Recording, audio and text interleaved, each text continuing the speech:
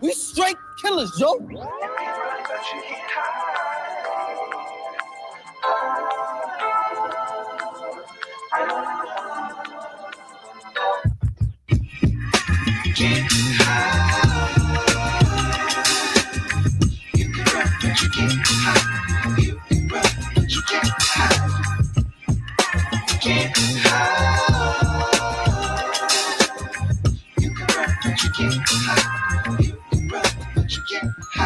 We straight killers, yo.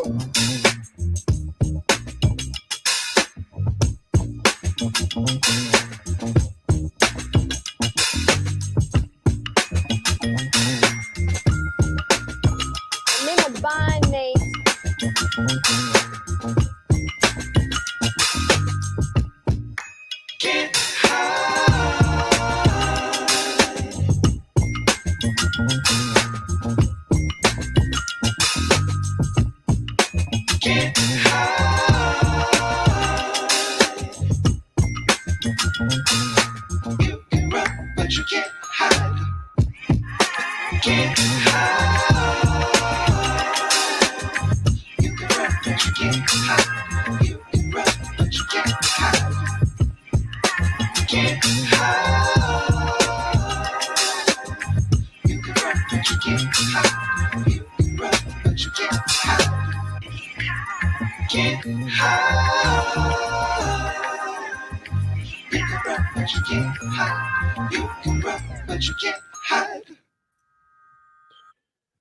What up, what up? Welcome back to the channel. I'm Mode IJ. Am I still frozen?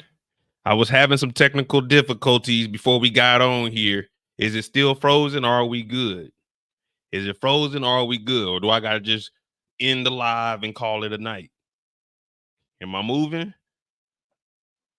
Am I moving? Are we good? Okay, okay. Well, sorry we had to push it back. Internet was messed up. Let me see something. Let me see something. Live. What it looking like? Let me see what it looking like. See? And this is why we pushed it back, because we thought we would be on. Jeez Louise. Give it a second. Give it a second. Golly, man. It's always on a Friday, ain't it?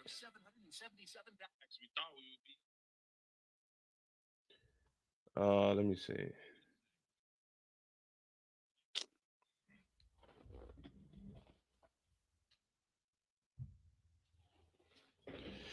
Damn, bro. Yeah, I'm looking at it on my phone right now. Jeez Louise.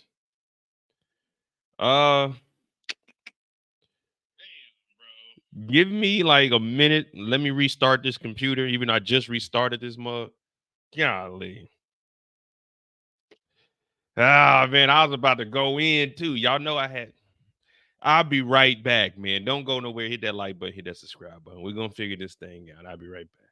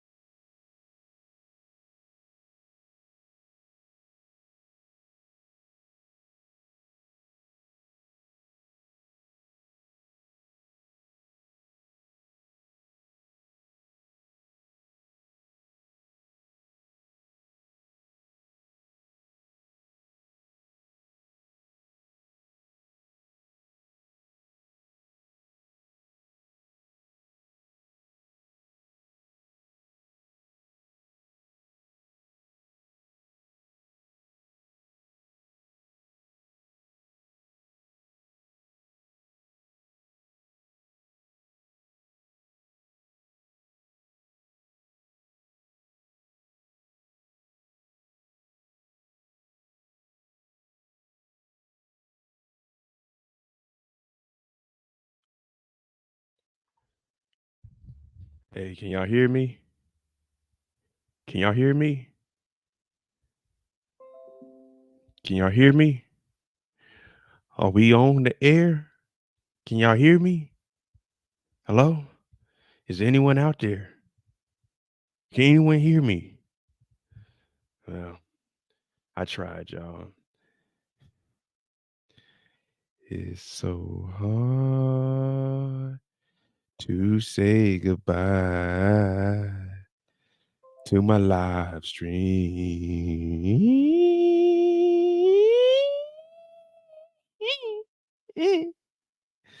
Although we stream every Fridays, tonight they said no, you won't stream. I'm all alone, just trying to stream, get them home.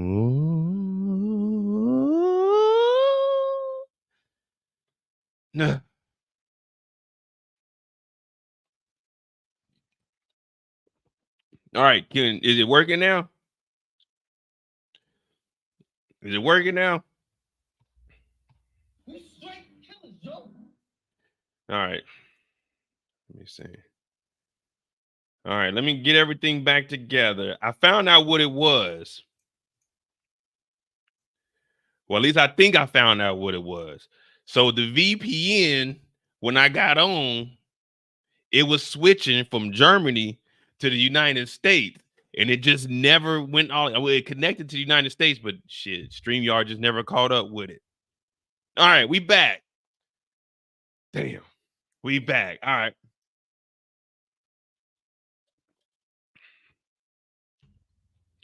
right. Rate the episode. What did y'all think about this episode? Rate the episode. Let me know what you guys think. And I got to get focused now.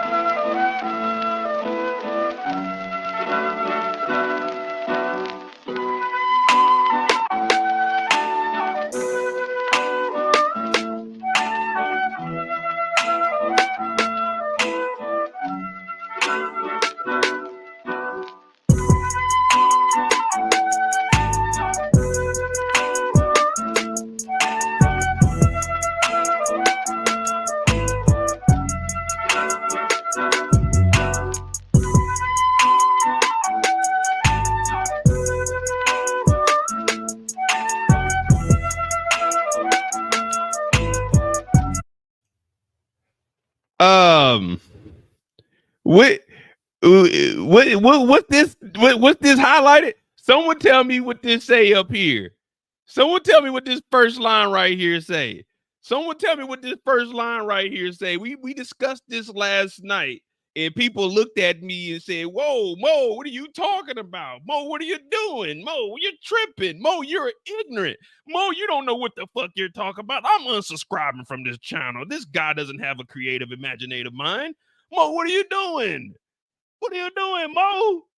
What's this top line say right here, y'all? What's this line say right here? What's this line right here say? If y'all see anybody else in the community talking about Raw Dog Charles, they got that from Mo. You talk about Sticky Finger Nikki, they got that from Mo. What? Sticky Finger Nikki? Oh, so Mo was right. She was stealing her daddy's tools. Oh. Did she have permission to leave with them tools? I don't think little Sticky Finger Nikki. No. See, Sticky Fingers means you just touch shit and it just, hey, Sticky Fingers. Sticky Fingers. You know, I got a little bit of Sticky Fingers too. Hold on. If you new to the channel, I don't know if you know what we doing right now. Right now, we got something for y'all. I got Sticky Fingers too. I keep the paperwork. I keep the documentation right here. I said, let's see Nikki go to jail. They said, Mo, you tripping. Nikki ain't gonna go to jail. It's got to be Terry. And I said, over here, we not sending an innocent black man to jail. Not on my channel. R.I.P. to OJ. Not guilty. The glove did not fit. You must have quit. Sticky Finger Nikki now has, not only has she been stealing from the church, she's stealing from the family. If she'll steal from Jesus, she will steal from you. If you steal from Jesus, she will steal from you. Sticky Finger Nikki. Sticky Nikki. Yeah, not Pretty Ricky. Sticky Nikki. Okay. I told y'all, she high off of them BCs. She done popped about 30. She done did the whole month supply. She out here wilding out. She going to school with the Shanks. Yeah. Oh, Nikki, I ain't want to be the one to do this. Nikki. Nicole said she was just protecting herself. Nah, man. Nikki's I'm telling y'all laugh. Nikki is a menace to society. See, it starts off with stealing stuff. It may not be nothing big, small ticket items, tampons. Yeah, you know why when you go to the store like Walmart, like tampons and Similac and all of that's locked up behind the glass, the condoms. Yes, they don't cost a lot, but niggas start stealing. You know, Tide Pods. Niggas start stealing. See, Nikki started off at an early age. And see, Nikki ain't had no shame in her game. See, young Nikki was on church grounds. See, there's no sin bigger than the other sin. So Nikki decided to steal some tampons. Or I don't know. No, those weren't tampons. Those were the other ones. Those were the it was you know what I'm saying? Those weren't the pad ones with the butterfly wings. She was still in the other ones because Lucille told us you stick something else in there, something else go good. I said this is a little inappropriate for church grounds, but it didn't matter. See, I'm a doctor, so I start to identify what's going on in people's lives at an early age, and I'm starting to see Nikki with those tendencies. Now, you guys may have seen an innocent girl taking some free supplies. Not me. What I seen was a stone cold criminal, an enterprise. We could have put RICO charges on her ass, but we scaled it back a little bit. We scaled it back a little bit. But anyway, hit the like button, hit the subscribe button. My name is Mo.J. We do this each and every Friday night. We got a little setback tonight. The internet was messing up, so I tried to, finagle some stuff, but it didn't work as planned. But this is On the Clock, where we take each individual character, we break down their story, and just remember, I don't make any of this up. Everything I'm telling you guys is what we've seen on the screen. All I know is on Fridays, I wake up, STARZ says, Mo, here's the episode. Tell us what you saw. So all I can do is relay the information to you. I'm not making any of this up. If you have an issue with it, we got the STARZ hotline number. You can call them. I can connect you with some people to talk to them, but I'm not making none of this up. I can only tell the truth, the whole truth, and nothing but the truth. TRUFT, the truth. All right. I gave the episode a 6.5 or 7. I gave the episode a 6.5 or 7. It was straight. What y'all think about Kia? We finally seen her. What y'all think about Miss Kia? Uh-oh. Look who decided to join us. Thank you for that $1.99 super sticker. Look who decided to join us. Now, she's been very, very busy, Miss Marie. Very, very busy. She reached out to me the other day and said, Mo, don't worry about it. I'll be there one of these days. And I said, we'll be sitting here waiting for you. You got a special part in our heart. And we're just glad you came back. We're just glad you came back. A lot of people leave us and they don't come back, and that's fine. But you came back and we appreciate it. And right now we headed to St. Louis to see what they got to say about Kia. Now, Kia, book smart, street smart, but can we trust her? Like my boy Future said, we still don't trust you. Yeah, what we saying? Nigga, it's just big me, nigga. Boom. I'm really like that. Yeah. As of right now, Kia, she's straight. She's straight, you know what I mean? Would she tell that nigga, hey, this is her talking, so pause for what I'm about to say, because this is me talking from her perspective. These are not my thoughts. She said, there you go, Meech. Bend them knees. Excuse me? We are playing softball. Well, we supposed to be playing softball, pause. This nigga doing fast pitch. Pause on that. Like, this whole situation is a pause. But this is the 90s, so this is like Diddy said, no Diddy, but this is before pause was invented. You know what I mean? We out here, this nigga Meech out here with a BMF chain on, a leather jacket. He talking about, damn, nigga, you patching that motherfucker. Like, hey, man. I'm cool on this playing baseball shit. Hey, thank you to Marcus for that $2. I can't believe we lost Franklin this episode.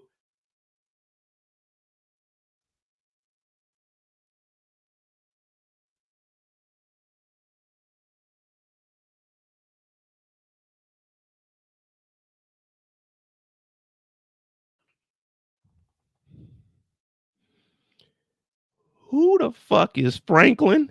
And why do we care that Franklin is gone? I know Franklin got killed in the trap house, but I'm saying, what work has this nigga Franklin done for us to be like, oh, they done killed Franklin. They done killed Franklin, y'all. Oh.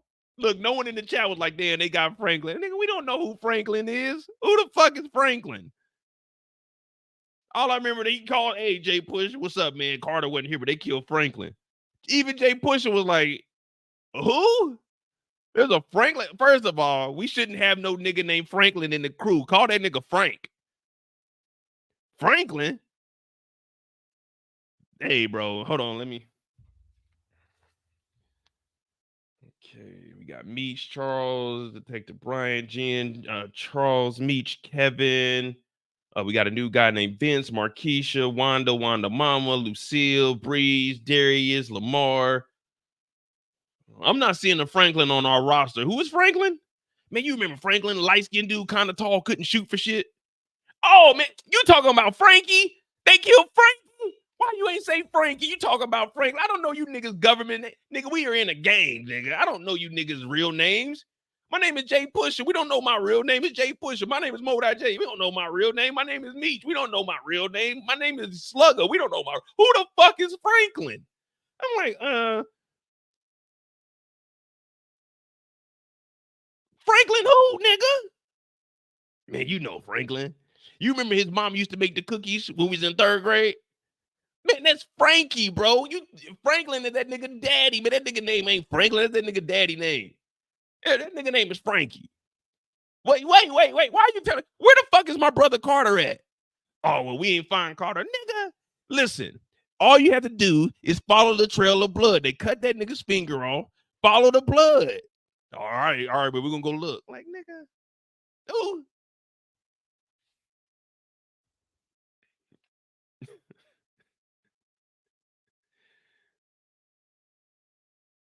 Franklin from Snowfall. Man, fuck Franklin from Snowfall. Man, we don't give a fuck about no Snowfall. Niggas BMF. We don't even talk about the other shows when we talk BMF and Power. Who like in real life, like what's the gentleman name? We talking about we lost him or we lost the character?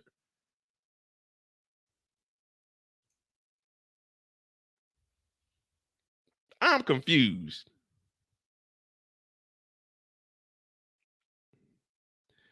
You got to give me a little more information than that, DeMarcus. Because he said we lost Franklin this episode. You talking about the nigga that got shot? I got a photo of that nigga. His name was Frank. See, listen, y'all gotta do better than that, man. You got to give me like give me some information or something, man. You got me out here trying to figure it out on my own. I don't know what's going on. This is Frank. This right here is Frank. This guy name was Frank too. They popped him. They got him up out of here. All right. Anyway.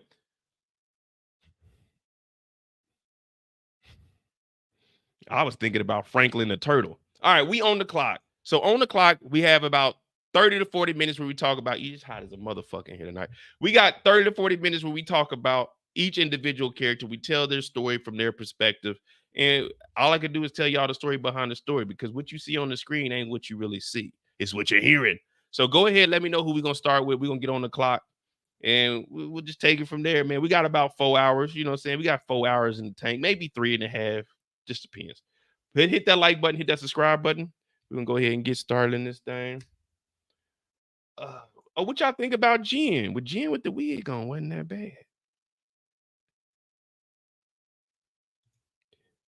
Jen with the wig. I said, okay, Jen, I see you, boo-boo. We still don't trust you. All right. Lucille. Let me see. Hold on, let me see. All right, if we start with Lucille, we got to connect the dots. So if we go Lucille, it's a Lucille and Charles story. From Lucille and Charles, we'll probably throw in baby Nikki. So Lucille, Charles, and Nikki, we'll group them together. We'll give Nikki her own little spot at the end. From there, we'll go Lucille, the Flennory family to Terry, Terry to Meech, and then we'll have the administrative group at the end. I think that'll work. Parents and Nikki. And then we'll go to the conversation between Lucille and Terry. Terry will have a conversation with Meech, and then we'll seal the deal with Jen and Bryant linking back up, because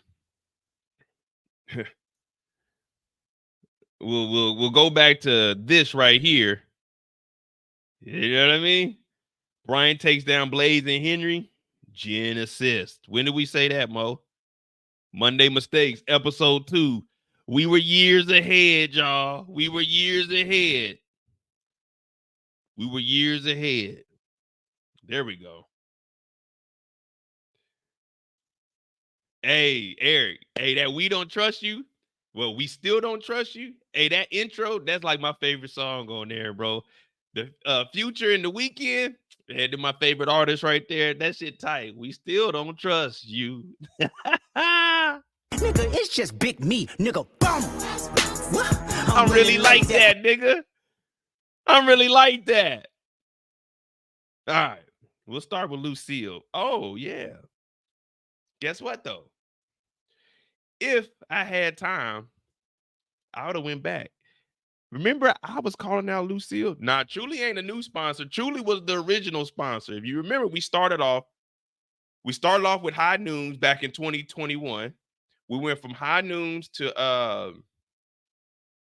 well, back then I was drinking CBD.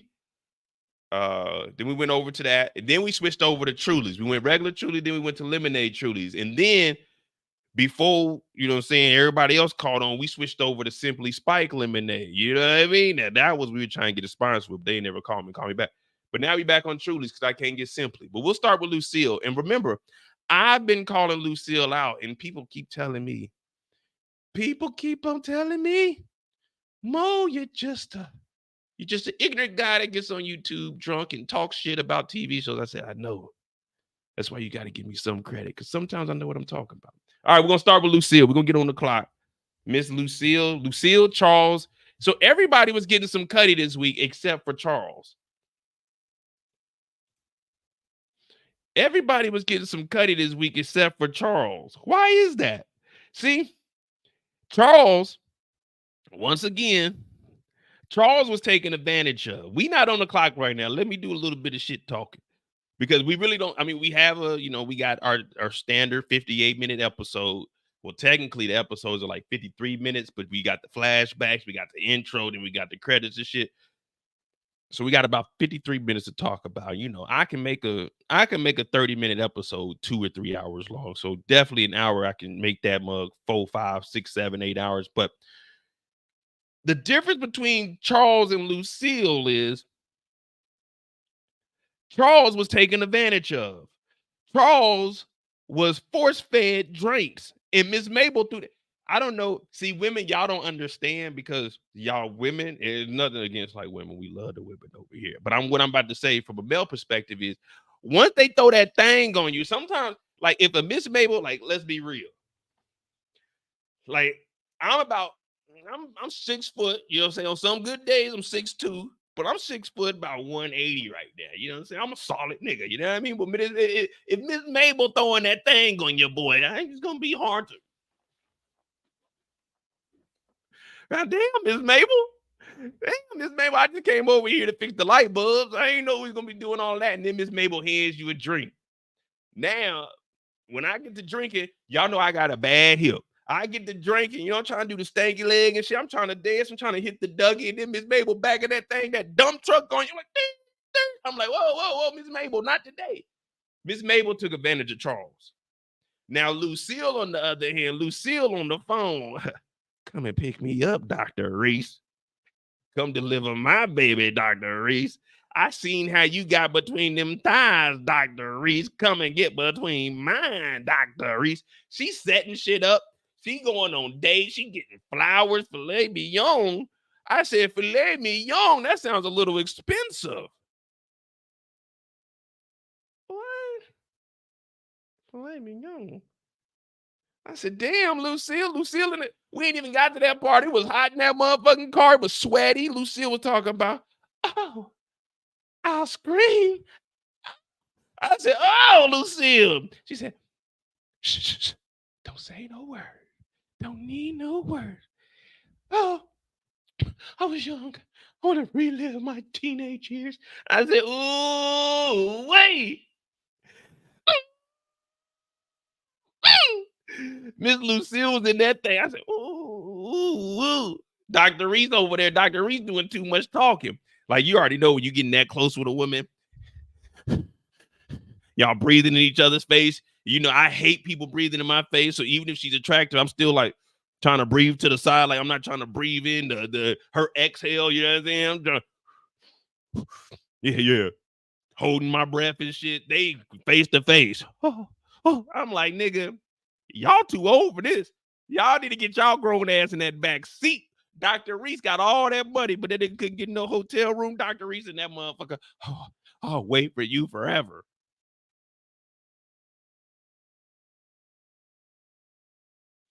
Lucille came in there smelling like a number 2, a motherfucking Wendy's double. She came in there smelling like a Wendy's double. He talking about I'll wait forever. Okay, nigga.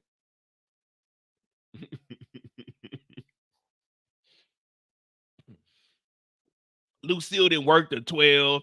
She come over. She got them bunions on her feet. They screaming. You're like, damn, what is that, Lucille? She, oh, don't worry about it. That's just what happens when you put in 12s. You're like, God. You need to keep your shoes and socks on. Normally, I make people take their shoes off when they come over. You keep the shoes on, baby girl.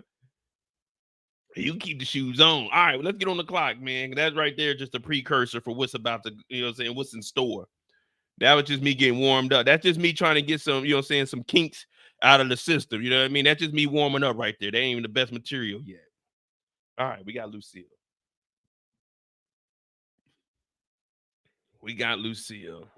We still don't trust you.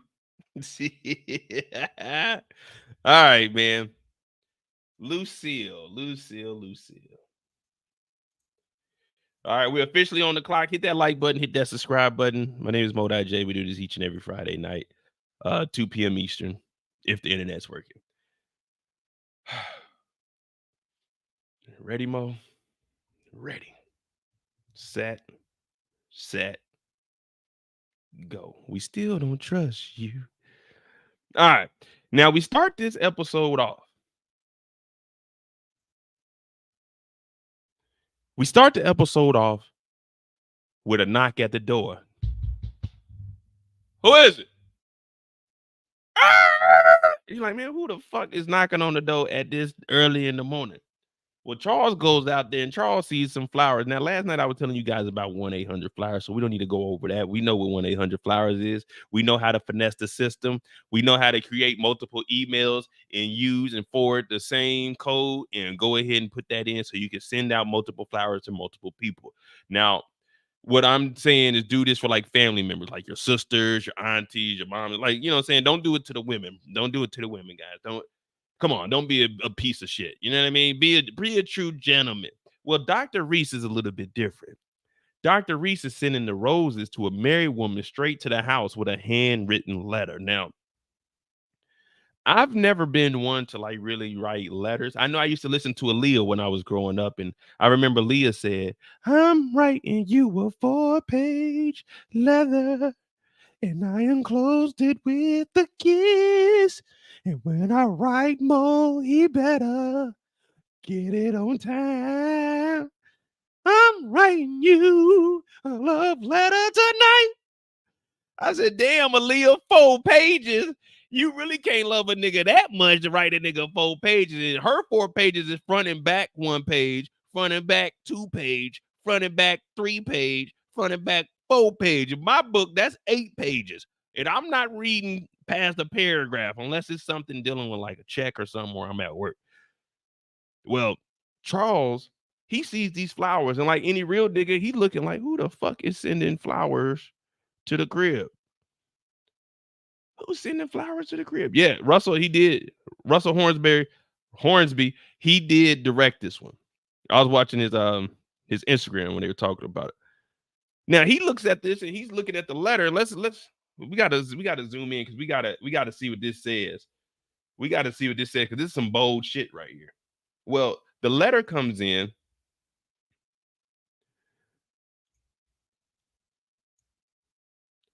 The letter comes in. The filet mignon at, I guess, Kira's. The filet mignon at, let's just say Kira's will change your life. Can't wait to see you tomorrow night, Reese.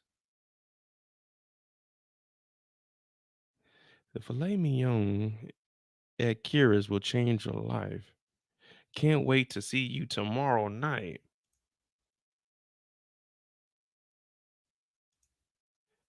Oh no. Oh no.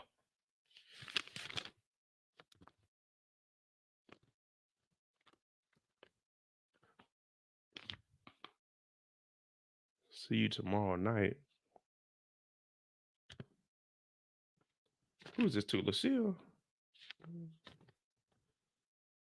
Filet mignon. What the fuck is filet mignon? Will change your life. Can't wait to see you tomorrow night. Nikki! Nikki, get down here. You know a nigga named Reese? No, Dad, no. Hey, don't you yell at me, girl. You know a Reese? You ain't getting no filet mignon tomorrow, girl. Who is it for then? Who's sending flowers? Because Lucille is married. Lucille is married, so I know she ain't. I didn't send these flowers. Who's sending you flowers? It's not for me. Oh, you on that birth control again? You acting a fool up there? Fuck you, Dad. I gotta go to school. Who sent this to you? Get down here, Nikki. Answer. Answer for yourself. Get down here, girl. I told you, Dad, it ain't mine. Okay.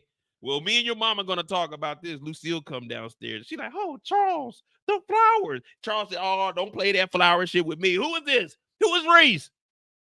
Who is Reese? Filet mignon. Oh, you read my letter, Charles? You damn right I did. I pay the bills in this house. Oh, you don't do that, Charles. We did this last night. We do this every night, Charles. I gave you something 3 weeks ago.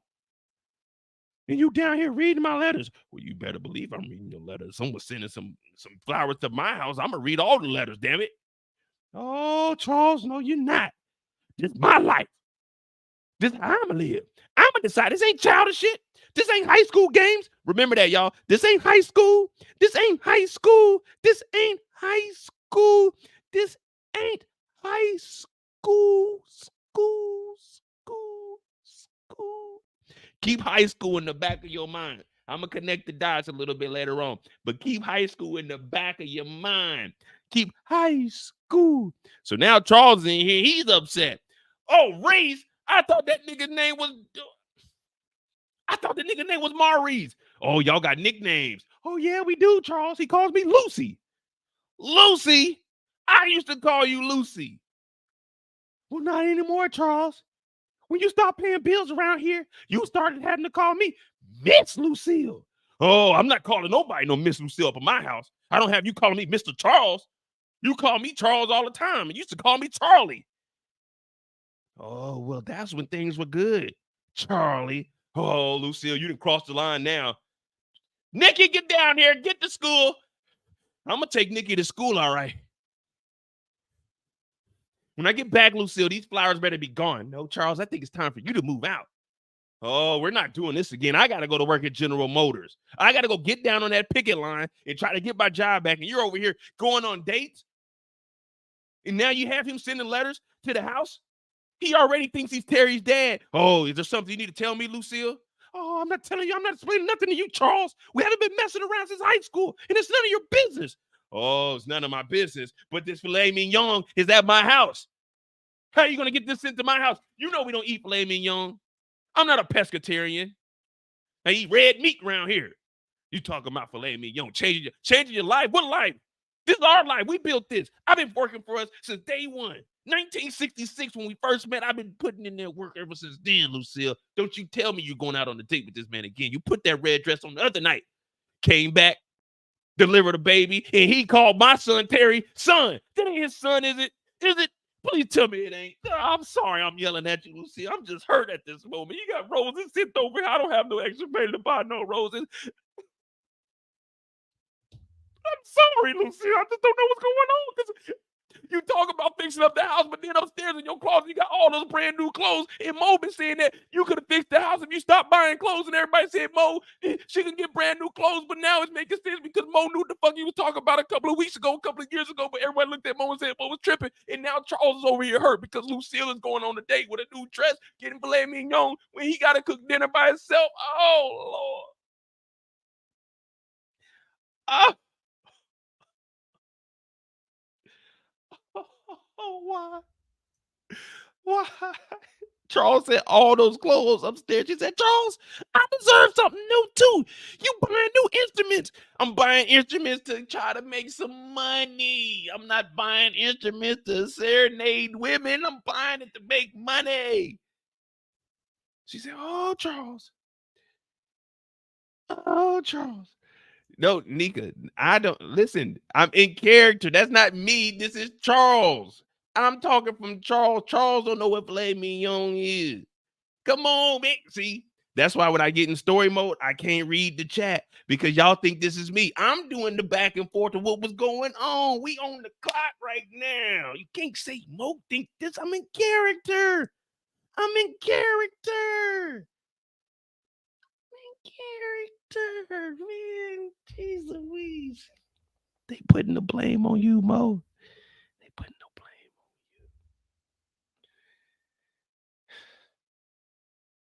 on you. Now I know how Charles feels. People are pointing fingers at me, accusing me of something I didn't do. That was Charles. And I heard it's small. They only give you small portions. They give you little bitty portions. They give you little bitty portions. They give you little bitty. They ain't balling, nigga. It ain't no 12-ounce ribeye.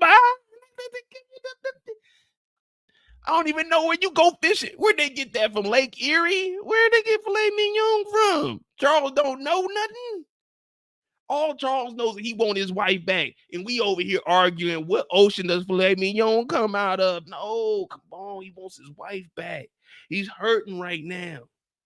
All he knows is that the house needs reconstruction. It needs to be renovated. The foundation is a little crooked. He built this house with his hands. He said he built this house with his hands, y'all, brick by brick. He laid the foundation and he built the house. Then it was mixtape after mixtape, and the next thing you know, he was running the South. Well, that was Young Jeezy, but that's neither here or there. How would you feel if your wife had roses sent to the door? We on the clock, but ask yourself, what would you do if your wife had got roses from a doctor who delivered a baby on your floor and the only way to... Well, I don't even know what else we could do with this because she's about to go eat. The only way to feed her is with Dr. Reese. And he might be feeding her a little bit more than that filet mignon, but we're going to get there. Hit that like button.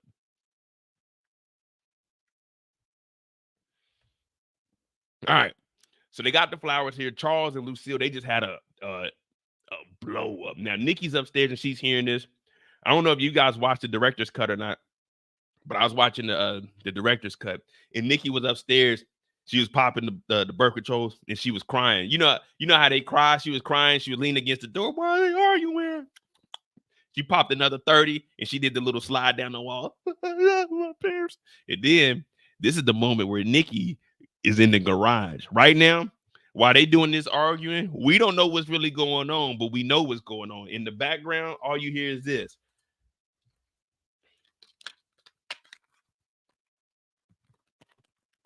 You're like, what the fuck is that noise? They in there arguing. Oh no, Charles, I'm gonna love who I want to love. Whole time, Nikki in the garage stealing tools. Nikki like, okay. Nah, this ain't good enough. I'm saying.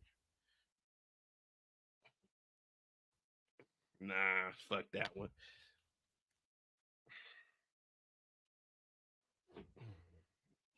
Yeah, this one might be all right. Ah, here we go.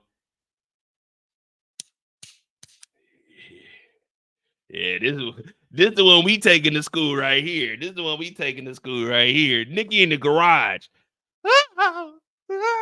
Nikki in the garage. She in the toolbox. She got that damn box cutter. We didn't even know that was going on behind the scenes. Did y'all know that Nikki was in the garage right now stealing shit? Nikki is in the garage right now looking for a box cutter. Nikki is in the garage right now. Oh, I'll protect myself. Whoa, Nikki. When you approach Nikki, you got to say, Nikki, put the BC down. Nikki, put the BC down. Come on, Nikki. Give me the box cutter. Nikki, give me the box cutter. It's going to be all right. I'm all the protection you need. We fail you. Nikki, I'm sorry. But no one's paying attention to little Nikki. No one's been paying attention to Nikki. Nobody. Nikki is in the garage right now with a pack of BC and a box cutter. Lord knows what she's about to get into. Well, from here, the next time we see anybody in the family, well, we do see Lucille over at the crib. So we gotta jump over there to this part. I'm starting to like Wanda's mama. Man, I'm starting to like Wanda's mama. I think we need more on-screen time with Wanda's mama. I like her. But anyway, over at Wanda's house, Terry finally shows up and Lucille is over here. Because remember when she came downstairs, Nikki actually gets arrested the next day because the date is the next day. So this is the end of that first night. The first night is when saying J-Pusha and everybody's getting kidnapped. So this is the end of the first night because this takes place over 2 nights. Lucille goes to see Wanda and the baby. She's living back at the mama house. Now, Lucille's like, well, wait a minute. He is a good father. She said, nah, if you want to be a good father, you need to raise that baby. She said, he don't need no appointment to see his baby. Wanda mama talking about, yeah, he do. We'll put your ass on that schedule. Well, anyway, everyone leaves because this is Lucille's story. Now, Lucille is a loving mother. We can't take that from Lucille. Yeah, she's doing some stuff, but this is what adults do. Like whenever my parents have problems, I tell both of them, hey, whatever y'all problems are, you can't talk to me about that. What I'm going to do? Sit down with one of my parents like, hey, this is what you need to do right. Man, they my parents. That ain't my job. That's between y'all. Y'all relationship, y'all handle it. My parents still together. They've been married, 35 years? Yeah, they didn't get married till my little brother was born. They said, fuck that when I was born. But it's all to the point, they still together, though. So I think they've been together 40 years, and then they had me. Had made 38 years, and then my brother. So they've been married 35 years. Damn, this is their 35th anniversary. Oh no, this would be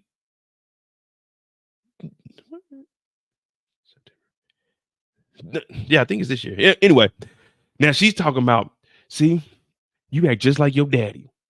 That's what they always trying to do. Everybody put a won't they do it in the chat. Won't they do it in the chat? Lucille talk about you acting just like your daddy. You ripping and running the street. The apple don't fall too far from the tree, Terry. I'm like, damn. Why is she trying to treat Terry like he Doughboy from Boys in the Hood? He ain't did nothing to nobody. Terry ain't did nothing to nobody but pay the bills.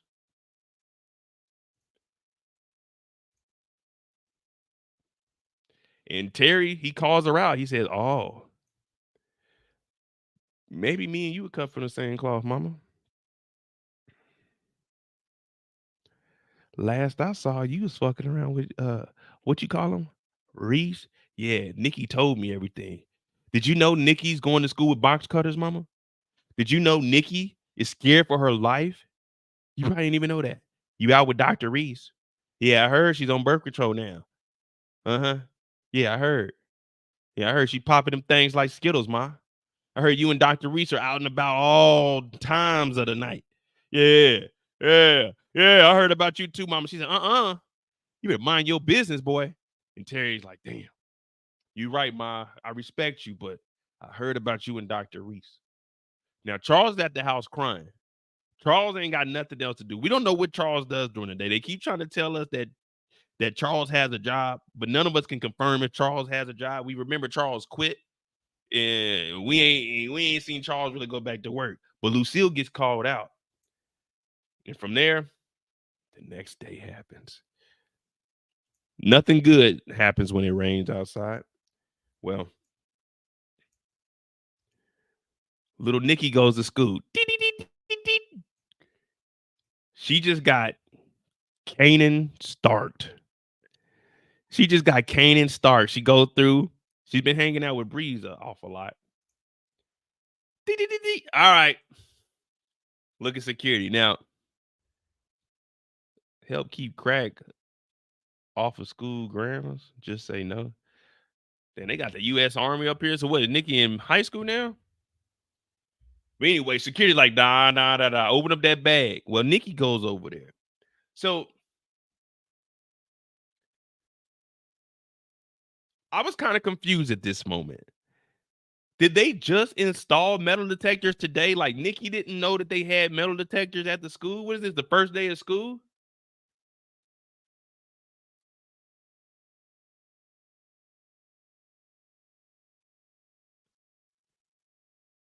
Because Nikki comes in here, she like, well, I don't have anything to make the metal detector go off. And then she looks in the bag and she's like,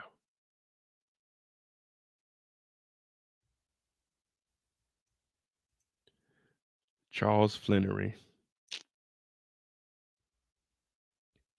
And she didn't try to take like just a blade or something.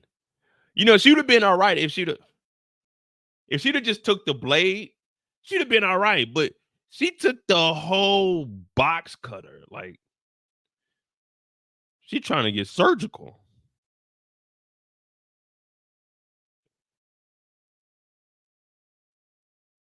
She went through the metal detector. That motherfucker said,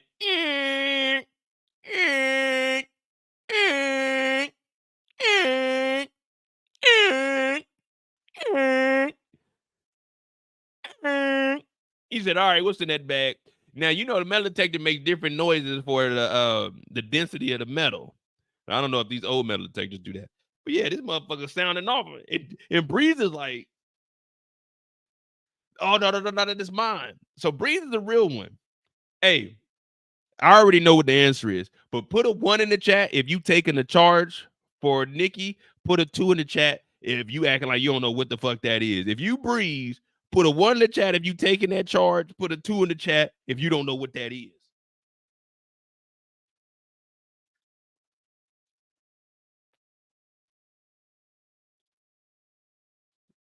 That motherfucker.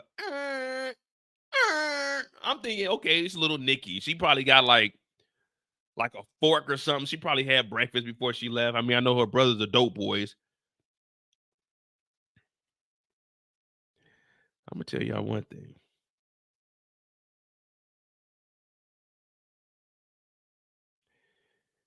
We in the BMF unit, and this is BMF Immortal. So I got, I always got to keep it real with you.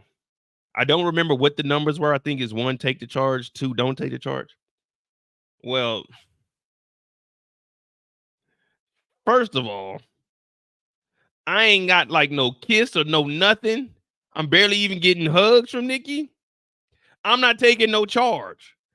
First of all, I'm not taking no charge regardless. Secondly, even if she was giving me some cutty, I'm still not taking that charge. I'm like, damn, Nikki, they got you.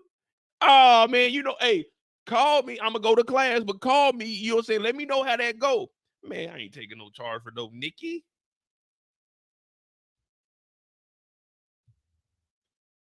He said, what is this? He said, oh, coach gave us some jerseys. I was cutting them open. He turned around and said, Flennory. I was like, well, no, they didn't kiss till after this. They never kissed before this. It wasn't no real kissing. See, the birth control, the BC wasn't involved. The kiss after the BC was after she got out of jail. He was throwing the rocks at the window while she was doing the dishes. But yeah, as soon as that box cutter came out, I said, whoa.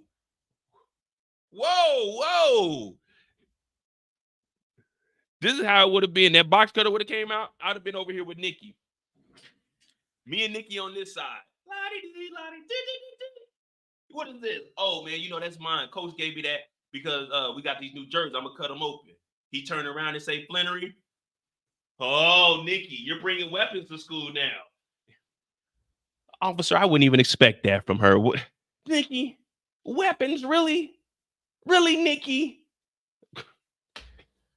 Give me. You got to walkie talkie. I got you.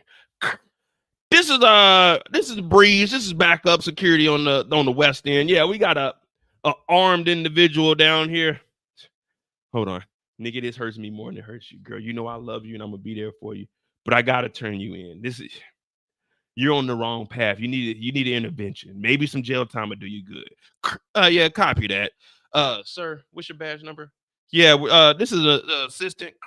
Oh, can you hear me? We're gonna have to escort her down. You go ahead and take her down there. I'm gonna go ahead and stand here. All right, next person through, Nikki. I expected better from you. I told my mama you were the one, but now you're the one I need to look out for. Damn. Sometimes you got to assess the situation and you don't want to throw your life away. You don't want to. I've been there before. Y'all. Y'all know the story. They tried to get rid of me. They tried to throw me up under. You know what I mean? They tried to lock me up. They tried to get me out of school. I would have to go get my GED.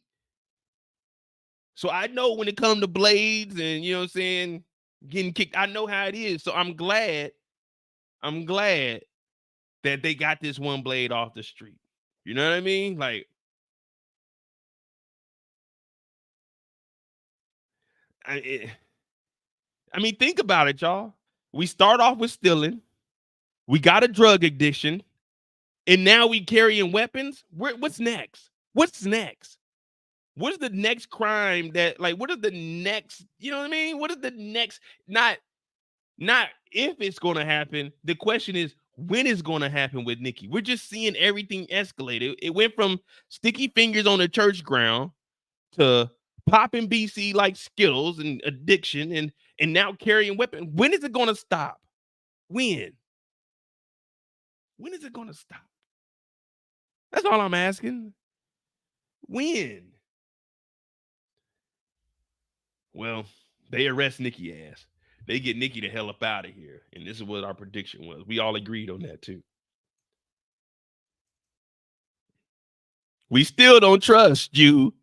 Well, they got Nikki in here, but they ain't got her in handcuffs or nothing. So Nikki's in here, and both of the parents got to show up to this. After a long days of work, they got to come up here and get her daughter out of here. You know, that's the worst thing ever.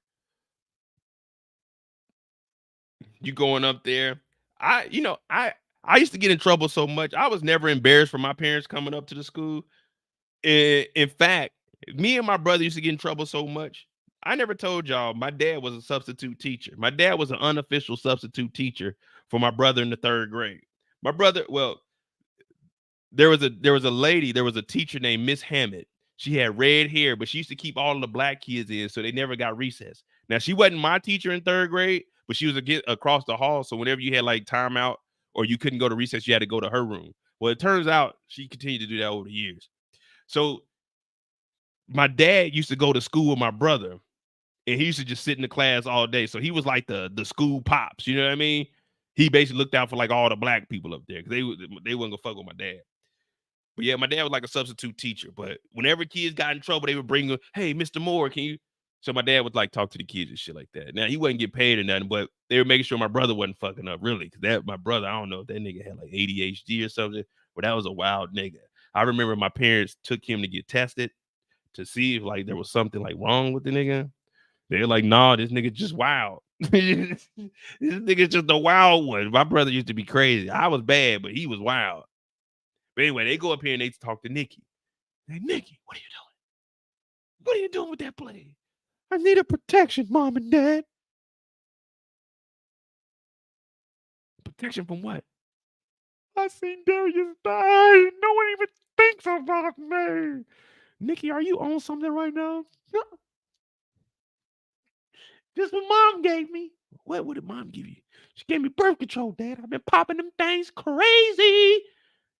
So Nikki's in here. And I mean, I understand why she took the blade. You do.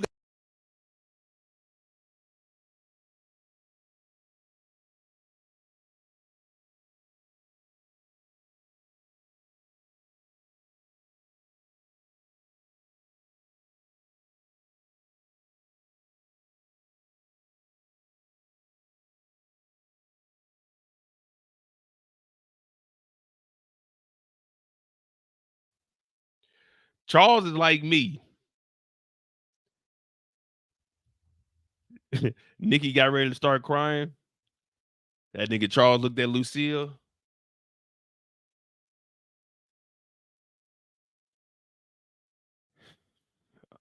I'm gonna go get the car. I'm gonna go get the car. Cause I wouldn't know how to talk in this situation. Like I don't know, man. I wouldn't know what to say to my child. Hey man, you fucking up, bro. You know what I mean? Like, what are you supposed to say to a kid in this moment? Like, you took my box cutter? I was looking for that. But little Nikki's in jail, and I guess this is a moment for her to like really, you know what I'm saying, get in touch with herself and try to find out who she is. Now let's get into the good parts. Now, as we mentioned, everybody was getting some cutty this week except for, excuse me. But let's just say offer protection. I mean, what protection can you give your daughter? Like, he's gonna go to school and be a security guard for her? Like, I mean, what security? Like, that's this guy's job, though, ain't it? That's this guy's job. Protection, that's this guy's job, right? That's what we paying him for, the big bucks. She said Nikki is the Flenory's last hope. Shit, if Meech can get this damn work up off the ground, man, we don't need no hope. We can get a piece of the pie. He ain't working. That's the solution. All right, I respect it. Kenna said, I'm planning on homeschooling. Nah, I can't homeschool no kids now. Fuck that. I get too easily distracted and I be wanting to take naps. Like, man, if I ain't have a job, man, I probably wouldn't be getting up to 2 or 3 o'clock, man. That used to be the good life. I ain't gonna lie to you. But at the Flennory house, Charles is upstairs making some new beats. Lucille is out in the streets trying to get a nice little beat in, and you hearing some little pebbles. Pat, pat, pat. Damn, who the fuck is this? We look outside. It's this nigga Breeze. Now remember, Breeze, he talking about, I'm gonna protect you. I'm gonna make sure you're all right at all times. Man, this nigga, when she got arrested, that nigga was nowhere to be found. This nigga, do y'all think Breeze did he went to school the whole day? When Nikki got arrested, do y'all think Breeze like skipped school to go down to the precinct, or he went to class and stayed in class all day? And then he showed up. Hold on, what time it is? It's 9:20. Yeah, so yeah, it's 9:15. Okay. Okay. 9:15. This nigga Breeze pulling up. He still got his school uniform on. Look, Nikki just got out of jail too. I know a criminal when I see one.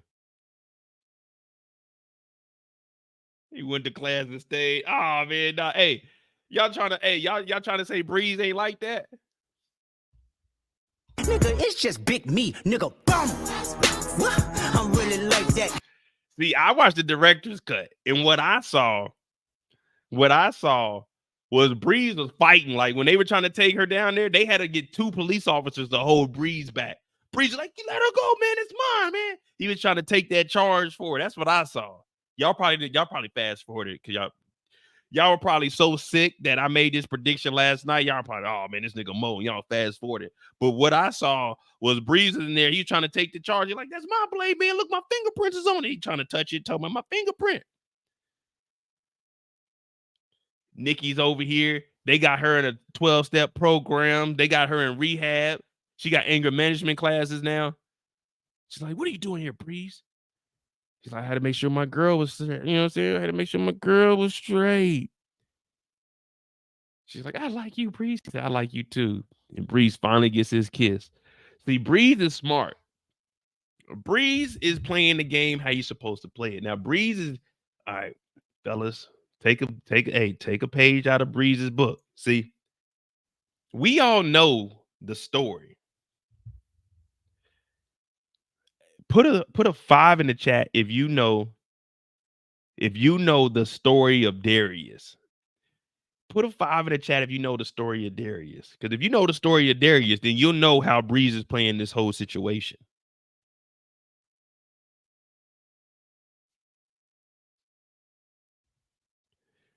See, everybody knows that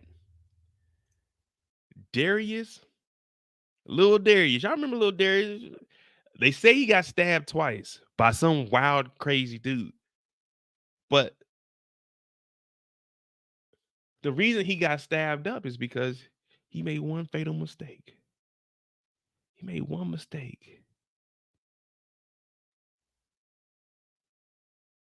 And that was stepping up to protect Nikki. Oh, he stood up for Nikki and got stabbed up. He stood up and got laid down. So when they said that charge was about to drop, Breeze was kind of like, whoa, wait a minute. It popped up in his head. He's like, that's mine. Whoa, wait a minute. Breeze stepped up and he got stabbed. She got a box cutter. If I say it's mine. Oh, no. So when they were like, put your hands up, motherfucker, he was like this.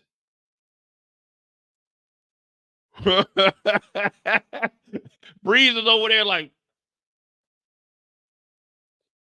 he ain't snitching. He ain't snitching because it says Flennory on there. So he just letting them know that I'm not a Flennory. My name is Breeze. You want the Flennory? Look at her backpack. This ain't snitching, y'all. This is not snitching.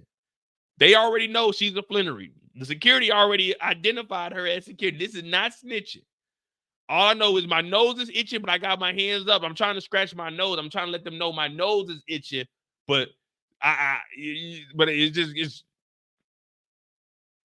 you know what I mean? That nigga said, man, I am not dying fucking around with little Nikki. But he ends up getting him a little kissy in. And here we go. The highlight of the evening.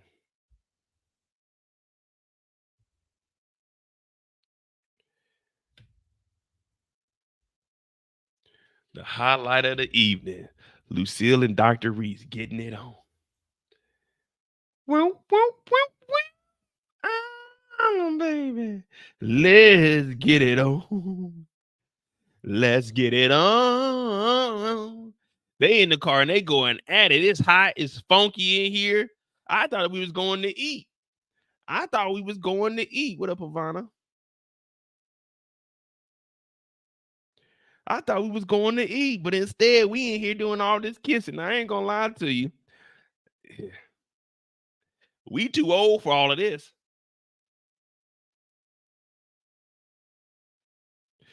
We too old for all of this. A couple of pecks here, a couple of pecks there, but let's shake, rattle, and roll. Now, remember, I told you guys to remember the word high school. She told Charles, we're not playing these high school games. But then she tells Reese she feels like she's a high school girl again.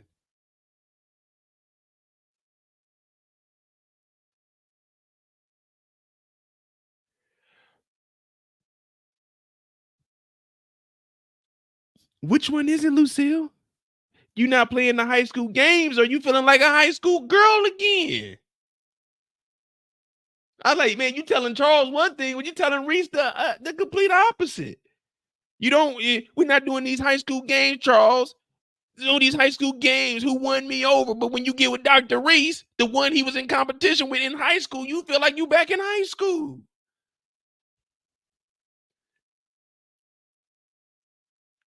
I said, damn, Lucille, not Mama Meech. No, they got her out here.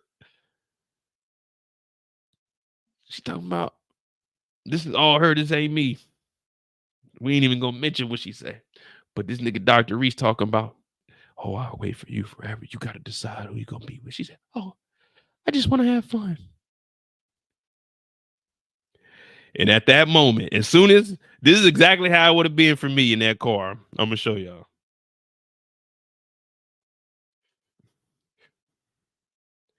You gotta choose between me and him, Lucille. Oh, Dr. Mo, I just want to have fun.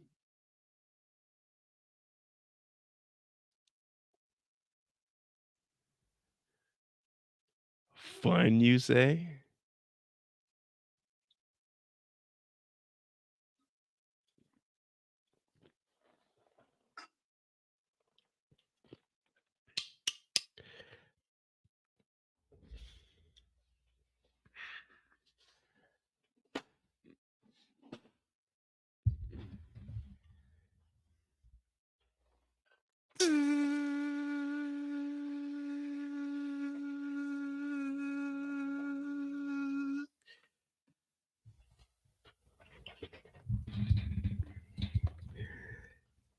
So, Lucille, talk to me. What is this fun you speak of? I want to have fun too, you know? Um, I mean, when you say fun, what would you describe as fun? Like, what activities consist of fun? Because I mean, we got space, you know. We got we got some, you know, this motherfucker lay all the way down. I mean, what you trying to do? When you say fun, what kind of fun you talking? Hold on, let me hydrate a little bit, girl. You know how I get a little thirsty. You know what I mean? You over here too. Ooh, Lucille, you talking about fun? Hold on, let me get right. You know, I ain't the same as I was in high school. I need a little Energizer bunny. You know what I mean? I need a little bit of juice. You know what I'm saying? Not the juice, but the juice.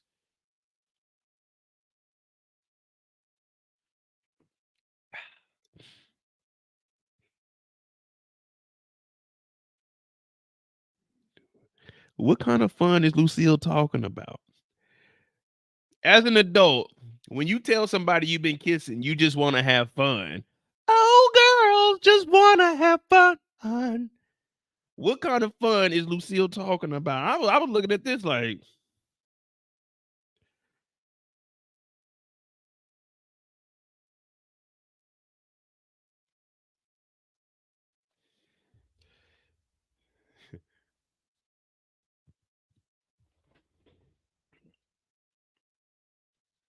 you what kind of fun you say we about to have food? What kind of fun we having? We no, not that fun. Wait.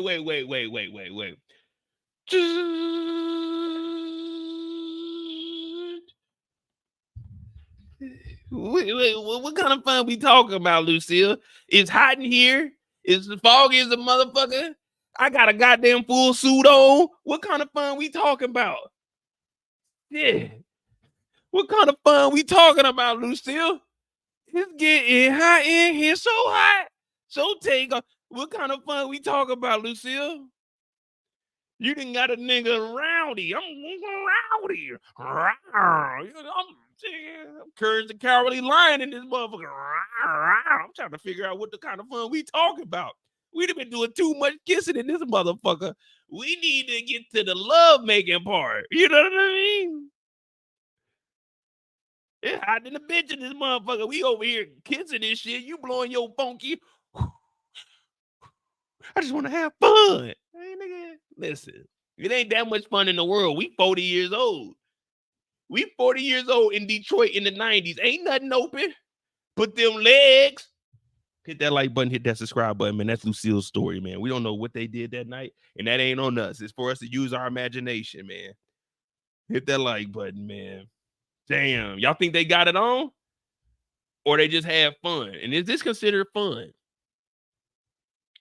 That's what I want to know. Is this considered fun? Like just kissing and shit?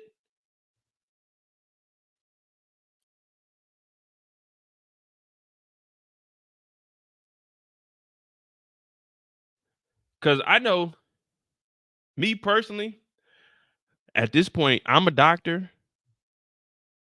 I'm going to tell her I'm on call. So listen, if we going to do this, we got to do this. Because if I get another call, if I got to deliver another baby or something, then as J. Cole said, we got a good thing. Don't know if I'm going to see you again. Fuck all this. It's just too much. Like, we too close to each other, breathing on each other to this be considered fun. I gotta go, baby. I got to go. All right. But that's the Lucille, Charles, and Nikki story. What y'all think, man? They were just in there kissing?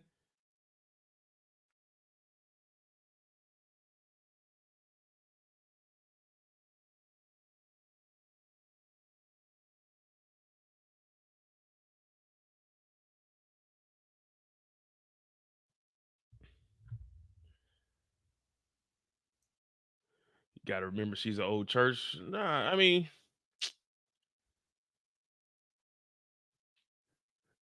I know a lot of women, you know, you talk to a lot of women, and I know it sounds bad, but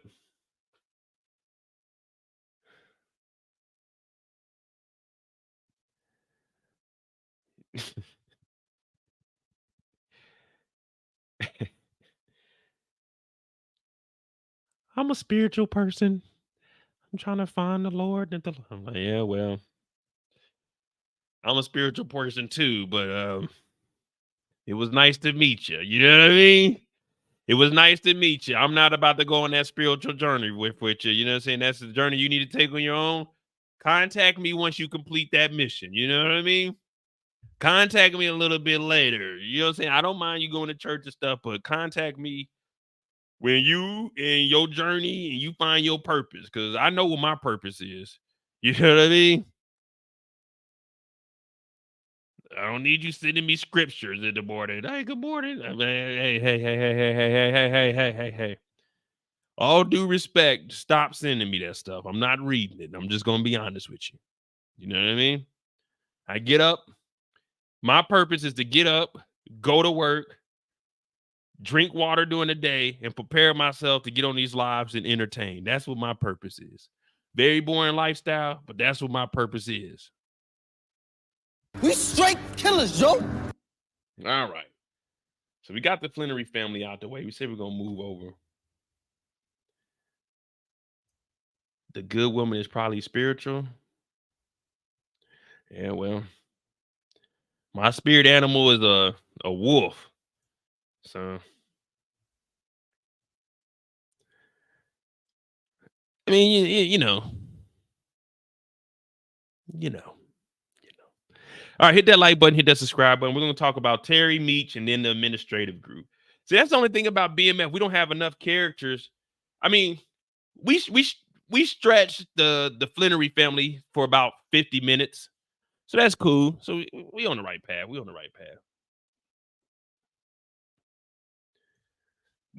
I told y'all the only reason I used to go to church in high school with my mom is because there was this one girl that was in the choir. So I used to go to church just to see her. And then when I switched schools, she was a grade above me. So she was a senior my junior year. I ended up talking to her. Nothing ever came out of it. But yeah, I used to go to church, see what the women look like in there.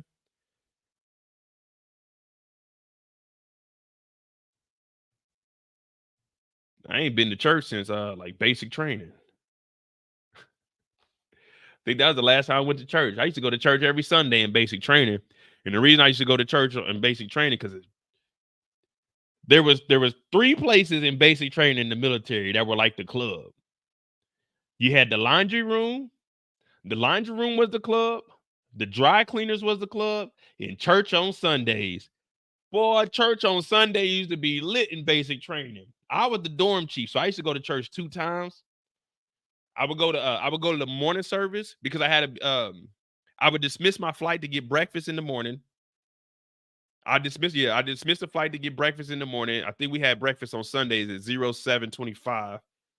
And then church started at 9. So I would go to the church service at 9:00. And then I would come back with that group. And then when the next service started at noon, I would go back down there. But the reason church was like the club, because when we out and about in basic training, you can't talk to other flights. Like, we supposed to have military bearing. So when we in the dorm, we can talk. But when we out and about, like in passing, we can't talk to nobody. But when we at church, you get to sit with the girls because your whole flight is all boys. Now, I had a cousin flight. Well, I had a brother flight. If you got a girl flight, it's your sister flight.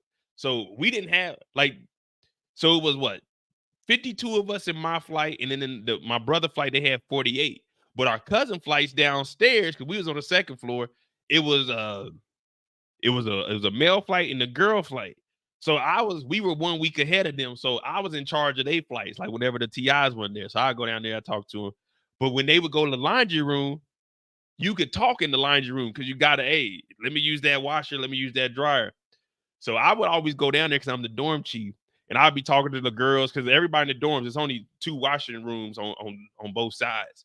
So we would go over there. I'd be down in the laundry room talking to the girls and shit, making them laugh. But if you go to the cleaners on Fridays. The cleaners on Fridays, oh, that shit used to jump, boy. The cleaners, because they had civilians working on the inside, and the TIs couldn't go in there because this is where you know, saying you dry clean your shit. You go in there, shit, you talking to the girls and stuff. You talking to like the other flights and shit, man. Basic training was actually pretty cool.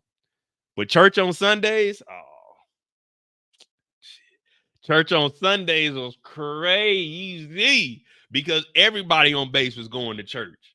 There's only 2 sessions. Well, for the Christian service, it was 2 sessions. I think the Muslims, they had one. Well, they had a prayer room. They had the prayer room that they can go to. I think the Jewish people, they had their own building. But yeah, everybody on base. So you got to see everybody. Like we had the big PT days. I ain't gonna lie to you. I was a star athlete, but in basic training, I used to bullshit. So I would always run with the slow people. So you get belts. If you got a red belt, that means you the fastest. You got to go in you got this inner circle. So the faster people there, and then the slower people on the outside. I used to get the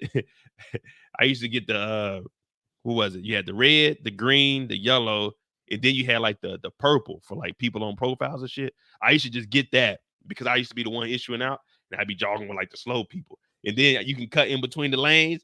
And if I see like some girls, I go over there and be jogging to them. What's up, Mo? Like shit, chilling. Mo, get your ass back over there. Oh, they used to yell at me. Like, damn, all right. Shit, man. Basically used to be cool, man. Didn't get paid much, but shit. Fuck it. All right, we got Terry on the clock now. All right, next up is Terry.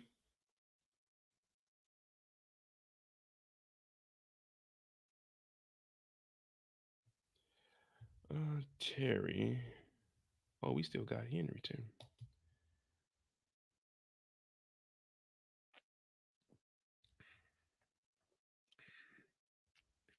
Who hotter, Angel or Kia? I'd probably go with Angel. I like the Angel. It's just we still don't trust you. All right, here we go. Take this thing back to the Terry. All right. Excuse me.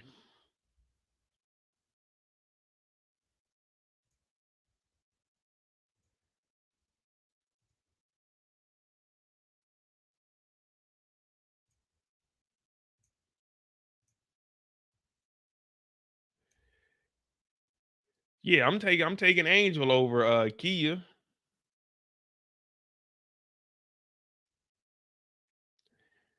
Angel got a job, y'all.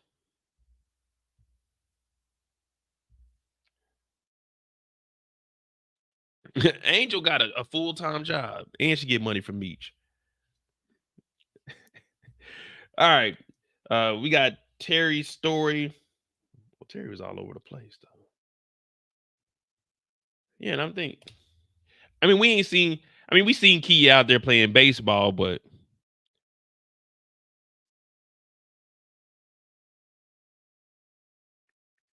I do like Kia's face, though.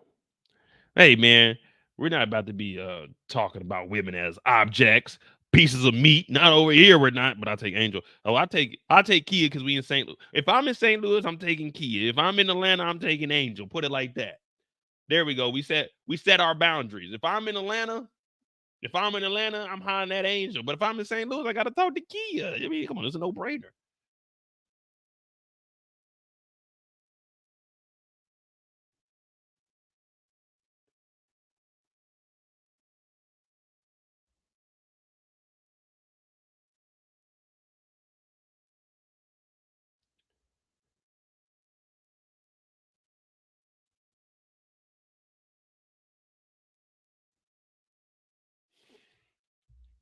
All right. All right, we got Terry's story. Let me see. Terry 20. Give me a second. We still don't trust you.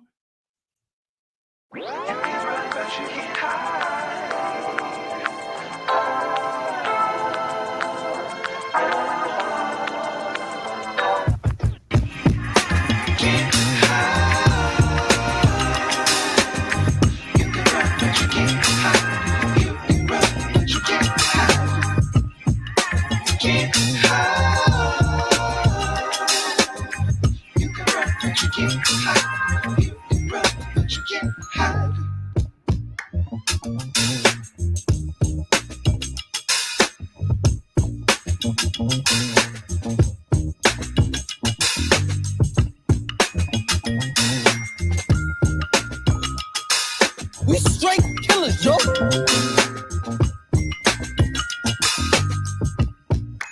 Get high.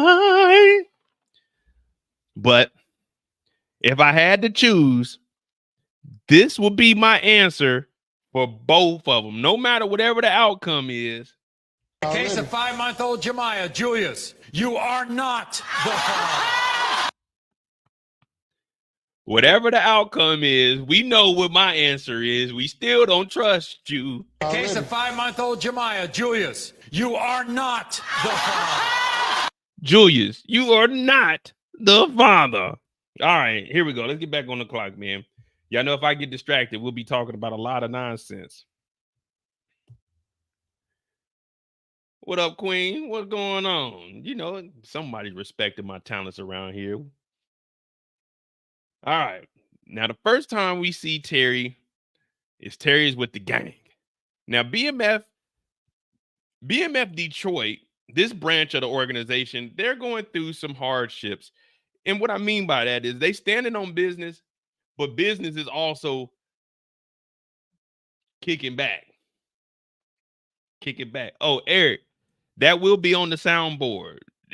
Future will be on the soundboard. We still don't trust you. Now, last week, we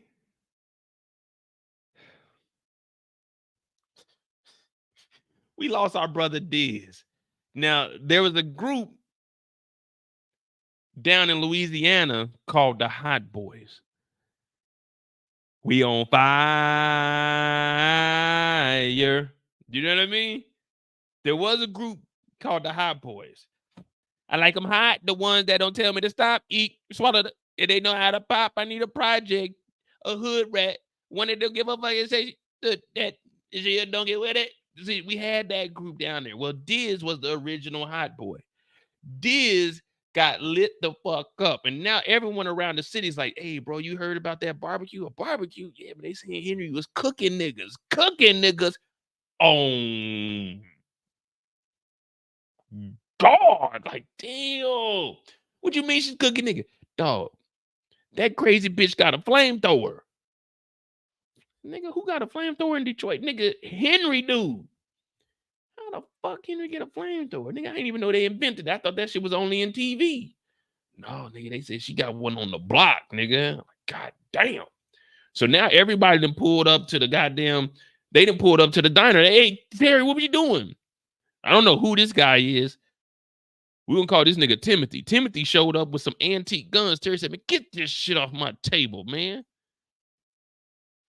They like, nah, we gotta make a move. If we don't make a move, then what we gonna do, Terry? Everybody gonna think we soft. They're gonna be trying to play us. She's like, nah, I mean, they ain't gonna be trying to fuck with us for real, are they? He's like, man, if we don't make a move now, they gonna be on our ass, man. They gonna be on our ass. But Terry has other plans, and Terry's plan is to go the friendly way, the same way MLK said, non-violent, non-lethal, not fighting back with fighting back, but fighting back with our words. Let's have a sit down. Let's talk it out. Let's try to come to an agreement. Let's set some terms. You got your side of the city. I got my side of the city. Imano, mi casa, su casa, that type of shit. The only problem is Henry ain't trying to hear none of that shit.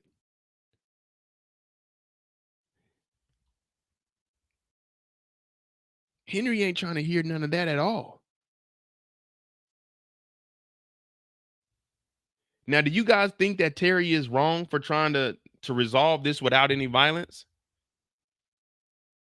Or are we looking at Terry like Terry's kind of compared to what Meech is doing? Like, if you look at Meech's situation, when Meech is into like wars and stuff, Meech ain't trying to go to war either, but Meech will stand on business and send some hitters out there.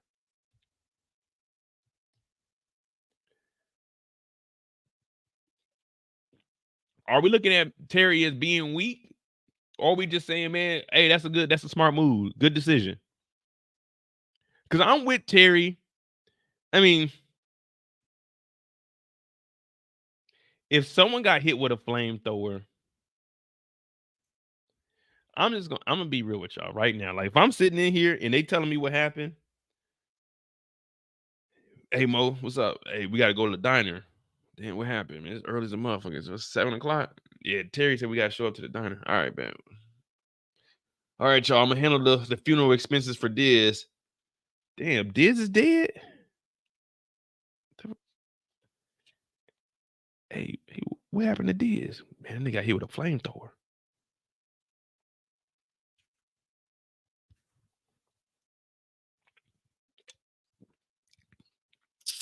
When you say hit with a flamethrower, you mean like they gun butt him with the flamethrower? No, nigga, they caught that nigga on fire. Then when they do that, and after the Pistons game,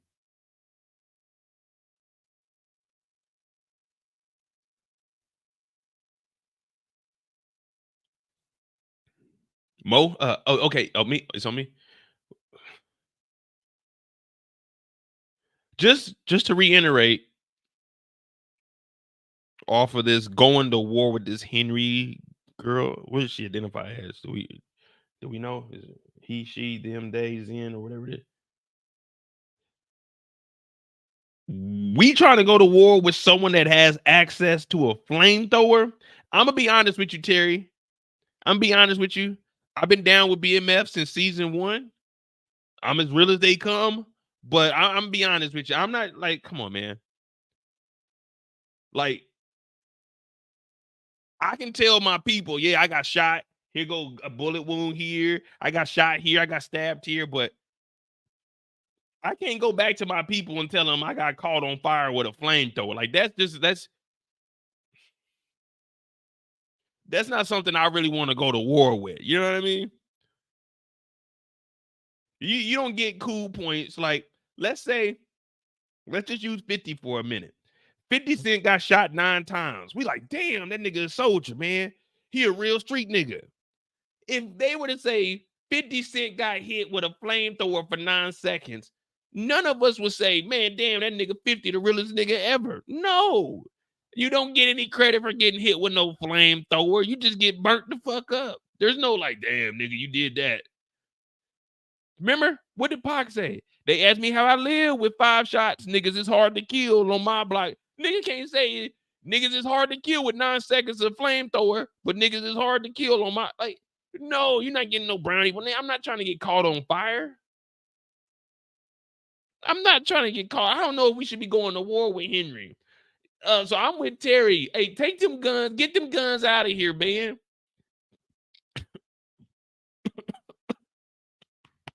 I ain't even got the lung capacity to be around all that smoke. I'm over here coughing right now. Who got some weed in here? I'm coughing off just the smoke in here. You talking about a flamethrower?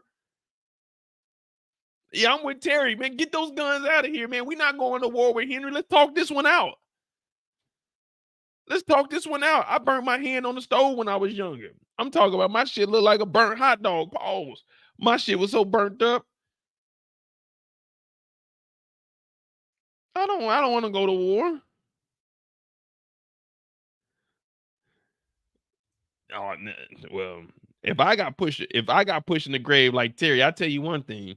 I would have climbed out that grave in that suit and been trying to whoop some ass. Now, pushing me in the grave is too far.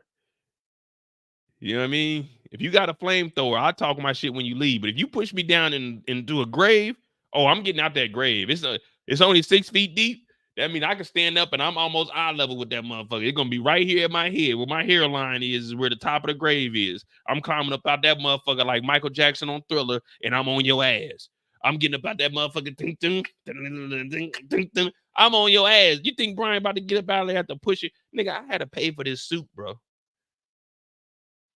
Shit, I'd have got about that grave. They were like, oh shit, the dead is risen. Oh no, that's just that nigga mode. But first of all, I wouldn't even been pushed in that motherfucker. I'm already like, whenever well, as far as I am now, maybe back in the day, I wasn't too conscious, like, you know what I'm saying, aware of all of that. But I was bio-environmental. So whenever there's an open hole, I never approached that. That was my job. I had to make sure that motherfuckers didn't fall in there. That was my job, to make sure y'all were safe. So I wouldn't have been walking around that empty ass grave anyway for a nigga to be able to push me in there, because I always think, what if I slip and fall? Someone accidentally bumps into me? Oh no. But just, all right. Let me just ask y'all this, since we talking about it. If you had to choose between neither one, you're going to survive both of them. You're going to survive both of them. But would you rather get shot, or would you rather get hit with a flamethrower? You survive both of them. Yeah, Ken Dawda came about that whole.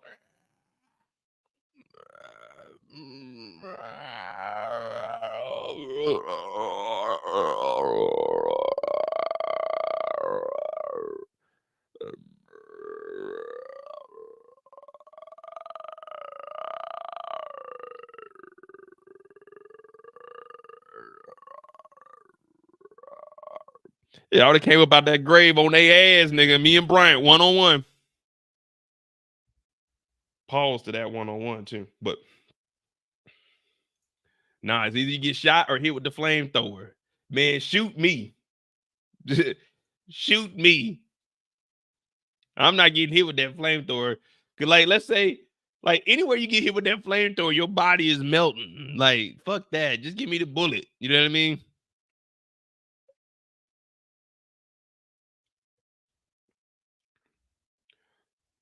All right, so Terry's trying to talk it out with Blaze. Let's continue on.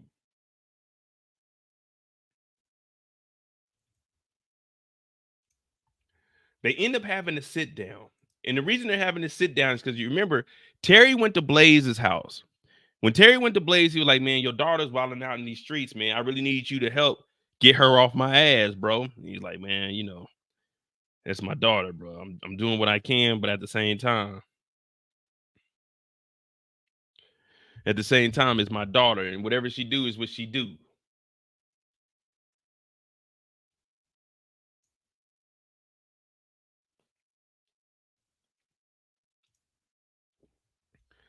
Do you guys believe that Blaze, like, if we're being honest, when Blaze sits down and he gives the gift, he's like, here, I know you got a newborn. Here you go. I thought we had us a peace treaty. Yeah, I did too. I thought we were good. Blaze has the power to, like, all he needs to do is send his security.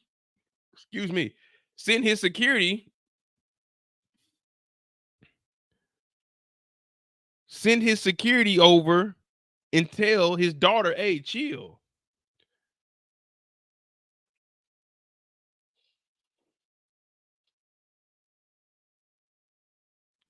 You know what I mean? Like, at the end of the day go in, shout out to Gorilla, but you got to be looking at the bigger picture. Terry does got the purest work.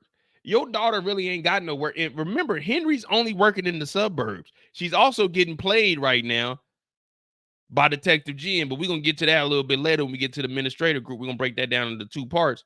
But Blaze is like, all right, I thought we had something. Terry's like, we did, but your fucking daughter is catching niggas on fire, bruh. There's a dude named Diz. His name ain't Diz no more. That nigga's name is Dizzy, because that nigga in the grave. He discombobulated. He don't know which way is up. That nigga's under the dirt. They put him 6 feet deep. We got to dig him up to talk to him. So no, we don't have a deal. Now, would I have been wrong to open the gift to see what the gift was before I returned it? You know what I mean? Like, at what point do we return the gift? Like, you send me a gift. At this moment, we don't know what direction we're going to go in. We don't know where we're at. So if I open up this gift, oh, okay, this is nice. But then I tell you, no, it's no deal. Can I still keep the gift, or do I have to give you the gift? I don't know how that works, because I'm a person, I don't celebrate birthdays. I don't celebrate holidays. I don't give gifts. I don't do none of it. I think all of that shit is stupid. You know, if I want to get you something, I'll get you something. But like birthdays, I don't celebrate birthdays. All my birthdays, I be on lives with y'all, or I go to work. I might go travel or do something. But other than that, don't give me any gifts. I'm not good at accepting gifts. I'm not good at buying gifts. So can I like look at the gift and say, okay, what is that? Okay.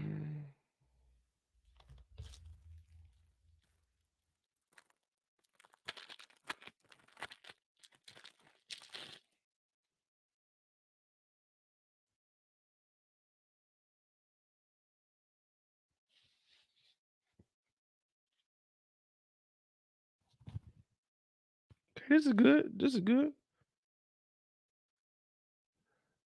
Hey, what is this zaddy talk? I ain't got no kids. I ain't nobody daddy. I ain't nobody zaddy. If you fuck with me, you can call me Julius. If you know me, you can call me Mo. That's the only one. That's the only thing it is with me. I ain't got no nigga. I ain't no zaddy. I ain't got no kids. Don't call me daddy. Don't call it none of that shit. My name is Mo. And if you know me, then it's the Mo you know. And if you really know me, then it's Julius. But no, it ain't no, like, if I fuck with you, yeah, we go on trips. I'll take you places. But man, all that extra shit, I ain't, nigga, please. Nigga, please. I ain't get up and go to work to spend money on your ass. I'm paying this electricity over here. You want to come over here, hang out, watch TV, get something to eat? I got to eat too. Okay, cool. It ain't no 50-50 over here. I take care of everything, but you know what I mean? But shit, that's my gift to you. Me living as an adult.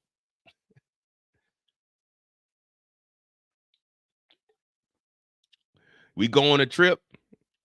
I was talking to one of these ladies. So I'm going to the Olympics. And I was looking at hotel rooms. I was talking to her, and she was looking at hotel rooms and telling me like different places that she stayed or whatever. And I was like, yeah, I'm gonna go to the Olympics. But the rooms are going for like $600-$700 a night for the Olympics. And I was like, we were talking shit like, damn, I go to the Olympics too. I was like, damn, it'd be cool. Like if I get tickets, shit, you can definitely come. She's like, I'm gonna stay with you. I said, if you stay with me, you're gonna have to pay half of that room. Look, now me personally, my budget to go to the Olympics, this would be my first time ever going to the Olympics. So I'm willing to pay $500 a night. I can pay up to $500 a night for 2 nights, Friday night, Saturday night, to go. This is the Olympics. Plus, I got to spend probably like, I think it was like $300 tickets for the $300 tickets for basketball, even though those are sold out. Before the athletics, like the track and field, those are like $400. But yeah, if you go with me to the Olympics, you're gonna have to come half off of that room. Yeah. Now, if I go down there, I got $500 to pay for myself. But if someone's coming down there with me, shit, this room for 2 nights with 2 people on there come up to $1,400. You have to come up with your $700. You gonna have to come up with your $700 or stay your funky ass at home, and I knock off the 2 guests and put that motherfucker back on 1 and get that bitch down to 1,000. No. Now, if we go into Paris on a regular weekend, don't worry about it. Hotel taken care of. I got that. Food taken care of. But this Olympic weekend, I got to fork over $2,000 to $3,000 just for the weekend. You think I'm about to be paying $4,000 for 2 niggas? Hell no, baby. You gonna have to pay your half. You gonna have to earn your weight over here. I get the room, but you gonna need to send that motherfucking check before we even get there. It ain't no I'll pay you at the end, because I ain't one of these stupid niggas. No. Before I book that motherfucker, I need your cash. I need your cash before I even book the shit. No, I don't do that. You can't play a nigga like me.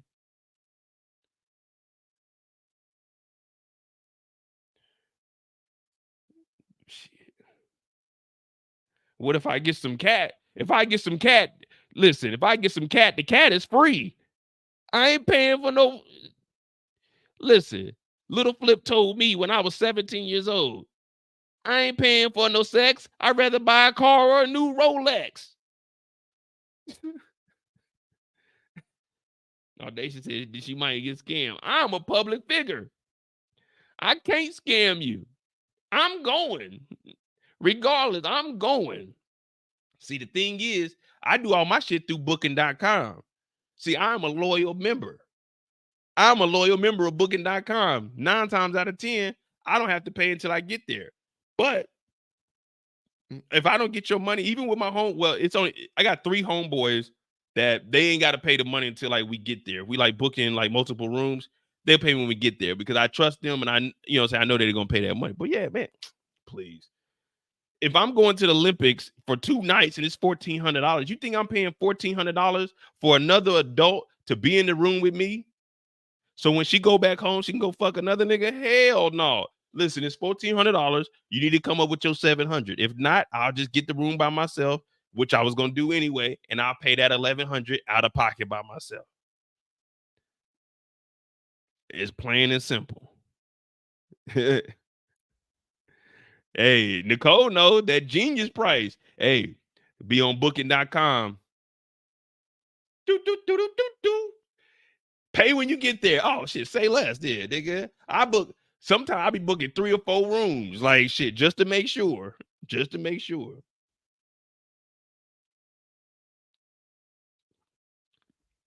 See, Joseph know. Joseph and Nicole, they know that genius price. Y'all better get with it. All right. We supposed to be talking about Terry. Kira said that MoMavs. Hey, I'm just saying. If it's a regular weekend, like, come on, man. There ain't no woman special in my life that I'm taking them to the Olympics and paying for everything.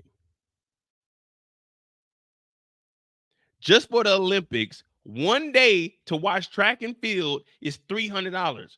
I'm going 2 days. That's $600 plus the room. That right there alone is going to be about $1,100. So I'm rounding that up to $2,000 off rip. Plus I got to go out there. I got to buy all new gear. I got to get me some U.S. Olympic shit. I got to get some shit that says the Olympics in Paris. I got to buy all this. So I'm already looking at $2,500 to $3,000 on my own. Nigga, I got it, but you think I'm about to pay another 3 bands on top of that for another individual that don't have my kids, that ain't at my household? Hell no. You come up off your half, or you take your funky ass out there by yourself and pay 100%. Now, if we go out there this weekend, don't worry about it. I got the hotel room. The hotel room go down from $600 a night. It's only $100 a night. Don't worry about that. I got both nights. I got the breakfast. I got all that. I got the liquor. I got the drink. I got the food. I got all that. Don't worry about that. That's easy. But no, this is the Olympics. It's already $2,500 minimum for myself. $25 by myself. And that's not even including if I'm flying out there taking the train.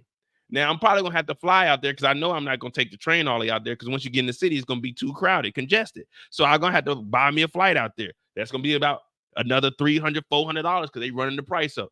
Come on now. I'm already at 3 bands and I ain't even bought nothing. No. Dude. Yeah, I'll tell you straight up. You catch me on a regular weekend? Oh, don't worry about it. I got you. Well, the Olympics, due to my calculations, I think your ass owe half. All right, let's continue on.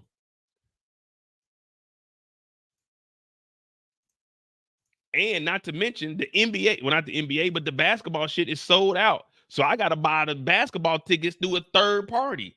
So those tickets that were $200, oh, they about to be $400, $500.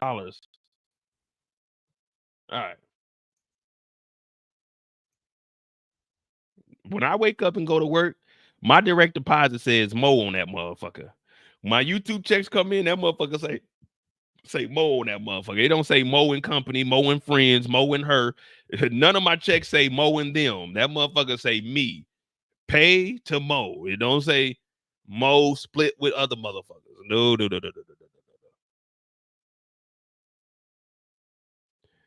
Hey, you already know what we get there. Oh, I'm gonna pay you when we get there. We get there day one, and she ain't got that money. You owe me some money, motherfucker. You owe me some money, motherfucker. Nigga, it's just big me, nigga. Bum. What? I really like that. We gonna get there. She talk about. I'm in a bind, Nate. You owe me some money, motherfucker. Nigga, it's just big me, nigga. Bum. What? I'm really like that.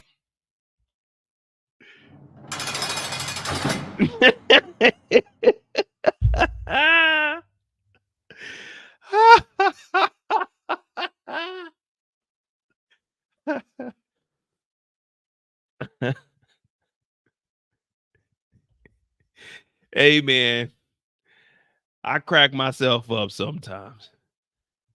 Oh man. Hey, it is what it is, man. Like, I'm a generous person. Like I talk a lot of shit, but I'm a generous person. Like, but man, I'm not getting played. I know when I'm getting played. She gonna be out there taking pictures, talk about, can you take a picture of me? It ain't gonna be no pictures of me nowhere when I done paid for this hotel. Nigga, please. You a tourist, I'm a tourist. You need to pay your half tourist, and I'm gonna pay my half, okay? That's it. Like, come on, man. Talking about paying for the whole thing. Yeah, okay, I'm gonna pay for the whole thing. All right, I'm paying for my ass to get there by myself.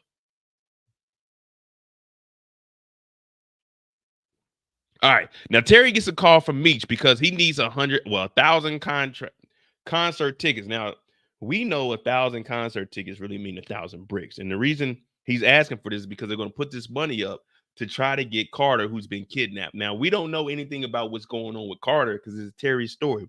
Now Terry, he has a lot going on. He just had the one-on-one with Blaze, and they ain't trying to squash it. Now every time Meech calls, did you hear how Meech sound? Hey, brother, how you doing? It's your brother, Meech. Hey, what's up, Meech? Oh, I'm just down here in St. Louis. I need 1,000 tickets for this concert. Like, 1,000 tickets, nigga? You already opened up shop. Well, J-Pusha's brother is kind of in a bind. Like, whoa, what do you mean? Man, you know, look, they got his brother. If it was you, I would do the same thing, Terry. And Terry's looking at it like, dog, I just sent 500 bricks to Atlanta. We just went down to Atlanta. There's a war going on. So Terry is like me. We were just laughing about me and the numbers, but that's the same thing Terry is doing right now. Terry's like, wait a minute, man. I thought this is supposed to be us. This is supposed to be us. Why you getting all this money to them, man? Every time I look up, you talking about, man, let's send some money to this folk. Let's send some money to this folk. But me just like, come on, man. I would do this for you too. It's like, I know you would do it for me. I'm your brother, nigga. It's always about you. And oh, not to mention, you got a niece and she's doing fine. Now, we still haven't figured out what gift do you guys believe that Meech sent that Terry hasn't received. That's what I want to know.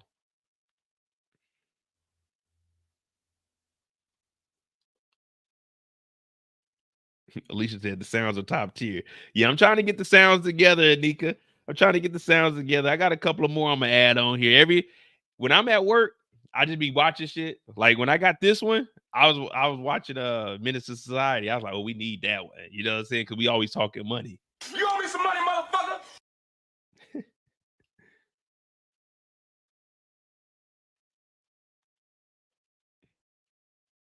Bought him some clothes.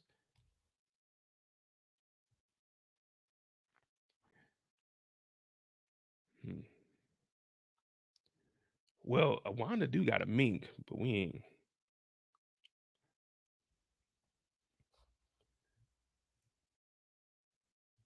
So he's like, all right, let me send those to you. Now, Terry got it bad, man. This is one reason. There's two main things about having a kid that I really fear, and it just always stuck in my mind. Like, we all know the story of when I went to the store and someone told me that this little kid looked like me, because I was with that was like the first and only time I ever went out with a woman that had a kid, and we like went to the store and they said, "Oh, she looks just like her dad." And they were saying that I was the kid's father, but I was not the kid's father. In case of 5-month-old Jemiah, Julius, you are not the father. So and people say I was wrong because I told the lady I'm not this kid's father. Like I'm 17, 18 years old, and they're talking about, oh, the baby looks just like her dad. I'm like, that's not my daughter. That baby don't, you know what I'm saying? I didn't say the baby don't look like me, but I just said that's not my daughter. But the baby was crying. So my two biggest fears of having kids are being out in public and the baby is crying and you can't get the baby to stop crying and everyone is looking at you. That's my biggest fear. The baby just, you're like, God damn, now I just came up here to buy a pair of jeans. I just came up here to get a box of Cheerios, some Apple Jacks, and go to the crib. The baby just a crying. That's my biggest fear. And then having a baby mama like Wanda. I love Wanda. Wanda look good, but boy, she be on Terry's case every single day. This nigga Terry, I just got us a new condo. Oh, you got us a new condo for your new bitch. Like, damn. She talking about, you want to be a real dad? You want to be a real dad? You need to stay here and watch this baby all night. Wait. Oh, that's Lucille's hand. I was about to say, I know Terry ain't got his fingers painted. But Terry shows up and I like Wanda's mom. What y'all think about Wanda's mom? Wanda's mom is cool. Like I can see me pulling up and smoking with Wanda's mom. Then that's one thing I am good at. Like when it comes to like women's mothers and stuff, women's mother, like they love me. I be hanging with their mamas, kicking it. You know what I'm saying? They love me. They be, what happened to old Mo? You know what I mean? What happened to Mo? He was a good guy. Shit, that nigga Mo was in the wind. Pop the top and let the sunshine in there. I like her though because she's honest. She's real. You need someone like that. Because remember, Wanda was saying, oh, if it wasn't for the doctor, I don't know what I would have done. You would have had that baby. You would have had that baby, regardless if Dr. Reese was there or not. You would have had that baby, girl. But Terry shows up. Now, Wanda's going off. Not only do you got Wanda here, you got Wanda mama. And then you kind of got Lucille. Lucille, she on your side because it's your mom. See, I don't understand that. No matter, like, I ain't no piece of shit. But my mama's always gonna be on my side. And she'll talk to me one-on-one, like, hey, you need to do this. But my mama always on my side. She ain't ever about to take the side of somebody else. That's not what mamas are for. Mom on my side. That's what mom stands for. Mom on my side. That's what MOM stands for. Mom on my side. That's what mom stands for. MOMS. Mom on my side. That's what mom stands for. Remember that. Let me write that down for someone steals that shit. MOMS. Mom on my side. Yeah, I like that. Moms. Mom on my side. Mama don't take nobody else's side. You take my side. Mom on my side. Yeah, I know, Kendall. I said MOMS. Moms. Mom on my side. Come on, Kendall. Mom on my side. I know it's 2 words. That's why I said moms with an S. Mom's on my side. Mom on.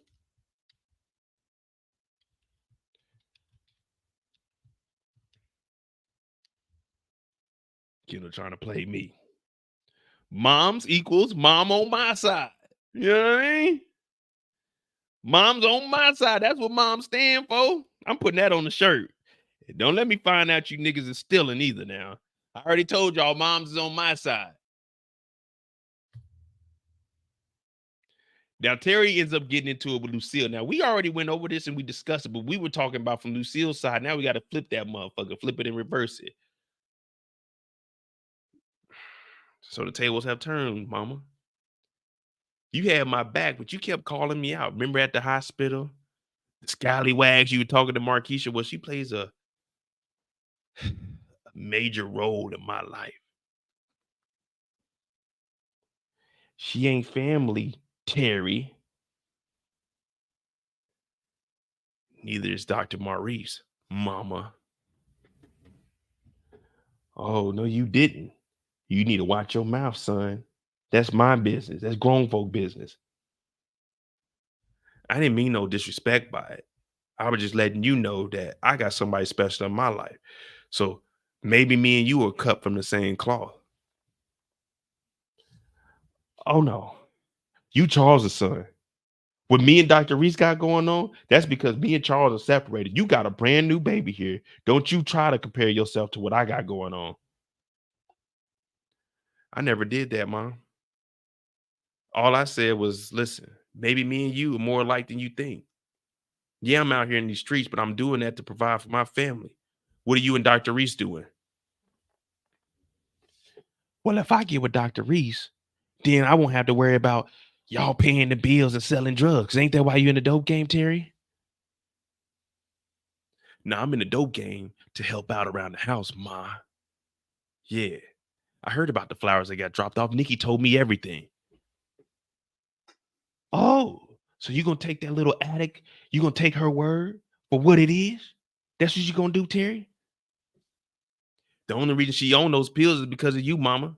She told me you brought those pills in there, and when she seen Wanda having the baby, and you was with googly-eyed Dr. Reese, that's the only reason she started popping the pills.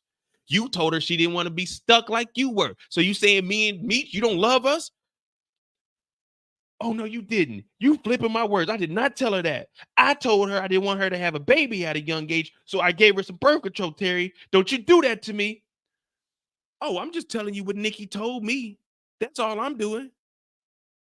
So don't look at me, Ma. I have my problems, but Marquisha's gonna be a part of my life, and I'm upfront with that. I'm not hiding that behind Wanda's back. I told Wanda what it is. Now you and what you and Dr. Reese got going on, because like I said, I heard about them flowers. You didn't know Nikki? Nikki's walking around with fucking box cutters, but you probably didn't know that because you gave her those pills and then you went on out on a date. Now you didn't cross the line, Terry. You didn't cross the line. You got me in here arguing Desiree and Wanda's house like this. We need to keep this conversation down. But what you're not going to do is disrespect your mother. I've already told you I'm not disrespecting you. I just want you to respect what me and Marquisha got going on. And you got to understand that she plays a special part in my life. Like, she's putting things together. She's making stuff happen. You don't even know what she does for me. Yeah, well, Wanda seems to think differently. Wanda seems to think that you playing house with the ugly bitch. What you gonna say now, Terry? You bought her a house? I bought us a house. It's just we had a disagreement and I moved out and got a condo. So now I stay in the condo. Well, that ain't what I heard. I heard she got a key to the condo, Terry. I thought she was living in the house. I thought the condo was supposed to be for you and the baby, Terry. Why you and the baby? Why is Wanda over here with her mama, Terry? If you bought a condo for her, because CPS came over there. I remember, Terry. I went over there and Marquisha, the old scallywag, was on your lap. What are you trying to say? You ain't making no sense right now, Terry. Catching you up. With all the stress I got going on at the diner, Ma, it's hard to fucking maintain the condo by myself. And you over here talking to me, hanging out with Wanda and them. Whose side are you on? You're supposed to be my mother. Now you're taking sides with them. Whose side are you on? Oh, no, Terry, you're not going to raise your voice to me. I'm with you, and you know I'm here. I came to see my grandbaby. You don't come to the house anymore, so I don't never get to see the kids. And now they got you on appointments, so how can I see my grandchild? I have to come over here on my own, Terry. If Wanda wasn't tripping, Ma, I could come over here. Desiree over there, she took the minivan. I just put gas in there. Ain't no telling where she's about to go. You don't understand how hard it is. I'm trying to provide for you, Charles, Nikki, the babies, Wanda, Marquisha. Listen, I'm doing all I can. It just ain't enough, Terry. I don't know what to say to you anymore. At first, I thought Meech was all the way gone, but now I'm looking at you and it's you. You're acting just like Charles. Don't you do that, Mom. Don't you do that. What Charles and Mabel had going on was different. Me and Marquisha, we actually like each other. We live together. We talk, we have dinner, we do everything together. What Charles and Mabel did, I don't even know what happened. All I know is Charles said he got drunk and she threw that thing on him. And sometimes when it's slippery, when it's wet, you can't control that self. Oh, that's what they all say. Yeah. You know what? I'm done with you. I'm done with you, Terry. You take care of these kids. I'm going to do that, Mom. But just remember, we ain't too different. I love you, but sometimes you just don't understand. I'm doing this for us. I'm doing it for us. So they got a back and forth going on. This is all in the living room. Wanda's in the back room. She just stormed off. Desiree is outside whipping the minivan. So it's fucking crazy going on right now. It's crazy going on right now. Wanda in here sitting on, this is where they should have delivered the baby. They should have delivered the baby on this damn couch with the damn plastic on it so we didn't have all that blood up on the floor.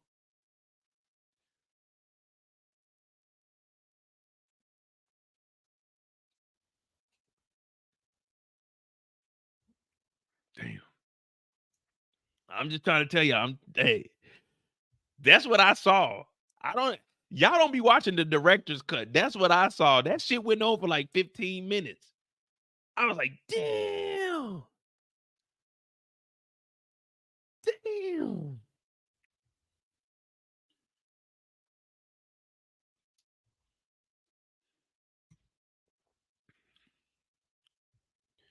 Well, Terry just got a rude awakening from his mother, and he had to call her out. When's the next time we see Terry? All right. Oh, we got some information, y'all. So at the crib, let's do our research. Let's do our research. Make sure you hit that like button, hit that subscribe button. Remember, everything I'm doing is off the top of the head. So, like, I know I couldn't read what you guys are doing in the chat, but when I get in story mode, I just gotta go, man. It's just gotta flow. You know what I mean? So I do all of that off the top of the dome. And that's why I say, nigga, it's just big me, nigga. Boom. What? I'm really like that. Hey, that's why I say, listen, I love everybody in the community, but I'm in my own lane. I don't compete with nobody. I do my own thing. And don't nobody do what Mo do, because don't nobody break a show down like Mo break a show down, because Mo break a show down how a show's supposed to be broken down. But let's go do this research. You know, we got the evidence. We got it. We got the paperwork, the actual factual. We got it. All right. We got Price Wise Auto vehicle sale invoice. Was this Pargon Autos Cars Dealership 174 Aiken Circle. Okay, invoice 2, Terry Flenory, 1414 Jefferson Ave, condo number 12, Detroit, Michigan. We're gonna look that up in a minute. Wanda, oh, they delivered it. Damn. Did y'all, hey?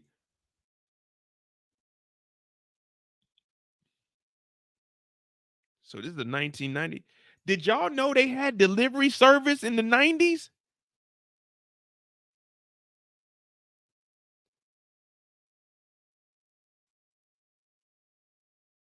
This nigga Terry got some money. They had a delivery service. All right.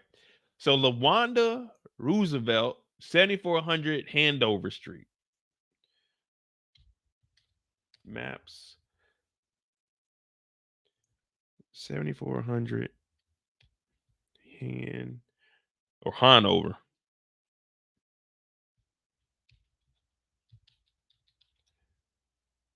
DETROIT.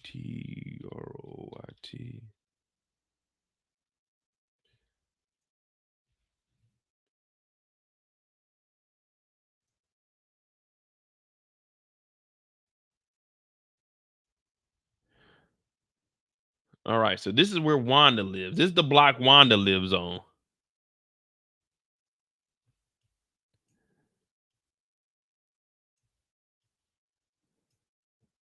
Damn, I don't know, man. This is like one of them Tubi movies. This is like one of them Tubi movies right here. Hey, man, shout out to Detroit, man, but fuck this. This is like downtown Kansas City. Now, let's see what these niggas is doing. They moving in over here.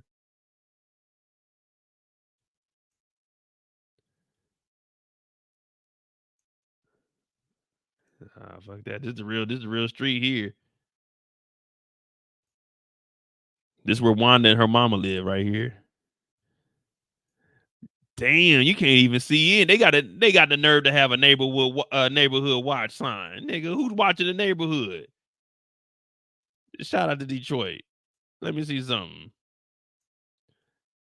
They got the neighborhood watch. They need to be watching who live in this house over here. Neighborhood watch. It's 30 years later. This is the aftermath. Oh, hold on, where the picture at? All right, let's continue on. So, all right, we know where Wanda lives. They got the 1990 Dodge Caravan white. It had 4,900 miles on it. One owner, clean title, no accidents. Oh, he got her a used car. 12,400, 720 on taxes. Okay, that's good. That's a good deal right there. How much was gas back in? Let's see. So this gas receipts from September 25th looks like 1988. Damn, 35 cents a gallon in 1988? Jeez. They paid cash on pump 7 too. All right, what else we got over here? We got some. That's a U.S. Army vet. Hold on.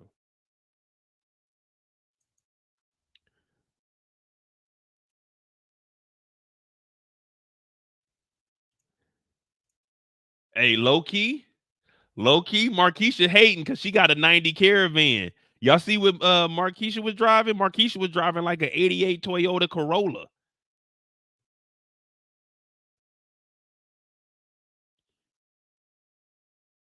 Okay, we got a 1990 Dodge Caravan. Let me.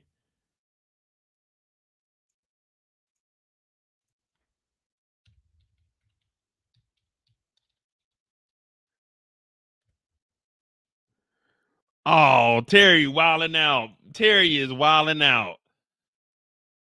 I know Terry ain't get her this one.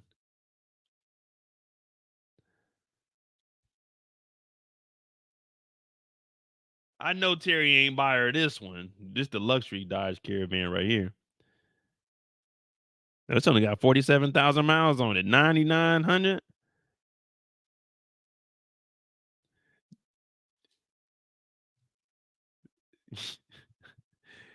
Damn, this is what he bought. This is what he bought Wanda. This is terrible. This is horrible. I ain't gonna lie to you. This is what this nigga bought her. I ain't gonna lie, man. Terry was tripping with this. He could have just got her a car. Oh hell no! Look at the cup holders on this motherfucker. You hit the turn too hard. This shit is spilling out. Oh man, my nigga Terry done did Wanda bad. Oh, Terry done did Wanda bad, bro. That's how you know he ain't really fucking with Wanda, man. Look at this.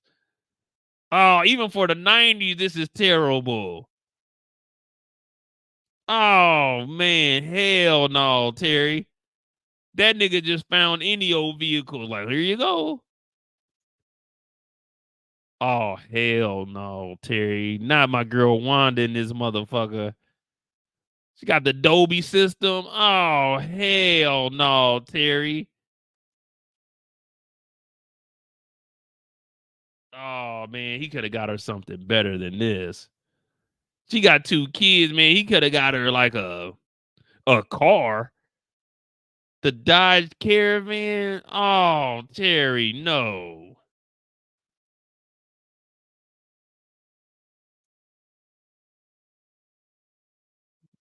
Oh, man. This is some shit I'd buy my baby mama now. Like, man, look at these pedals. Oh, man. Hey, Miss Kira, that Town and Country. Hey, that 1990 Town and Country. Let's see what that looked like compared to this 1990.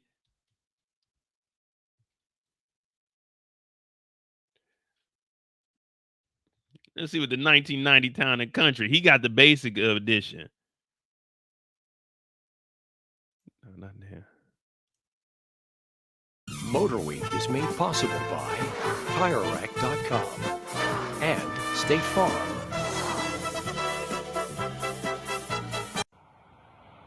The Chrysler Town and Country proclaims its luxury status with a special trim package that's not shared. Hey, they used to call this shit luxury back in the day.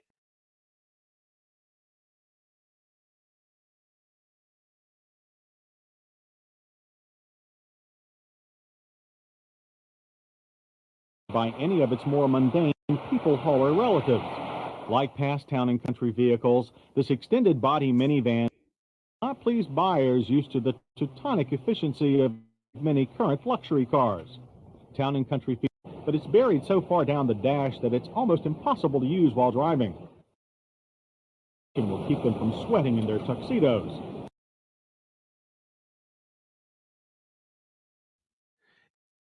This nigga said you got AC control in the back seat so you don't sweat in the tux. Ain't no one getting in this motherfucker with a tuxedo, man. This is a Jeffrey Dahmer vehicle.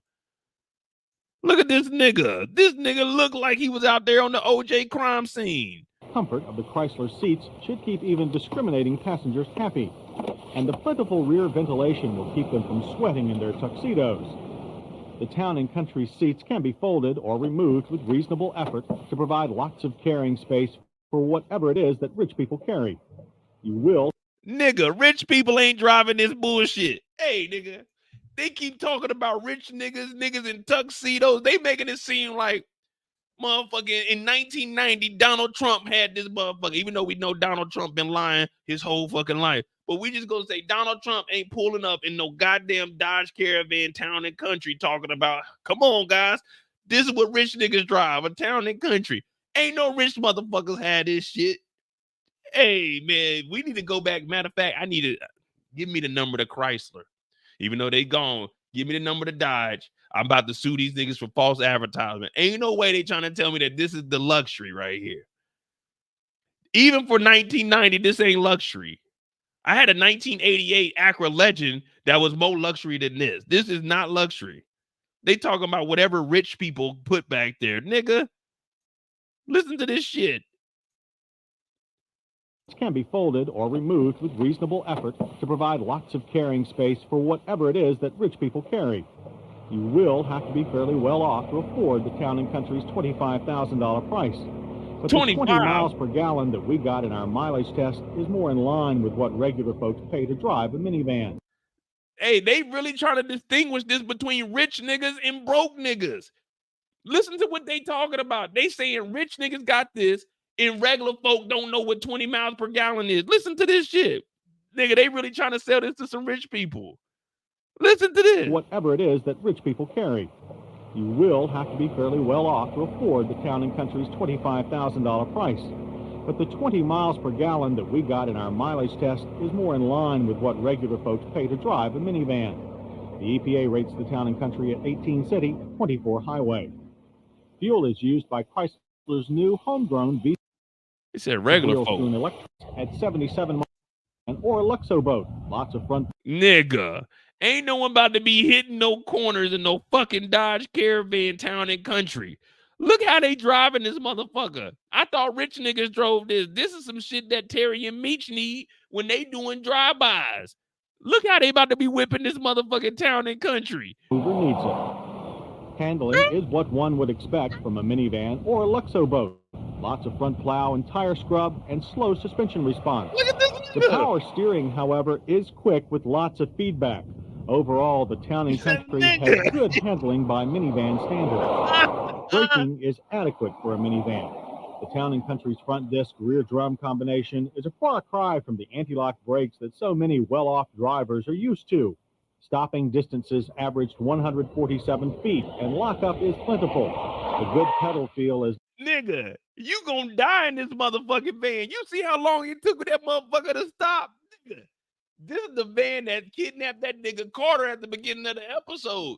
This nigga bought this for Wanda. Talking about, yeah, I got you a minivan out there. You know what I'm saying? That Dodge Caravan. Nigga, this is a getaway vehicle. When we got to pull a heist on a bank or some shit, this is what we need to buy. This shit is not meant for niggas with families.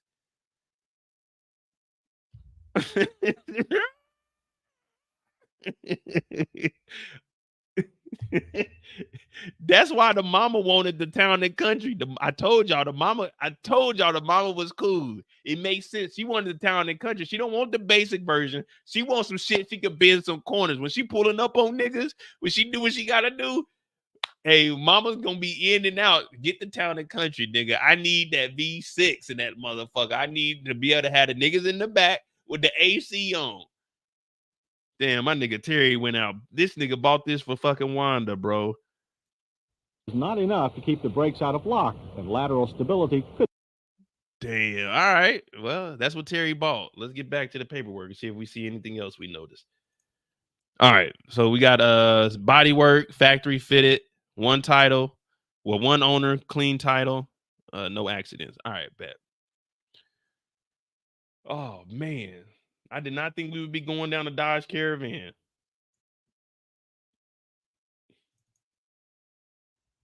Oh, shit. We supposed to finish that. All right. So Terry comes home, and we know that Marquisha's been in the drawers. And Marquisha's in the drawer, and she finds that out. But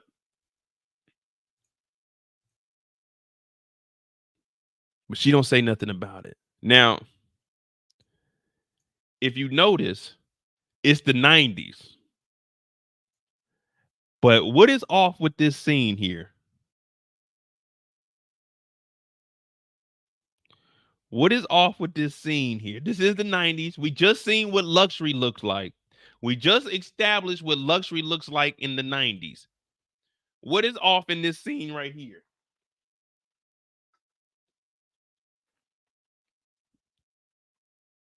See the van for the babies, man. Put the babies in the back seat of a regular car, man. That damn, you see how that van was driving, Kira? Do you want to put them kids back there? You been in the corner one time. Them car seats is flipping about that van.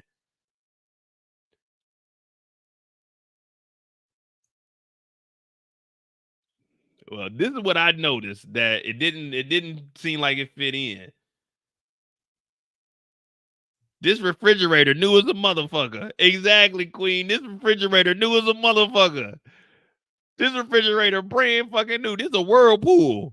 Let me see. They got it on there. This refrigerator new as a motherfucker.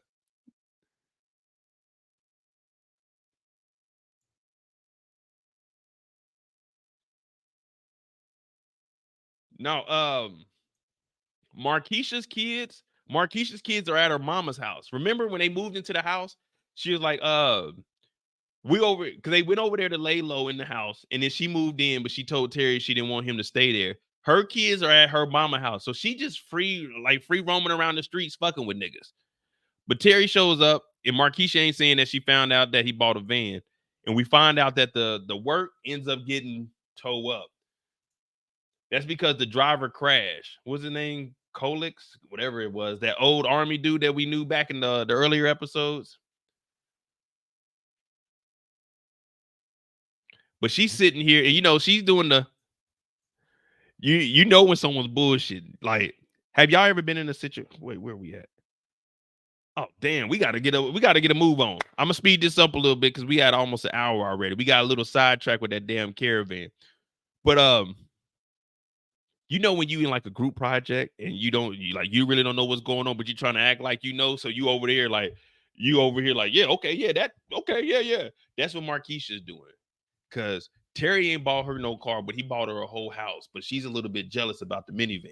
So she's rubbing on Terry's back. It's going to be all right. But Terry found out that the bricks ain't make it through. So we got to see what happens next. Well, Marquisha leaves here because Terry got to go talk to the clients.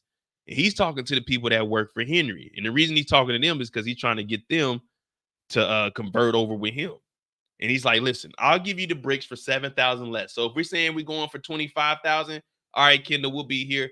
Bricks going for $25,000. I'm letting them go for $18,000, $7,000 off the top. But what we'll do is I'll cook it up. And if you know the story about BMF, you know that Terry, the bricks were coming up a little short a little bit later on towards the end. And that's what J-Bo, aka J-Push, was talking about in one of his interviews. That's why people like getting their work from Meech, because Meech always gave them the purest and he wouldn't cut none of it. But we do hear Terry say, hey, I got this recipe where I can cut one brick, but I'm not cutting it, but I can cook it and, work it to turn one brick into two brick. Now, once we get rid of Henry, there's going to be a price that you guys got to pay. So he's negotiating right now. Like, all right, listen, 18,000 a brick. And if you work with me, we'll be able to flood the streets. Now, it's a no-brainer for me. If we got the muscle, okay, let me get these bricks if I get the bricks for 18 instead of 25, this is how I'm going the calculation in my head. If I'm getting the bricks for 25, let's say every brick for 25,000, we making 10,000 profit. So we getting 35,000 off of it. If I'm getting them for 18, I'm gonna go ahead and try to still make that $35,000 profit, which is gonna, you know what I'm saying, give me 17,000. So I make my 7,000 back. You know what I mean? But if you really want to sell that work fast because you don't know how long you're gonna last in the dope game, you cut the prices down to 20,000 and probably get like 25 for your profit and just take that 7,000 and you can re-up faster than everybody else because you're letting it go lower than everybody else also. Because Terry's letting the bricks go wholesale for what, let's just say 18. Now, you normally were selling it for a certain price, like I said, trying to make 10,000 profit.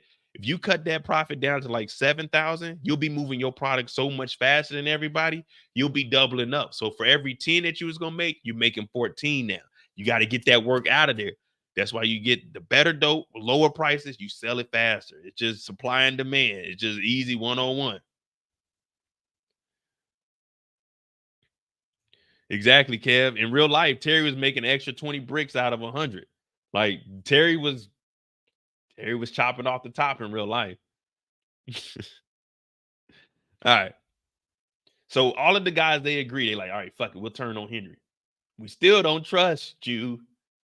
From there, Marquisha goes over to talk to Wanda. Now, they're having a one-on-one. That's because she got that address. Now, she shows up in the Meek. You know, she got to show off. Ain't nothing wrong with that, though. Now, Desiree's like, okay, I know who you are, scallywag. She's like, look, I came with a peace offering. She sets the gift down. Who do you guys think was wrong? Was it Marquisha or was it Wanda for going off? Because, I mean, let's be real. She did show up. Wanda is the baby mama. I usually don't choose sides, but I think I'm on Wanda's side with this. Marquisha knew damn well she shouldn't have showed up. But Marquisha showed up with gifts, though. Well, I mean, it's Terry's money, but she showed up with gifts. Like, here, this go for the baby. She showed up with the mink.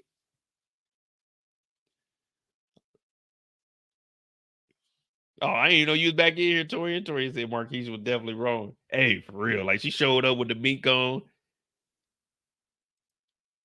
I don't know, man. I might have to holler at Wanda's mama. What's happening? You know what I'm saying? Terry, my dog, so I can't really mess with Wanda like that, but shit. I see you ain't got no ring on that finger. I ain't seen no niggas coming through. What's happening? I you know what I'm saying? I ain't got no problem with being a step grandfather. Because it's like a lot of people in line before it gets to the step grandfather's responsibility. You know what I mean? Like you got the stepdad, you got the dad, you got the stepdad, you got the mom, you got the grandma, like the real grandma on both sides. You got the real grandpa, like step granddad.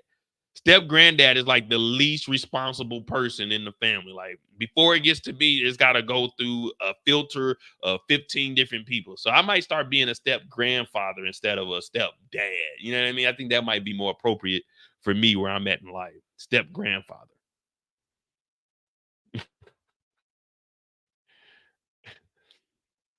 Well, Wanda and Marquisha, they get into it. Oh, I just came over here to show you some love, and we can co-parent. You know, we can both have Terry. He'll come over, take care of the kids. I want to look out for him. Wanda said, "Oh no, you didn't just come up in here. You'll always be the side B." I said, "Ooh wee, ooh wee." Hey, Just Win. We're gonna talk about that right after. I got to speed this up because we kind of got a little sidetracked. We already on an hour talking about Terry, but she like. You gonna be the side girl. Oh, did I mention I got a mink too? I got the fur in there. I got a fur too. What you talking about a fur? I got a fur. That ain't nothing. That ain't nothing. Ain't nothing. So she like, you need to get out of here with all that bullshit.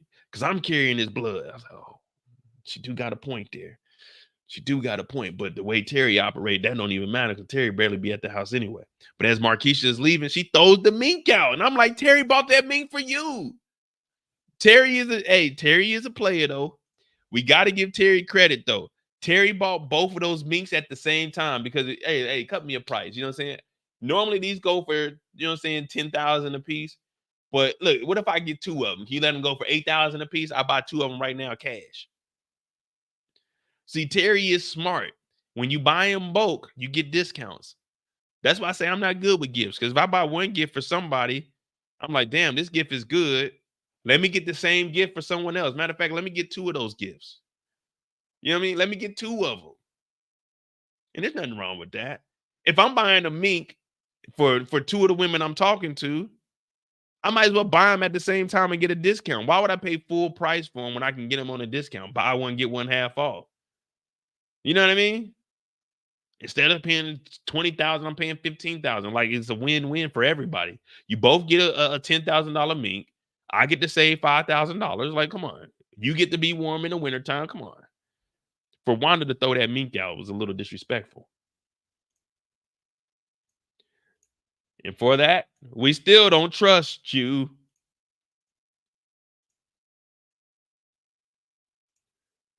All right. And from there, all right, we're going to pick this on up. Marquisha gets pulled over by Vince. Wait, did she got the Acura? Oh, this is a legend. So I love Acura Legends. I had me an 88 Acura Legend and a 95 Acura Legend. My 88 kind of looked like this, but this looks like this is a 90. The 88 was a little more like boxed. This is when the body started to change, because in 91 is when the 91 to 95 is when the body was the same on the Acras. So this is like the 89 to 90, yeah, the 89 to 90 version style here. So she ends up getting pulled over, and we finally get introduced to Vince. Now, we found out yesterday about this brother Anthony. Now, we didn't know who he was or who he worked with. Some people thought he was with Blaze, but it looks like he's a police officer that used to do security for Boom. Now, he pulls up and he sees Marquisha, and you know how it is. As soon as a nigga get locked up, that means your woman is free game. As soon as a nigga gets locked up, you tend to forget about who he was and who he was fucking with, and now his woman is single and available. And that's just a part of the game. So he went from doing security for Boom to becoming a legitimate police officer, flagging women down in distress and giving them tickets. But instead of giving them tickets, he's giving them digits. And those digits is 555-2233. This nigga Vince has the writing capability of a 3-year-old. This nigga, he doesn't write like this. He grips his pen like this, and he just scribbles across the thing. Vince. Like, nigga, you didn't need to write it like that, Vince. You could have just put Vince and your number on this form. But this nigga Vince said, I'm shooting my shot, and I'm making sure that this shot is clear. And Marquisha sees it, and we look at her. She looks at us. She looks at the number. She's like, yeah, I'm going to call this nigga.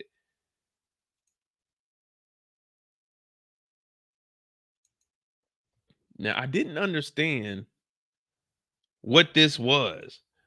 Now, was she setting up a meeting with Vince, or did Vince just see her at the bar when Terry showed up? Was this a planned meeting? Like, did she say, hey, Vince, meet me up here so she can introduce Terry to him? Because that's what I was thinking it was, but I wasn't for sure.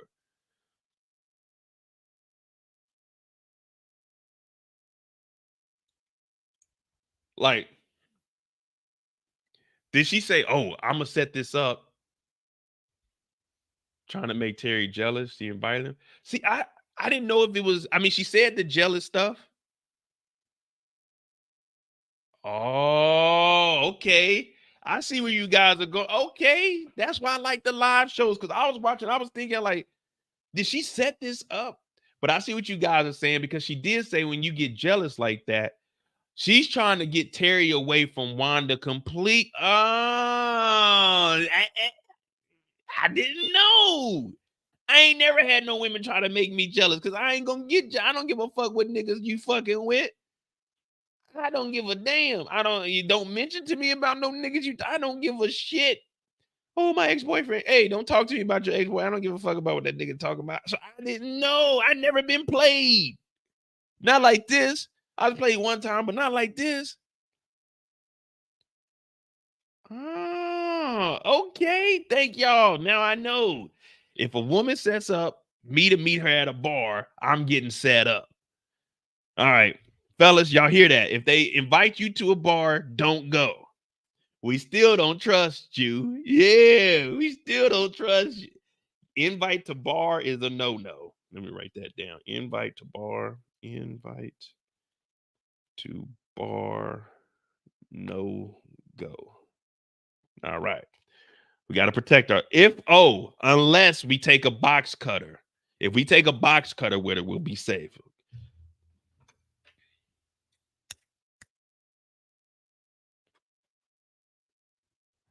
All right. Oh, so she was trying to make him jealous. When she said that, I was thinking that she was bringing him over to be like, hey, he does security for Boom.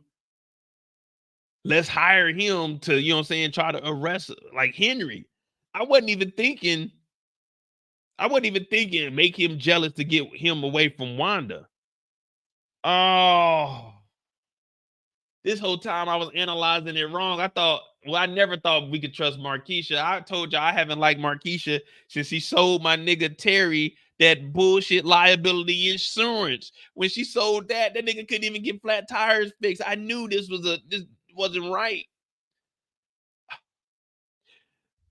Oh man. Kevin Kev said Terry need to put a patch on that eye, wear sunglasses. Hey man, that nigga been that motherfucker looking too. And that nigga Terry be getting up on you close and personal. You need to leave. Hey, brother. You need to back the fuck up, nigga. You forget I'm a police officer, nigga. I got that thing on me, nigga. Back the fuck up, man. The goddamn eye is scaring me, bro. Man, Marquisha gonna get this nigga killed. Like, you come on, man. Someone's got to tell Terry, dog, you got to stop fucking with her, man. All right. That's pretty much it. After this, she does that. She tells him to fill on the drippy drip, which yeah, you know how that goes. All right, what y'all think about Terry, man? I'm about to re-up on this drink. We got Meech, we got the administrative group, and we got Henry's story. What y'all think, man? Marquisha wilding out? Or are we good with Marquisha? You know what I mean? We good with Marquisha. I'm trying to figure it out, man, because I really don't understand. I just don't understand what my man Terry is doing. Every time he look up, he's into some shit because of Marquisha.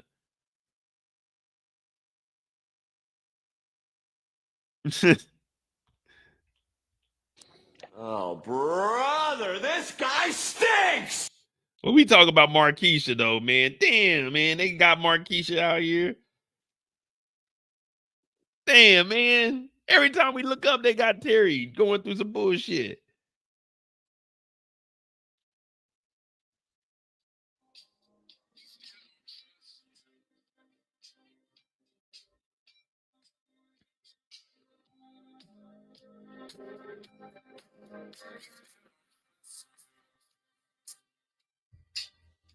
Damn, man.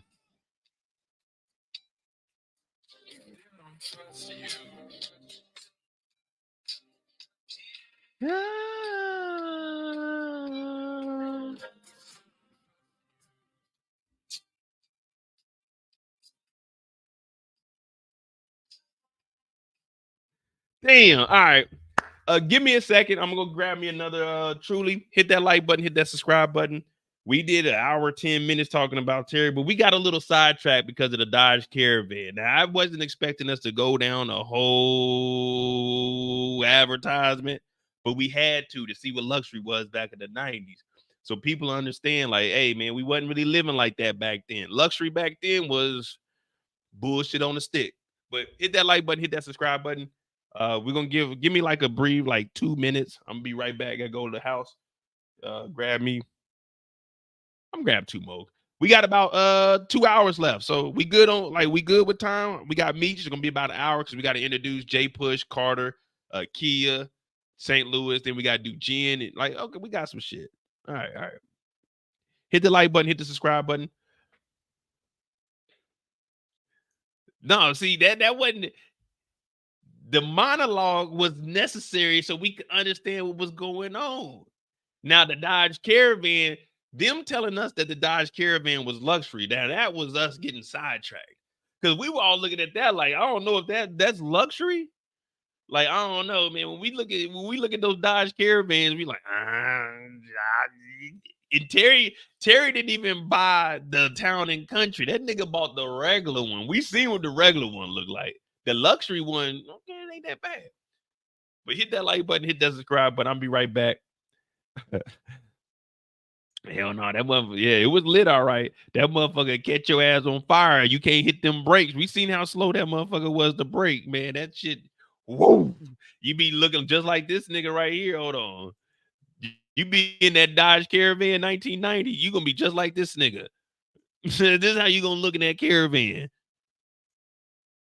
Terry done put his kids in that death trap. All right, I'll be right back, man. Hit that like button, hit that subscribe button.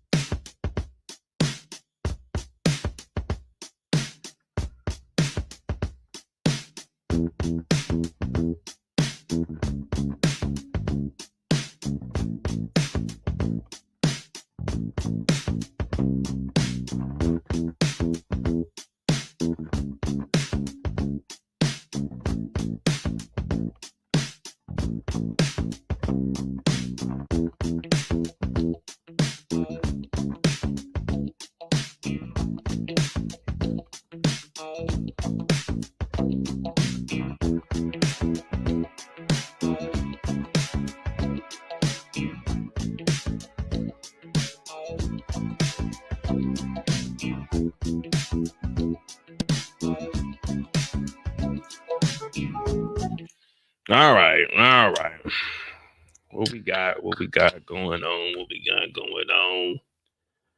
We got Meech. We got the administrative group. Henry. We're gonna try to make it do what it do. Damn Dodge Caravan.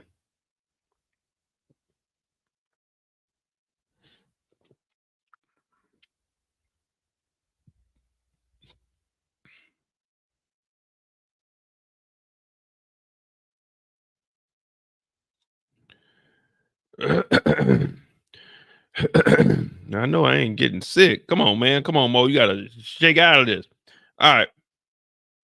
All right. Here we go.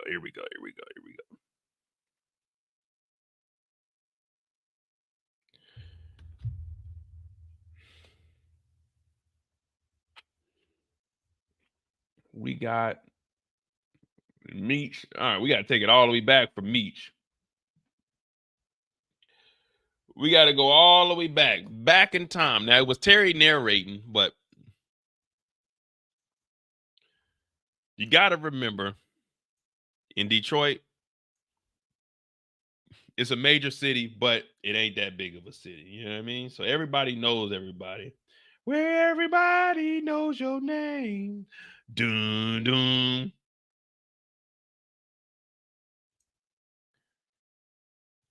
Now, the name of the episode is called Get 'Em Home.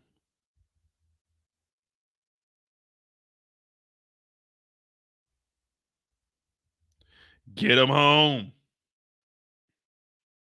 Detective Brian used to be their baseball coach. Man, had the tables turned. He went from pitching them baseballs to them pitching dimes and nicks all across the streets, man.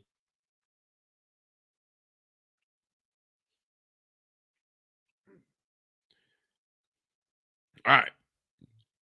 Now we start off with them talking about baseball. Now, the play that they're trying to go through is called a bunt. Now, a bunt isn't a swing, but it is a swing, but it's giving your teammates an opportunity to get closer to making it home. Now, we know in baseball, home plate is home. You trying to get home. You trying to make it home. You make it home, you score, right? That's what they say, right? I think that's what they say. That's what they say. You make it home. Well, Detective Brian is saying doing a bunt is actually harder than you think. Life comes at you fast. If you trying to take a bunt to look out for everybody else, you might either get hit or you might miss. Well, Meech and Terry, that's all they trying to do. They just trying to bunt and find their way home.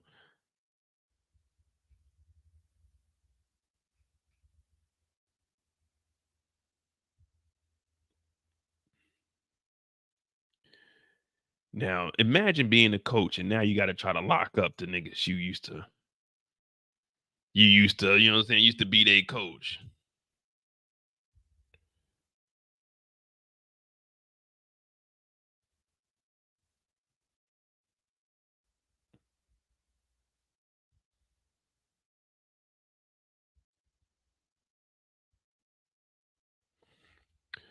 Well, we get introduced to J-Pusha again. We in St. Louis. We got J-Pusha and his brother Carter. Now, remember we met them at the Jack the Rapper event. We putting 2 and 2 together. We trying to make it happen out here in these streets.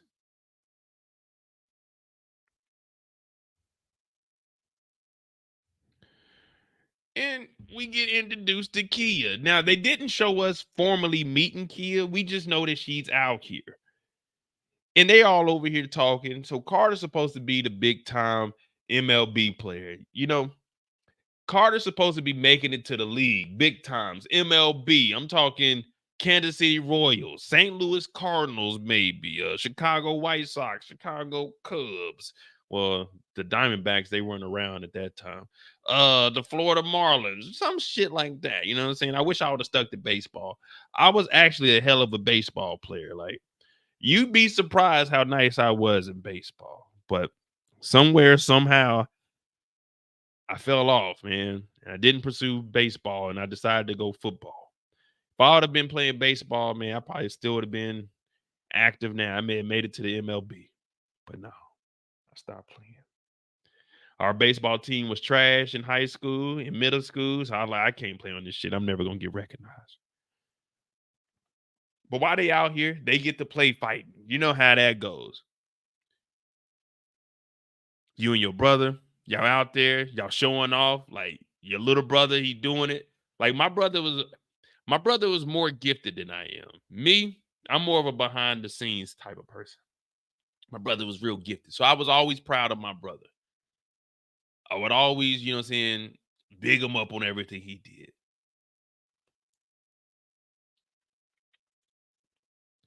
So Meech is like, listen, oh, excuse me. From what I seen here in St. Louis, we can definitely take this all over. BMF could definitely put their name in St. Louis and be the big dogs. We could take over the small projects. Then we could take over St. Louis, East St. Then I know a nigga named Mo in Kansas City. Around this time, he's about 5-6 years old.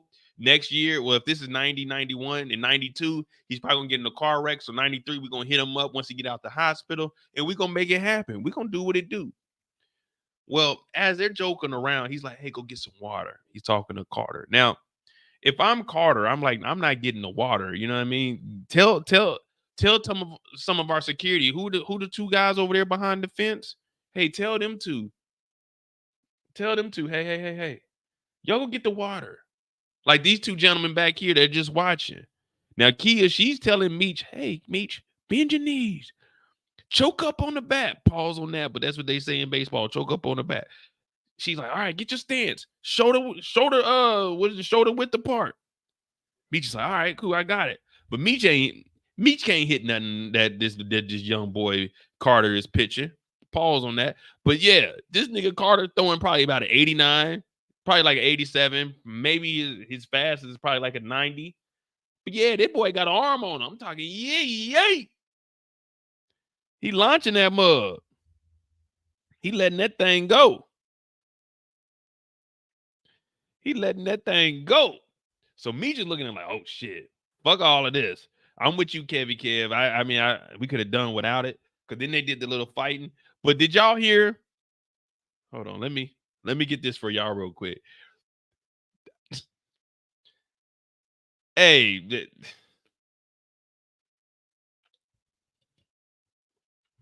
Meech should have had bunted, man. That nigga would have knocked Meech's head off. I gotta play this for y'all. Hold on, give me a second. I gotta play this for y'all, because I was like, man, what are they doing here, bro?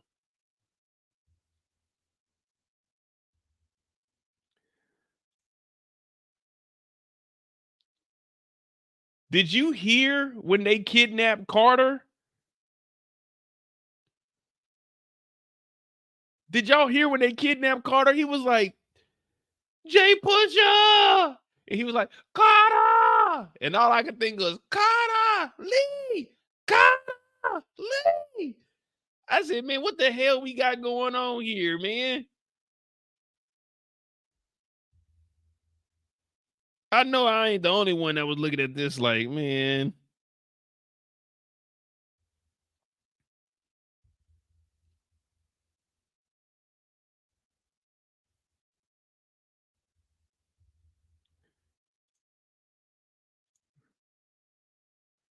I'm trying to get it in the background. Hold on, let me. He's a Carter! Carter! Dog, they kidnapped your brother, nigga. Get in the car and chase these niggas. I know y'all didn't walk up here.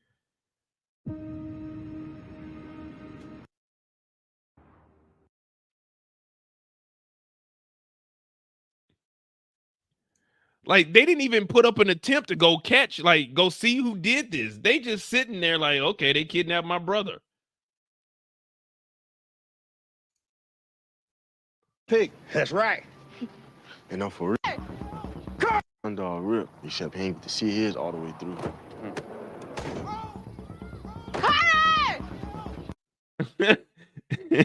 Y'all hear that? Listen, Kia talking about. Listen to this shit, man. I said, man, y'all don't sound like y'all ain't trying to save this nigga.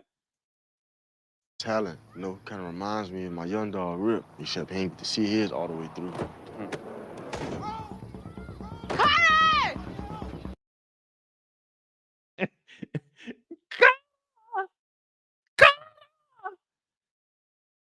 Y'all niggas ain't got no guns. Y'all niggas ain't gonna shoot.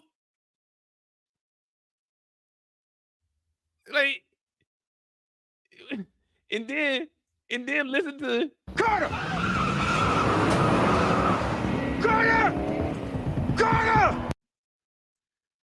Like Carter's gonna say, "Hey, stop the van.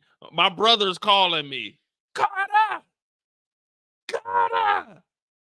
Hey, whoa. Okay, I understand you guys are kidnapping me. But hold on, my brother's calling my name. I'm all right, bro. And close the door. This nigga, nigga, hop in the car and go get this nigga. Follow these motherfuckers. Y'all didn't just walk up here.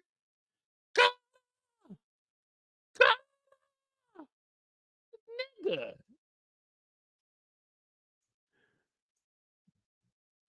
Look at this.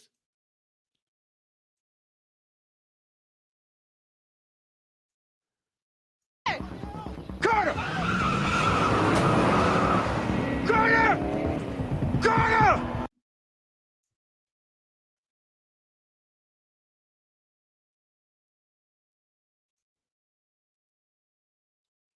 Carter! Carter!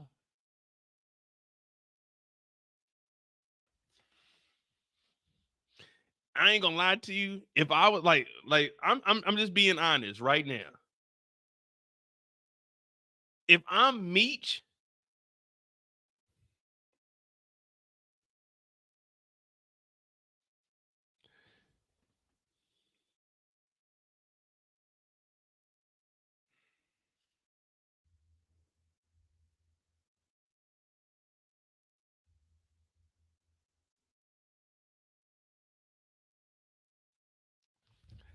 hey, everything I said about that brick and take it over St. Louis, I'm good on that, bro.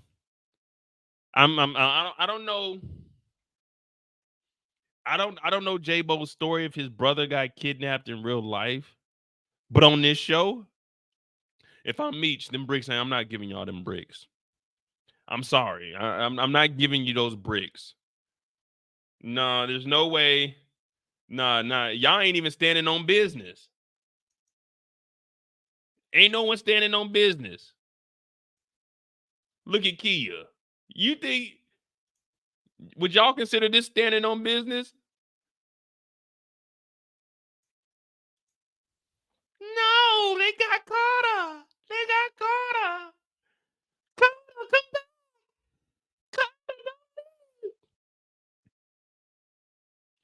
Carter.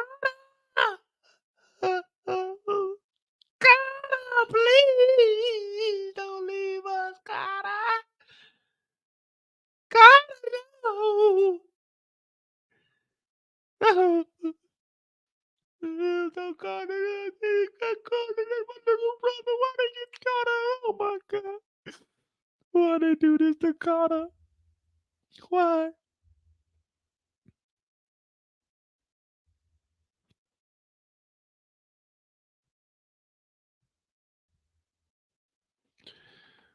Man, they wasn't even trying to get Carter back. Man, they whooping Carter's ass right now as we speak.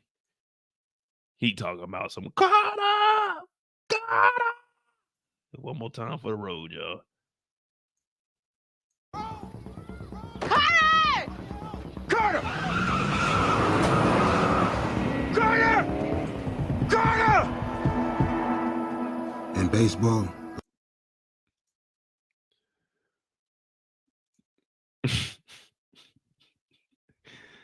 the craziest part is they got in their cars and went home. They didn't get in the cars and go circle the block. It won't be hard to find a van like this. I mean, it's going to be hard to find it, but just go in that direction. With 4 of us in the cars, we can all look down the road. Hey, y'all look down that street down that way. I'm looking forward driving. You look out this window. I'm going to be looking back and forth. Let's go find these niggas. Hey, let's go hop in the car. But us yelling Carter ain't going to bring Carter back. They kidnapped Carter. They didn't say Carter just get in the vehicle with us and Carter can get out of the van at any time. They kidnapped this nigga. Carter! Carter, no. Now you got to go home. You got to talk to your mom. Your mom talking about, what happened to Carter? Man, they kidnapped Carter. Y'all niggas ain't chase after him? Nah, man, we yelled, though. We tried to get him back, but you know how that is. Did y'all call the police? Hell no, we street niggas, ma. You know we ain't calling no police. Well, okay, well, Carter's gone. We need to figure out how to get Carter back on our side somehow, some way. We still don't trust you.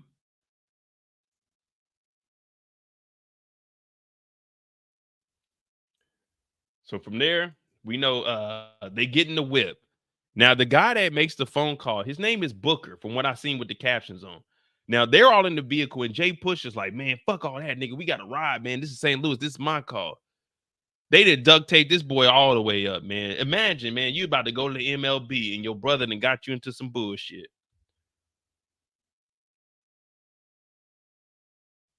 Your brother done got you into some bullshit.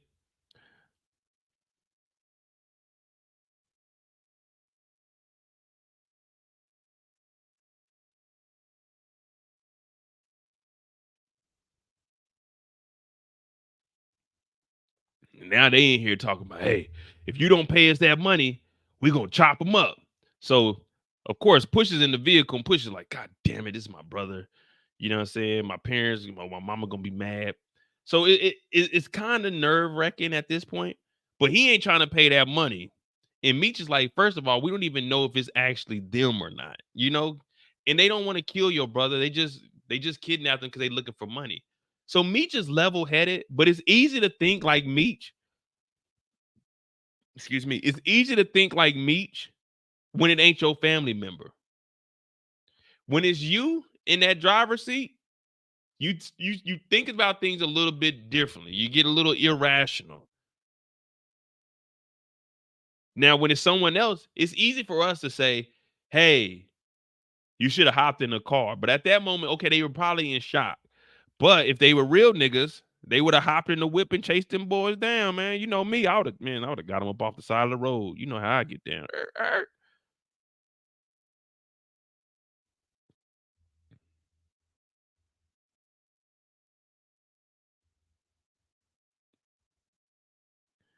Well, they make this call and they want that bread.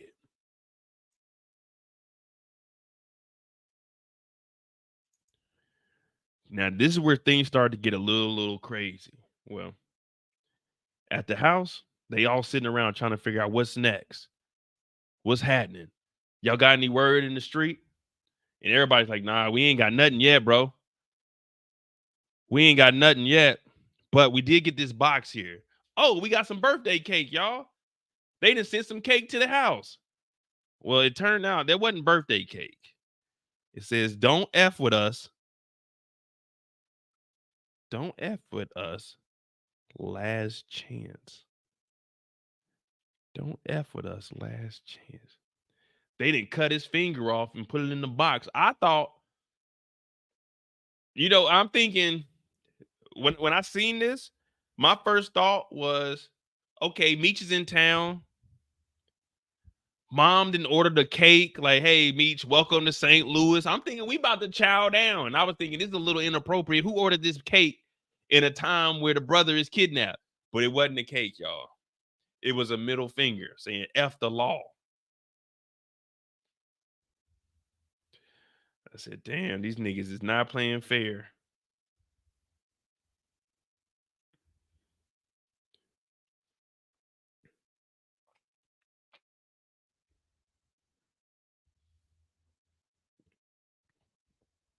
I'm just saying, I thought, you know, look, when they brought the thing in, I'm thinking, damn, this is gonna be a little inappropriate right now. Like, hey, no cake, no cake, nigga, put the cake up, nigga. Happy birthday to you for me.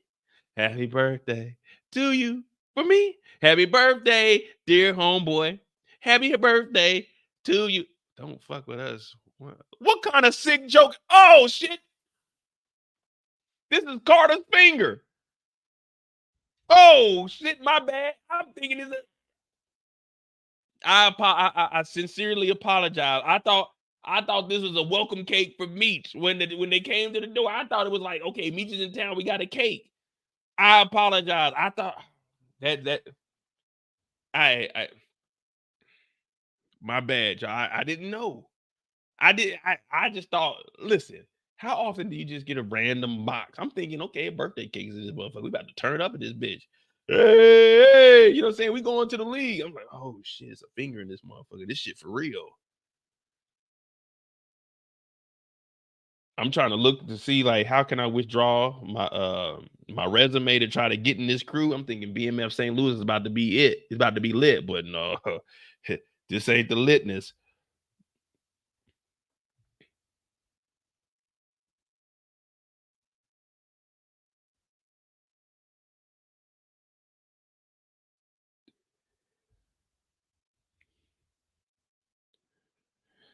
What up, bro? You alive? Yeah. Yeah. All right, love you, bro. Yeah. We still don't trust you. So it's a finger in here. So now, now it's getting real, y'all. Now it's getting real. If you're in the house and a box with a finger shows up, what are you thinking? Then he got a pitch like this. He got a pitch like this. If I see a finger in there, damn.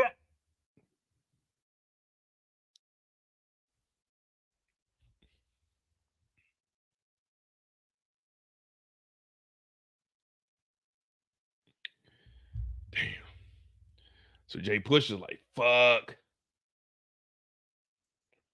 You know what Meech do? Meech goes outside. He's like, nigga, Terry, I need you on the line right now. I need you on the line right now. Listen, nigga, I need 1,000 concert tickets to St. Louis. I don't know how you gonna get them here, but get them here expeditiously. I need them here, and I need them here now. He said, what the hell's going on, man? The nigga J-Pusha's brother. The niggas in some bullshit. And you know, if it was you, I would do the same. I would be out there doing whatever I got to do to get you back, bro. Now, Terry's like, man, listen, you don't know what's going on up here. You don't know what's going on up here, man. I'm thugging it, man. Mama tripping, Wanda tripping, Markeisha tripping.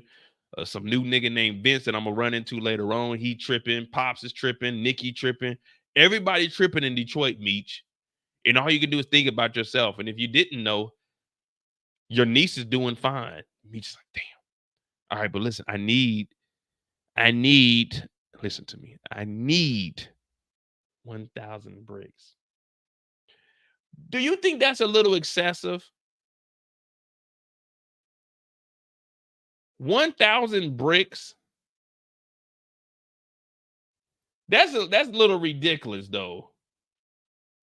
Like, out of nowhere, I just need 1,000 bricks, send them through. Like, nigga, no, bro. It can't always be about you, Meech. We don't even have 1,000 bricks down here.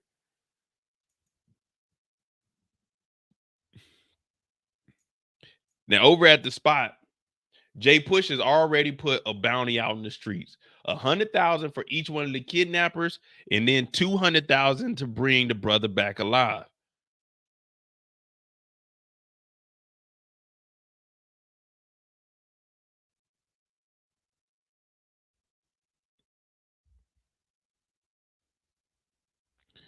Well,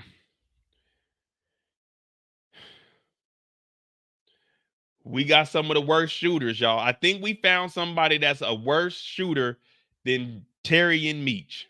I think we found the worst shooter in history of television, besides Lulu. Lulu had a chance to do something too. Now, these two are going back and forth because they owe some dude in the city some money. And they're like, we're dead men walking unless we can get this money for this ransom that we got on Carter from J-Pusha. Then we're dead men walking. When in reality, all they had to do is just leave St. Louis. You got to start fresh, but it is what it is at this point. Well, they send Franklin and some other hitter over here. Kev, I don't know how much they asked for, but I'm assuming probably like 50 to 100, maybe 100 bands. But what makes you think, though,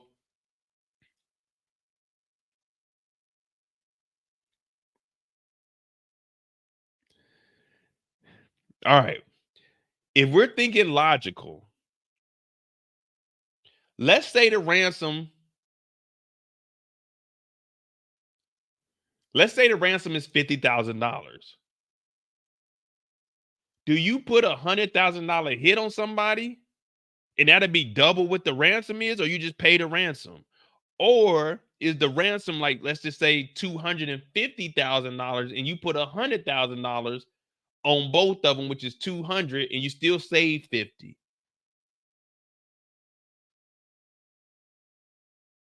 Oh, I thought he said 1,000. I thought he said 1,000 tickets. Let me see.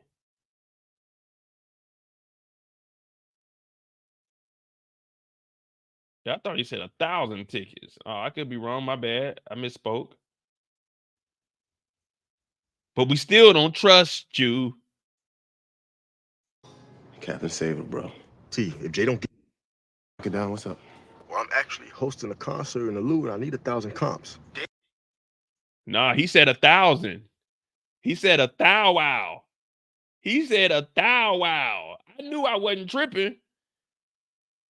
This nigga said he wanted 1,000. Not 100, 1,000. Like, nigga. That's a lot, nigga, for us to just scoop up out of nowhere. Down there? Yeah, you know, I'm good. Just trying to lock it down. What's up? Well, I'm actually hosting a concert in the Lou, and I need 1,000 comps. Damn, you need that? Yeah, he asked for 1,000, bro. I don't know what they asked for, but I'm just thinking, like, if it's $100,000 ransom, I'm only putting a $50,000. Well, this is just me in the BMF world, not in real life. I ain't putting no money on nobody here. But if they ask for 100,000, I'm putting 50 on 50. So if you get one of them, it's okay, cool. I only got to come out of 50 and I get my brother back. But I'm not paying more for the bounty than what the ransom is.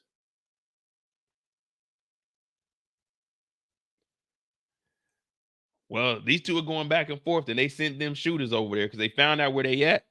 And this guy ends up getting popped, but this gentleman over here,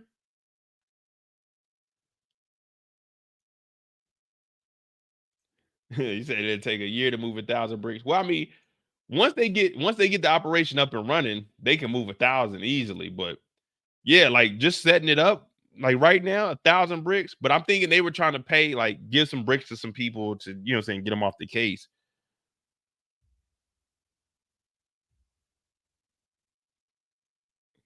But yeah, 1,000 bricks is some crazy shit to just be like, hey, I need 1,000, nigga.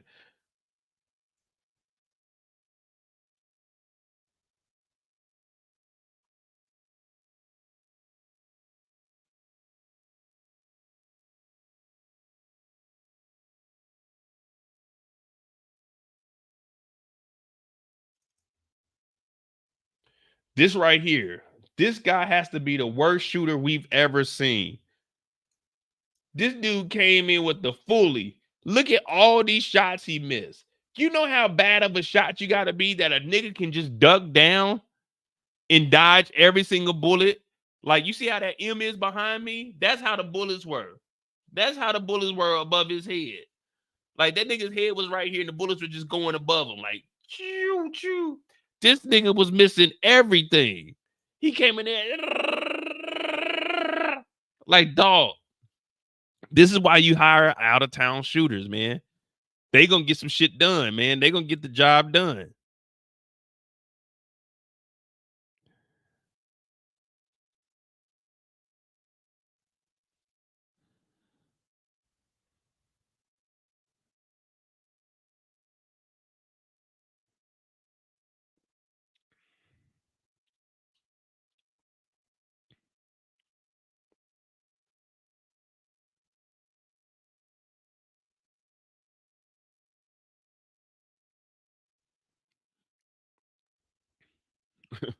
Well, nah, I don't know, man, because they didn't kill nobody. Oh boy got his arm chopped off. This dude got his arm chopped off.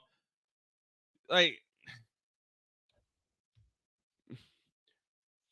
I'd never seen anything like this. These niggas just be getting killed. This dude came in. It's a nigga right here to his right. He's like, hey, bow, bow, bow. This nigga over here takes a machete and chops that shit off. I'm like, nigga, were y'all even trying? What up, Joey? What up, Juice?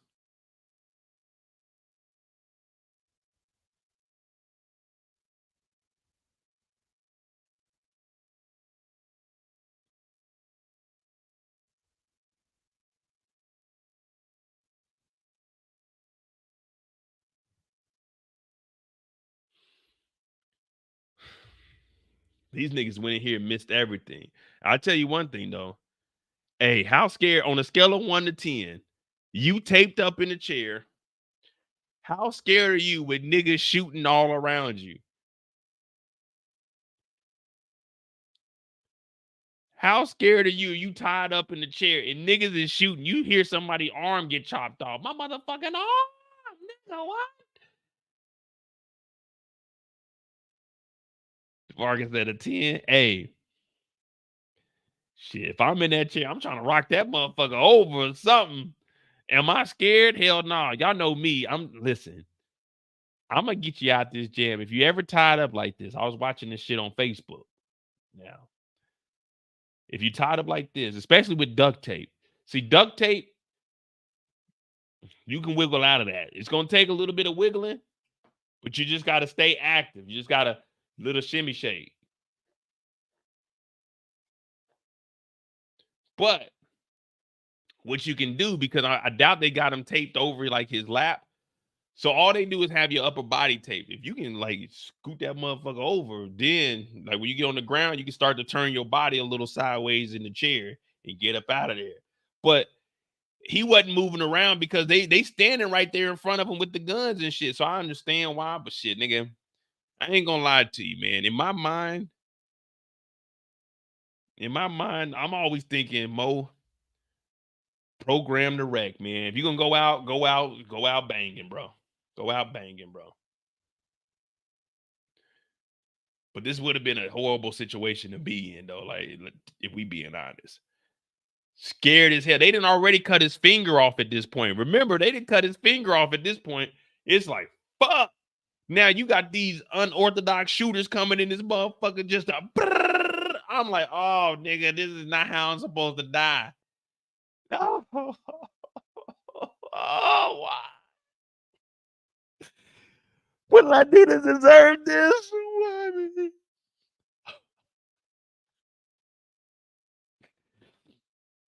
The only thing in this situation I would be thinking about, other than dying, is I feel like there's still niggas that owe me checks. I feel like there's still itches that owe me sex.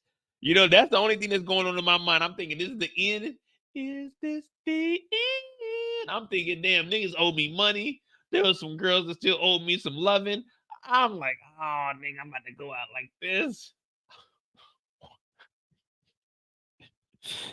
What did I do to deserve this? My brother's a drug dealer. Meech is a drug dealer. Key is a drug dealer. Why? These niggas is killers. These niggas is kidnappers. Why me, Lord? Why? What did I do to deserve this? Why? What did I do?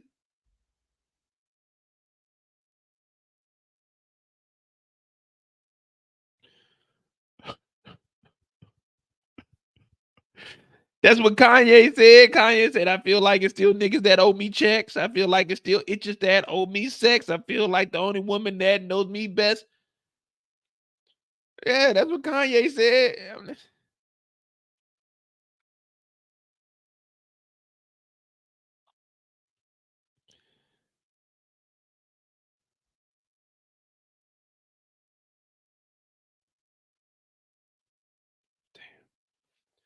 If I'm going out, man, if I'm going out,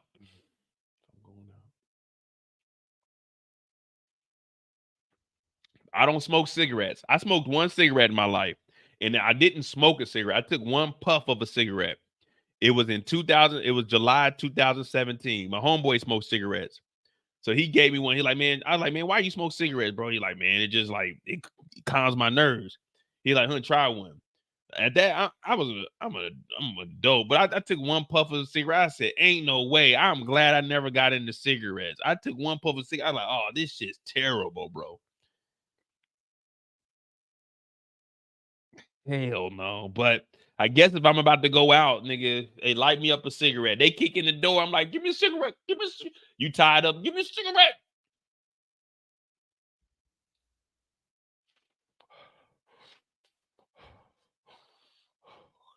I don't want to die like this. I don't want to die like this.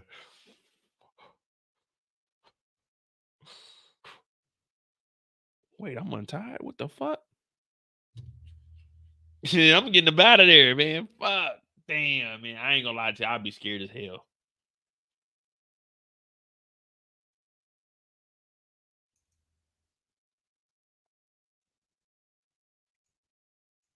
Now, back at the crib, J-Pusha is explaining to us, excuse me, what was going on behind the scenes with him and his brother. Now, he was supposed to be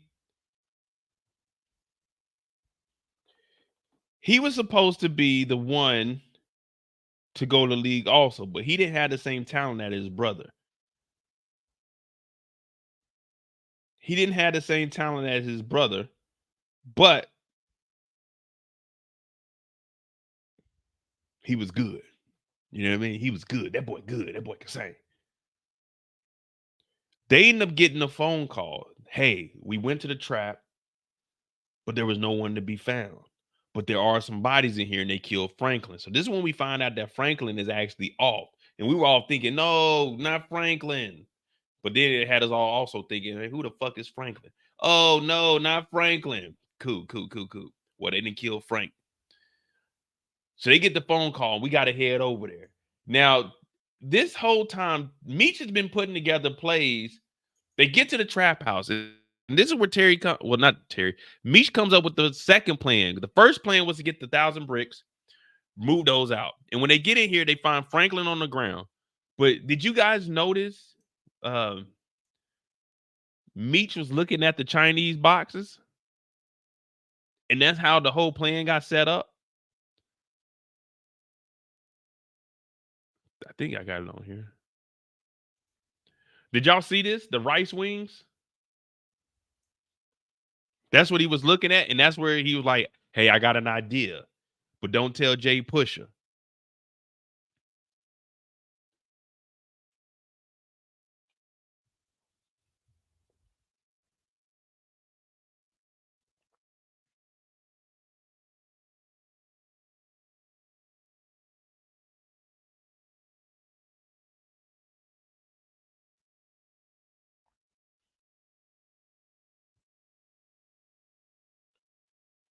Oh, look at y'all being observative.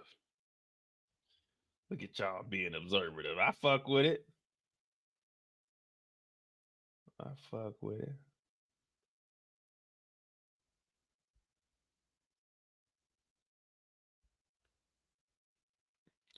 So he's like, listen, I got a plan, but don't y'all worry about it. So Meech has been putting together plans. Every time we see Meech this week, he always said, I got an idea. I got an idea. Well, Sterling ends up showing up with those bricks. Now, he didn't have time to pack them. So he just put the, you know what I'm saying, shit in the book bag or a little luggage.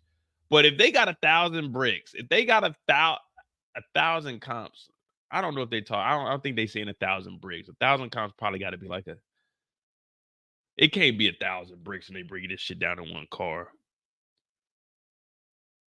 1,000. I'm trying to think.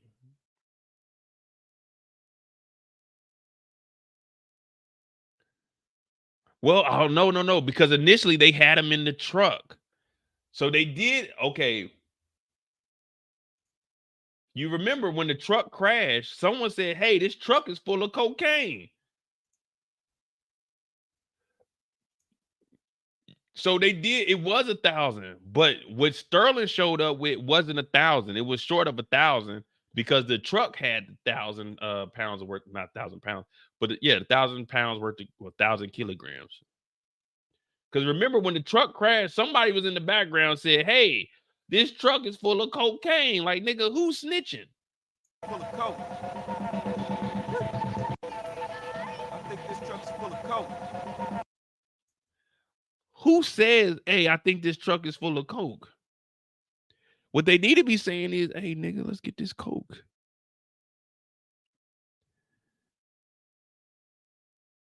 All right, Torian, man. Shout out to you. I'll probably be in your live. I'm only going to be on here probably like another hour.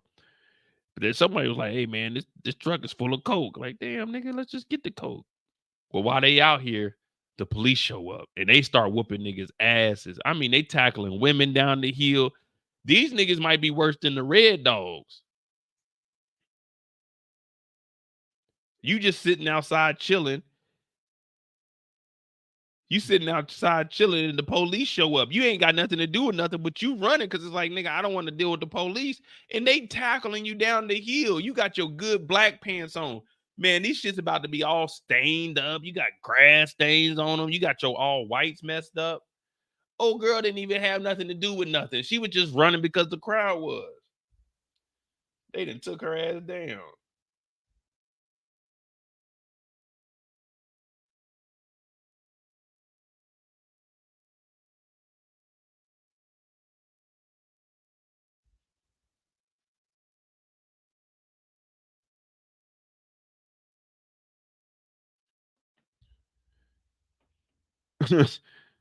Now, Meech comes up with another idea. He's like, I got an idea. Put this hat on. Let's get in here. You take this map. I said, okay, this might actually work, but everybody get on the goddamn ground.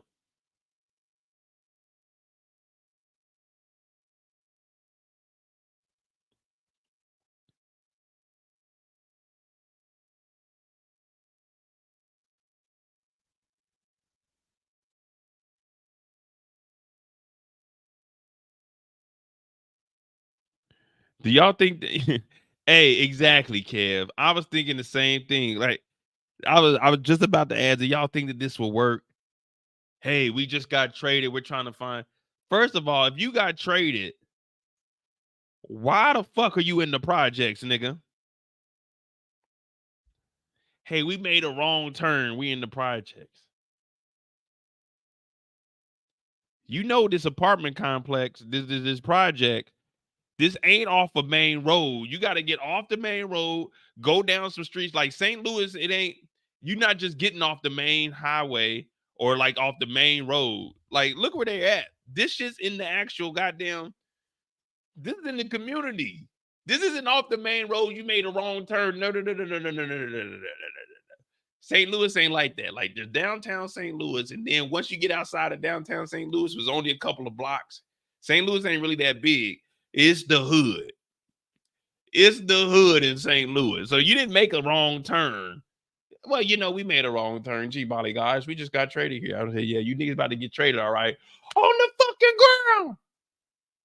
Like, damn.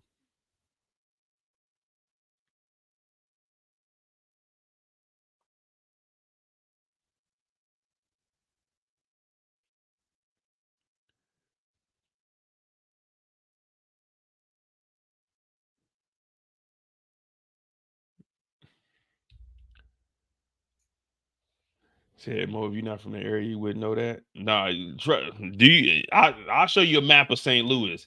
You ain't got it. Trust me. Trust me. In St. Louis ain't a type of city that you go off of the main roads. You're not gonna make a wrong turn in St. Louis. St. Louis, you're gonna go to your destination. You're gonna stay on the main roads. Like, I know we in the middle of the map. You know what I mean? Kansas City, St. Louis. People think we just some little country ass cities. It's the hood. St. Louis, you not about to make the wrong turn and go there. You not about to turn down that. Like, in order to navigate to get where they at, you off in the cuts. The main road is up, like up the block, to the left, to the right, to the right, to the left, up, down, left, to the right. Like, you not just making the wrong turn and ending up in the projects. Now there are spots, but like I'm gonna show you what like downtown St. Louis look like. No, fuck that. Even when we used to go out there, we ain't from there, and we used to go out there in the early 2000s. It wasn't like no Google Maps or anything on your phone or anything. We just used to go out to St. Louis, and once you get to the city, you know where the arch is, so you'll be able to see the football stadium. Once you come in on the highway, the Rams used to play there. You get off on that exit, and you got Martin Luther King. You go down Martin Luther King because you niggas, and like up and down Martin Luther King, you see all the cars and shit where everybody's at. Then you go down to like the stadiums. But you don't get off that main road. No, that main road. No. You get your ass shot. And that was the 2000s. Now, Meech and them.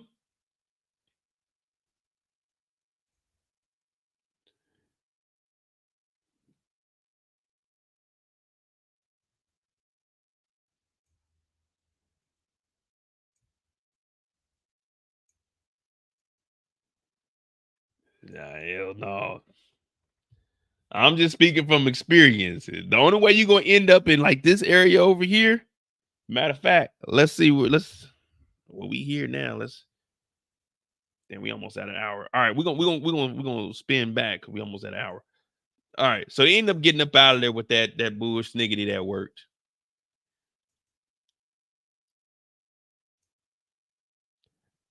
Now, Meech and them, they finally set up old boy. Now, remember, they already seen where they be frequenting, where they frequent.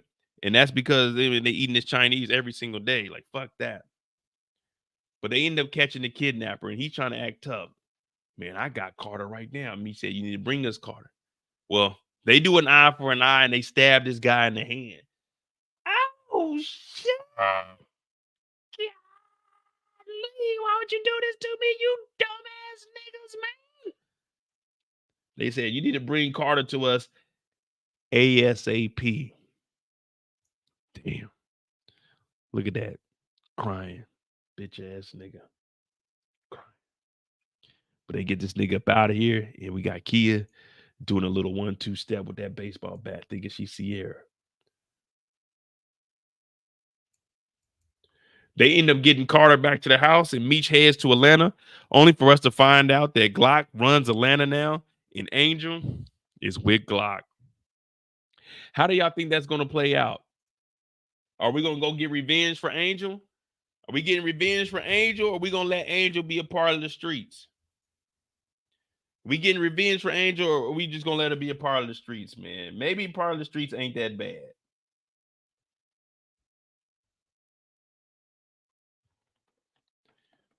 But Meech is back in the A, and we got to get this money. Ayy. Nigga, it's just big me, nigga. Boom. What? I'm really like that.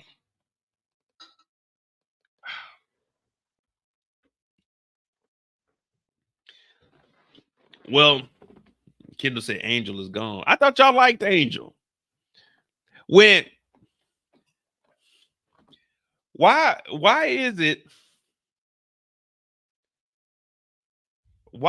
whenever I say something about a character, you guys look at me and it's frowned upon? You know?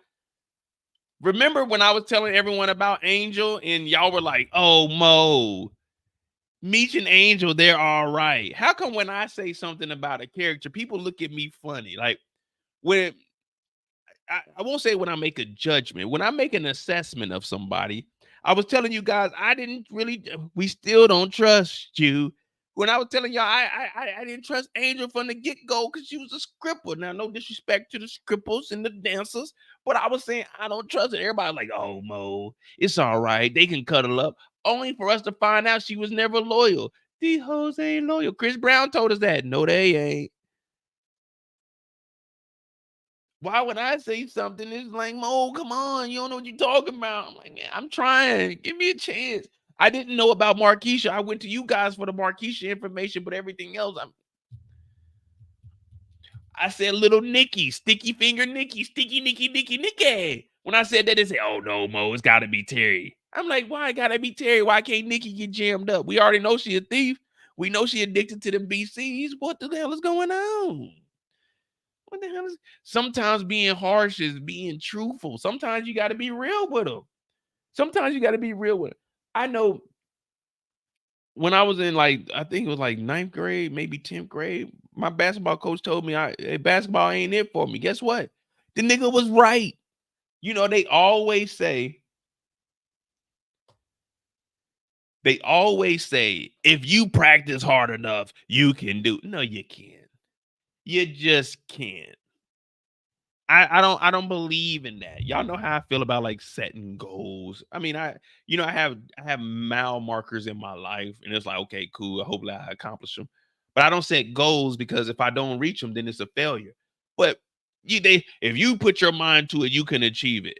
There's no way I can achieve, even if I put my mind to it every single day for the rest of my life. There's no way I can go into outer space and breathe. It's just impossible. No matter how hard I practice, I can go to the top of Mount Everest and practice with the lowest oxygen ever. No matter how hard I practice or try, I can't go in outer space and breathe. So practicing hard is not gonna be the answer. Putting your mind to it is not the answer. It's either you got it or you don't. Yeah, that's just all it is. That's what it comes down to. I got breaking down TV shows. Do I got physics? No. I could break down a TV show. That's just what I'm good at, man. That's it. I can drink for 5 hours straight. That's just what I'm good at. Like, yay. All right. We got the administrative group. We ain't really talk about Henry. Well, it wasn't really much of Henry that's going to be tied in with Brian and Shin. So we'll make it.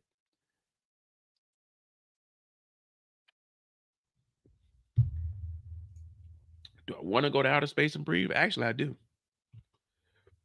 So outside of,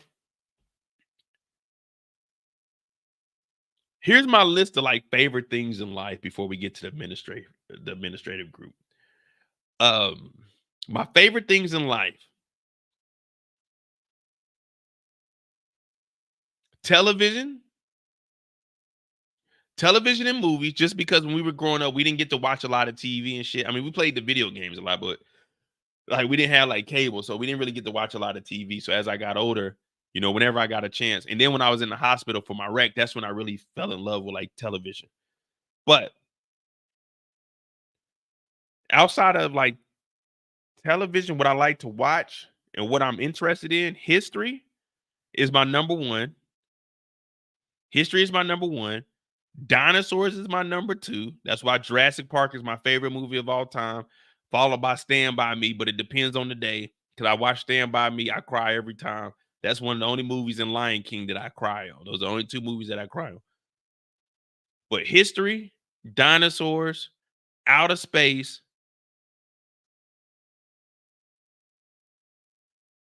and traveling. That's like my top 4 things, man.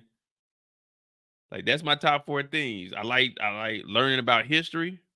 I like hearing about dinosaurs, not too much like learning about them, but just, you know, saying just hearing and just listening to what the fuck they did. I mean, I guess you can call it learning, but I really ain't trying to learn and store that information. But outer space and just traveling. So that's like the top 4 things in my life. Like, so yeah, I would want to go to space and try to breathe. Like, damn, that nigga tried to breathe in outer space. He's a real nigga. Now, I always say Jurassic Park. So growing up, Jurassic Park was my favorite movie. But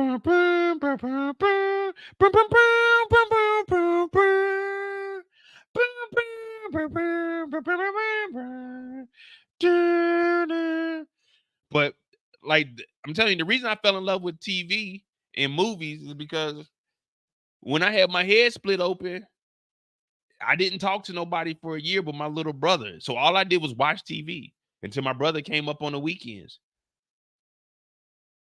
So I just watched a lot of TV, and it was like, man, that was my comfort. I go down to the little room because I had to relearn how to walk. So I had to every day I had to walk 3 laps down to the day room, back to the room, to the day room, back to the room, to the day room, and then my last walk would be back to the room. So I would always go in there and watch TV, but I was on, since I had my head cracked open, I was in the adult wing. That the child hospital in the 90s wasn't capable of doing the surgery that I needed. So I was in the adult wing, and they gave me a Sega Genesis, and I had the whole thing to myself. So I used to just watch TV for like fucking 10 hours straight.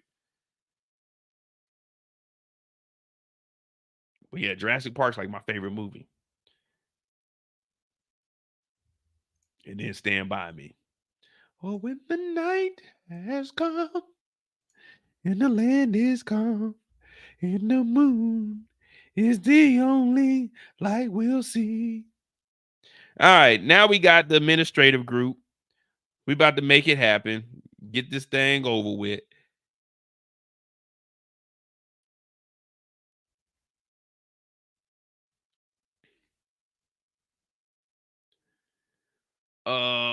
The administrative group. All right, so the administrative group, we're gonna do them with what's the girl name? Henry. Oh, hey, Heat Training Day is good too, but See, the only reason those are my favorite movies because I watched them when I was younger, and like they just stuck to me. You know what I mean? Oh, I like watching Heat. Training Day, I watch Training Day all the time. I think, do I got something on here from Training Day?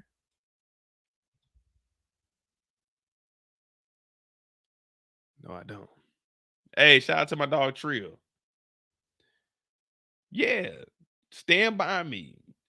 See, Kendall, you're a girl, so you wouldn't understand Stand By Me. Like, I grew up, I had some close friends. I had some close friends when I was younger. And then when I went through my wreck, you know what I'm saying, shit changed. And then, like, all the shit I went through was just like, man, when I watched Stand By Me, I was like a collective, all four of the kids. Your dad is a loony, loony. Sick balls. Like all four of the characters, each one of the characters, they have some characteristics that I felt like that was my life. So that's why I like that movie so much. And it's just four kids, man, living their life, man. They just chilling one summer. And I used to always think like, damn, man, we don't get these back. I probably only got, I got like a good, I got 5 to 7 good summers left. And then my summers are done, y'all. That's how I judge life off of my summers. I got like 5 to 7 good summers left. And after that, now I'm about to be, shit, nigga. It'll be what, 45? Summers ain't gonna be the same. I can't do what I do. Hell, I could barely do that shit now, man. So I got like 5 to 7 summers left. That's how I look at life, man. And after that, I gotta do like old nigga shit. I guess I gotta settle down or something. Kevin Kev said Menace to Society. Are you okay? Go, guys.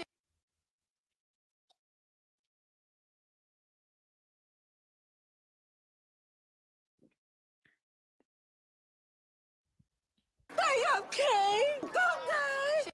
All right, let's go ahead and get this thing started. Ooh, we got Jazzy Faye in the house tonight.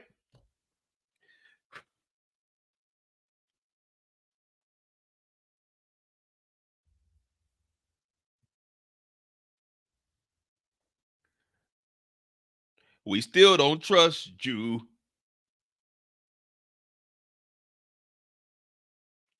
What are you talking about, Kendall? Don't speak that into existence. No, I got like 4 to 5 good summers left. Like, I'm talking about as far as like wilding out. Well, I don't wild out now, but I'm saying like as far as wilding out and, you know, and talking to the beautiful women. Like after that, like it's gonna be like, man, if I travel, it's really gonna be, I'm gonna go on like, I'm gonna be sitting on the little tour buses, like doing shit like that, man. I ain't gonna be as active, man. I know this hip ain't about to give it. This hip ain't lasting that much longer, bro. I'm only gonna be able to walk for like a couple of hours, like maybe an hour. I'm like, hey, bro, we gotta sit down somewhere. You know what I mean? Yeah, I'm not talking about like living. I'm saying like 5 to 7 summers where I can like get out, entertain, drink. Like, because I think around like 40, I'll probably stop drinking, put the liquor down, and go on about life. But yeah, I'm probably gonna live to, knowing me, I'll probably live to about 87, 88, maybe. I might be able to pull like a 90, but you know what I'm saying. I think the highest overall I ever got on 2K was like an 89. So we'll probably say like 89. 89 seems cool, about right.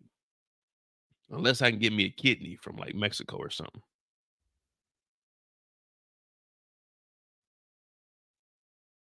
All right, here we go. We about to get on the clock. We got the detectives. We got the administrative group. Now, the first time we see Detective Bryant, he's coaching. He's teaching these young men about bunting. He's teaching these young men about life, about looking out for one another.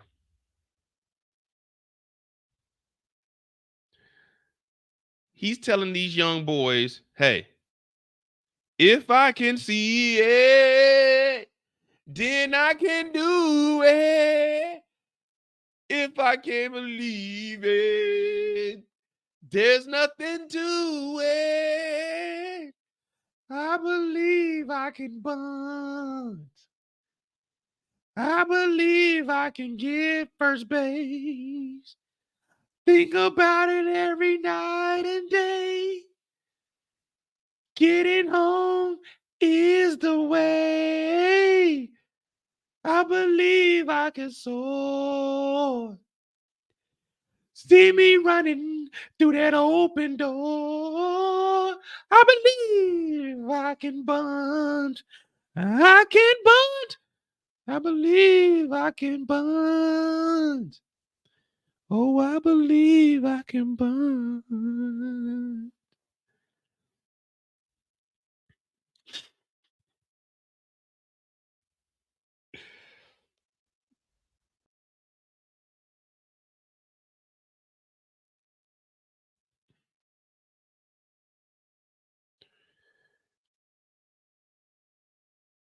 Well, he's teaching these two how to really get it in these streets.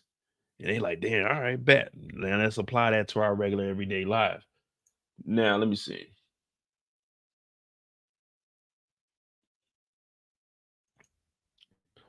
We see emotional side of Jen.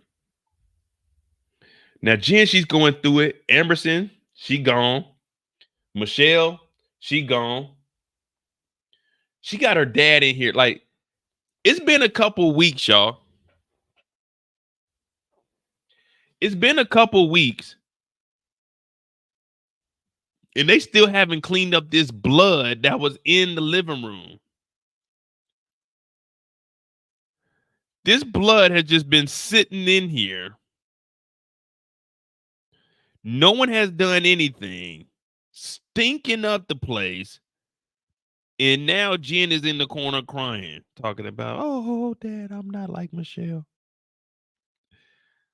Oh, I just don't know. I just don't know. Now, remember, she got suspended from work. And her dad is like, hey, man, chill, chill, chill. It ain't that bad. It ain't that bad. Just put your mind to it and get it done.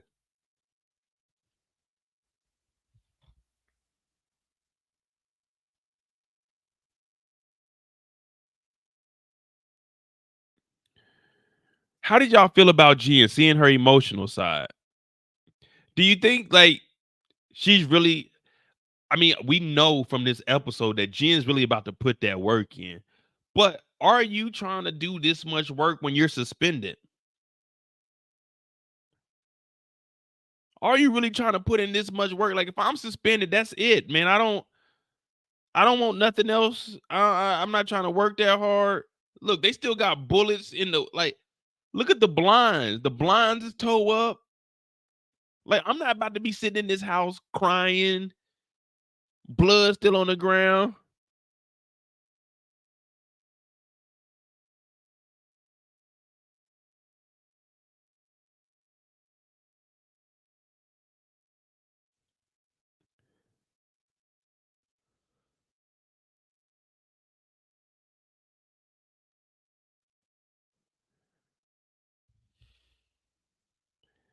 What up, King Drip? We just talking about Detective Jen in here crying. She done left the blood all on the floor.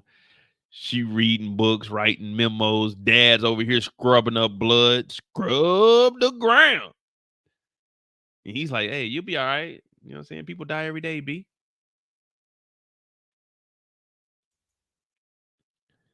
But she goes to talk to Brian after this because her dad gave her a little bit of faith. And he's like, man, don't look at it that way. Because she's trying to go after Henry. Now, he's been working with Henry. And she also asked, shout out to Kendall, because Kendall was the first person that I seen ask, will Blaze or Henry have any, like the chief of police or anyone on the payroll? Now, I said I didn't think so. But once Detective Brian basically confirmed it, was like, man, he got a lot of pull with the politicians. I was like, okay, Kendall was right on that. Kendall was right on that. That was the first person I seen saying, hey, do we think that they might be in the pocket? But she brings the file and she's like, okay, Henry's dad is Blaze, okay? And he's like, okay, he knows this because he's been working with both of them. He's like, oh, damn, well, what else do you know? She's like, well, I'm trying to get plugged in. I'm trying to go meet Henry myself. And he's like, nah, you can't do that. And if you do, let me know before you go over there, because you ain't gonna do nothing but get yourself killed.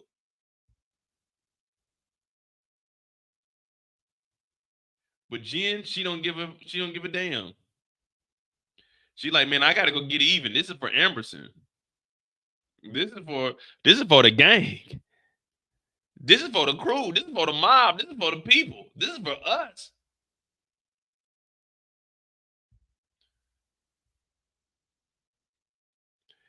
This is for the in the Cadillac. So Emerson, she dead. She done got shot up. Detective G was supposed to pop her cherry, but instead someone got popped. Yeah, see, the administrative crew, we didn't really get to. Okay, here we go. So Jen decides, hey, I'm about to go to the gambling spot. I'm about to meet up with Henry myself. Now, remember, the guy that they arrested, this is Lenny. Remember, this is the guy that they arrested with the ambulance. Her and Emerson, when they kicked in the door, when she had the sling on, remember, the ambulance was registered to his name that he got from an auction that he gave to Henry and the crew. So that's who this is. And if you heard what she was saying, he said, all right, look, I got you in, but this is all I can do. She's like, we'll get you a plea agreement and we're going to get some time off of your sentence if this plays out. So niggas is always snitching.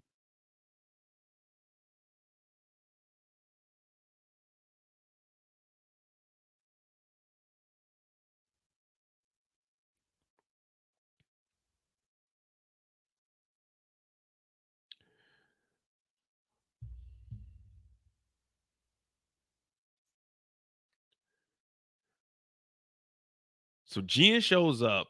Did anyone hear what Jen's nickname was? Because she was like, how can I keep in touch? But as Miles is saying, that's how Henry knows who Jen is. I don't think she knows that this is Jen at this point. Because Lenny couldn't give up Jen's name because he's trying to get out of any of his charges. So Henry doesn't know who Jen is at this point. She knows who Jen the detective is, but she doesn't know who this woman is. Because remember, she asked for a name, but they never gave the name. It just went to the next scene. Unless I'm tripping. You can correct me if I'm wrong, but I don't think Jen gave up her name. So we don't know what Jen's nickname is at this point, do we?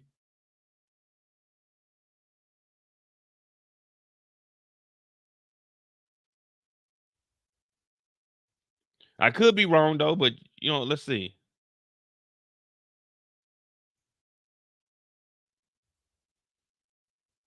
Gamble. Bet it all on black.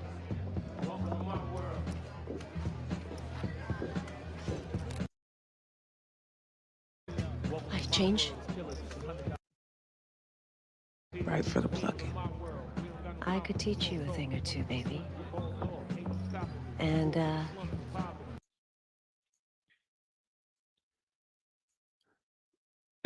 He said, how many Asian female cops in Detroit? Hell, I don't shit. According to Miles, hold on, let me go in the back. I got the records. Let me look at this. The data that we got. Okay. Now, are you just saying like Asian women in general, or are you saying Asian women between the height of 5'1" and 5'5"? I need to know if I need to narrow it down or not, because I'm checking.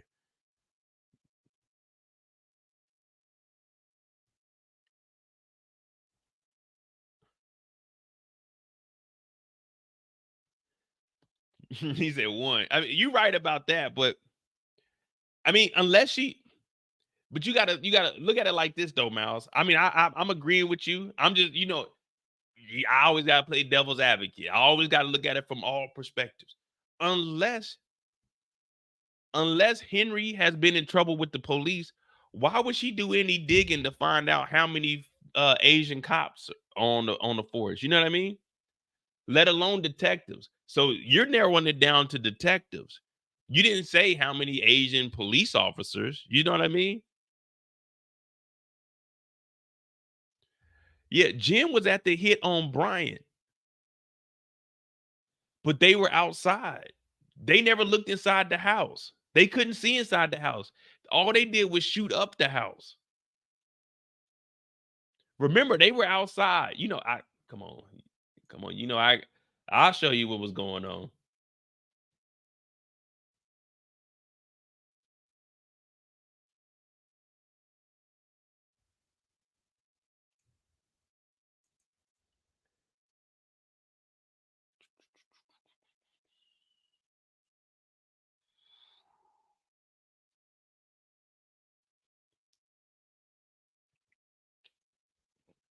Wait.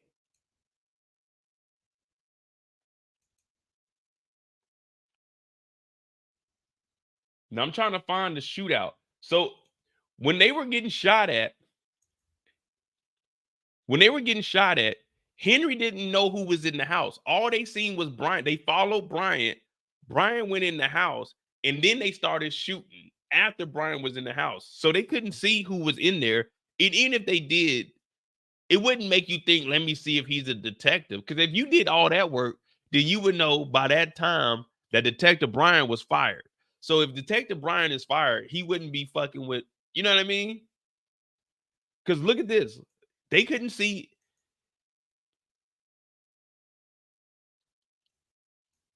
This is the blinds from the house. They couldn't see in the house. They were just shooting the house up. They couldn't see in there. Like, they don't know that they killed somebody in there until like the news said something. They just thought they were trying to hit Bryant. The van hit. You talking about the ambulance? You talking about the ambulance? That was the only other time Bryant got shot at. Excuse me. And in the ambulance, remember, so during the ambulance shootout, no one survived that to be able to tell. Remember? So when the ambulance happened, it was Bryant and the guy that was driving. Then you had Jen and Emerson, and then you had Hoop and old boy from the PA. When they shot up the ambulance, old boy shot Detective Jen.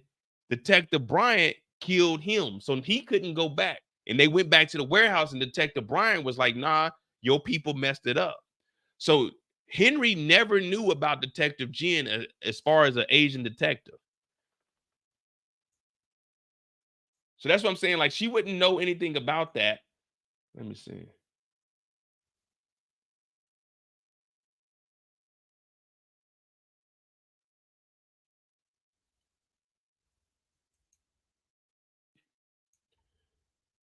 Yeah, so here goes that scene here.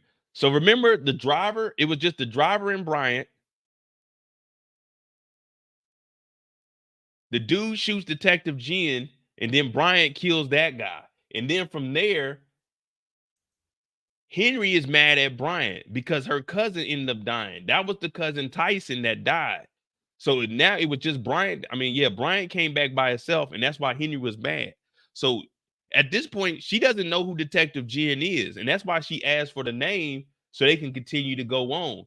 And well, the next thing we see is Jen talking to Bryant saying, hey, we're meeting up again because it felt natural. Let's see. I've never seen anyone like you before either. That's because I'm a rare find. Well, I guess it's both our lucky nights.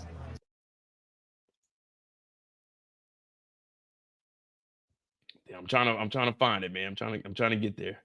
But you know, I gotta stop it because you know we ain't trying to get no copyrights.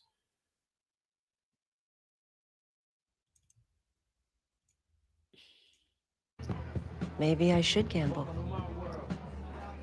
Bet it all back.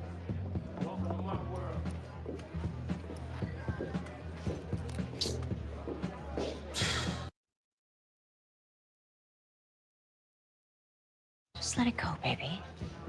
Don't let one. All right, we're trying to see if she gave up a name.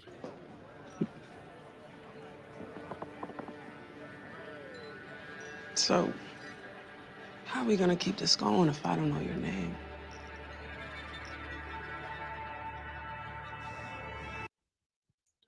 All right, we got no name. So Henry don't know about Jen yet from what we've seen. That was good though, Mouse. I like that. I like that. No Diddy. I like that. We definitely need to go over that just to, all right, is there any connection that she might potentially know who Jen is? Well, Jen is undercover right now, and she meets up with Brian after this, and she tells Brian everything that happened. Okay. That's why I like the live shows, man, because now it took us back. It was like, wait a minute, does she know about Jen? Now, unless she talks to her dad, Blaze, because he has the connections. He's like, hey, is there any, saying I met this Asian girl, but I don't think she would say, hey, dad, I met this Asian girl. Can you see if she's on the police force? You know what I mean? I don't think she's going to talk to her dad about like those type of situations.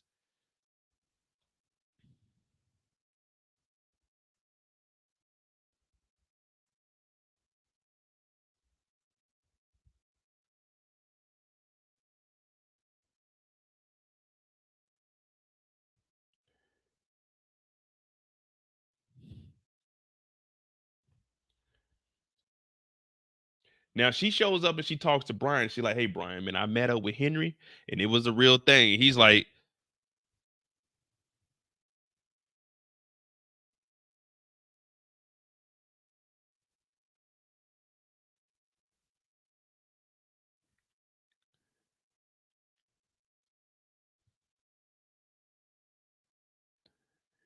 listen, next time you meet up with her, let me know so I can be there. So it looks like we good to go, y'all. We good to go. Like, of course, we didn't really get much from Henry in this week, but next week it looks like it's building up in the trailer that we got. And I mean, that's pretty much the story this week. I mean, we got 4 hours out of it, but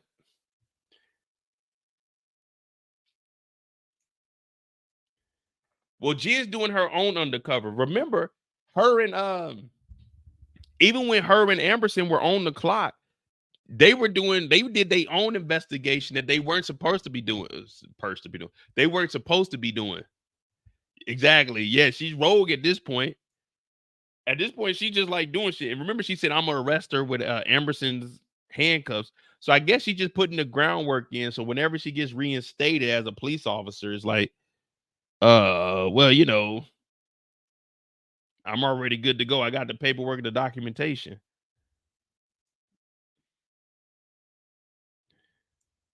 She got Brian's energy. Hey, man, she learned from the best. You know how that go. You know how that go.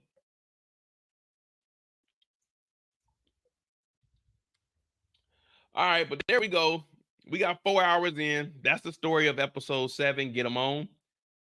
Pretty good episode. Wasn't really. Oh, we gotta update. We gotta update. That's on me. Don't let me out of here without updating.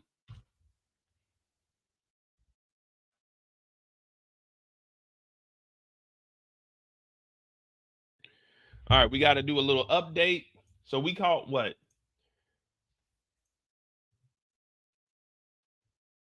Franklin.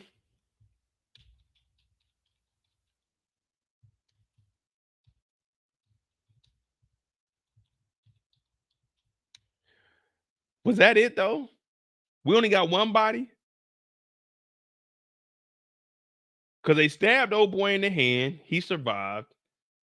They only killed that one guy in the trap house because the other dude, he was the one that left and said they killed Franklin.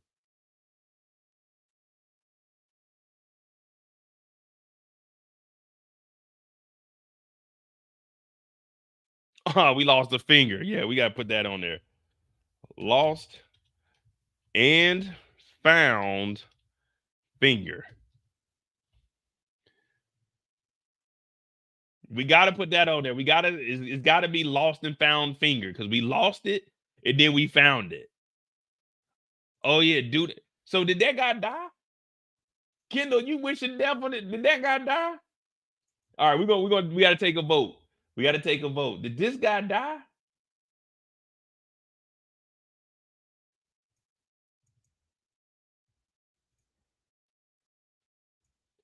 Let me get over on what's the name? Let me see. Did the driver die? We still don't trust you. If you're new to the channel, hit that subscribe button, hit that like button. I'm about to put the Discord link in the chat also. So if you like to join our Discord, we talk about TV shows. I mean, we just talk about a lot of stuff, TV shows, movies, all kinds of stuff. If you just want to have a little conversation with people, get away from work every now and then, man, join the Discord. I'm about to paste that in there right now. Support the channel also. Cash App is pinned in the chat. Cash App is, oh Lord, what did I just click?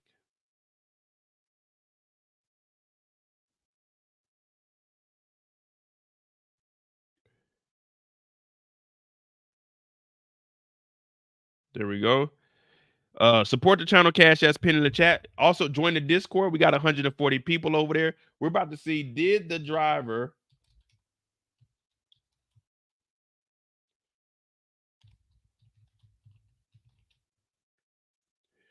we're about to see before we can add them to the list. So it should be in there now. He said the truck driver was an idiot. Hey, I think somebody booby trapped my nigga's truck, man. Hey, Kev, if he would have had that Dodge Caravan, he would have been able to dip. We seen the Dodge Caravan.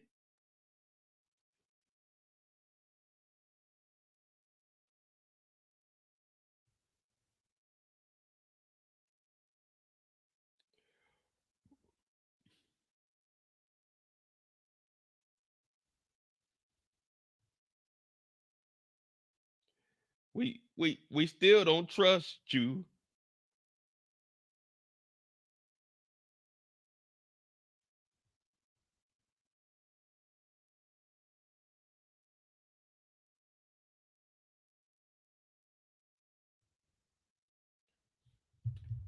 Oh man.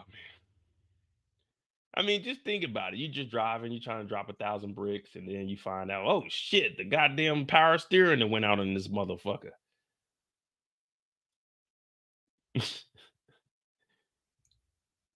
Well, we know the drive from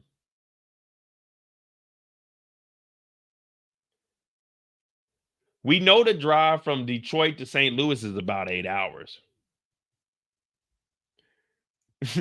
Hey, Miles is our expert. Miles said he was only going 25 miles per hour. I don't know, man, Miles. Look at them tires. That motherfucker was sparking up, man. That nigga was moving. He may have been doing about 25, but then when that motherfucking power steering went out, the brake line was off. That shit accelerated. You know when you got the acceleration that sticks, you know, they be, hey, we got a recall on these vehicles. Acceleration is sticking. Man, that nigga, he didn't even try to, like, man, I would have jumped out that motherfucker. Like, be real. Like, put a 3 in the chat if you ever jumped out of a moving vehicle. Put a 3 in the chat if you ever jumped out of a moving vehicle. It ain't as hard as you think. Just remember, when you jump, it's just like a tornado drill. You put your hand behind your neck and you jump out like this. And you start to roll. You gotta roll. If you just jumping out that motherfucker flailing, you gonna get fucked up. I jumped out of 2 vehicles. I jumped out of a moving truck and I jumped out of a car. Well, out of the trunk of a car. And the trunk of the car was like my senior year. Was it my senior year? I think we had graduated. I forgot where we was at, but we riding around with like the trunk open by the lake, and I had jumped out that shit.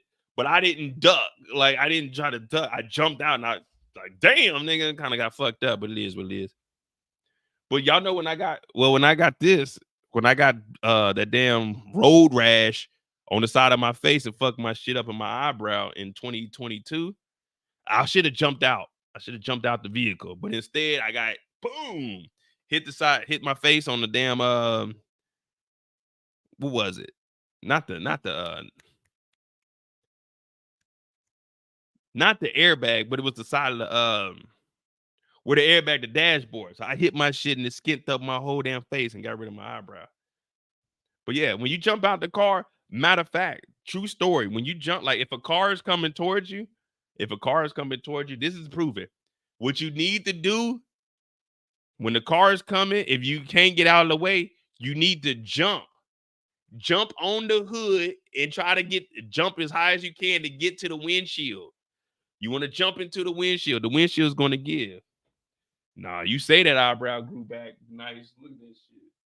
That shit terrible. It's still fucked up over there, but I mean, it's for the most part. I mean, like some angles you can see, like my face has like a little defect on it. I mean, my skin grew over it pretty good, but yeah, like it's kind of like a dark area over here. But yeah, you know, it's cool. I mean, it kind of matches though, because you know, I got where I have my stitches over here when I got my concussion on that side of my face. But that's why I try to stay away from head injuries. I think one more, it's over with for me.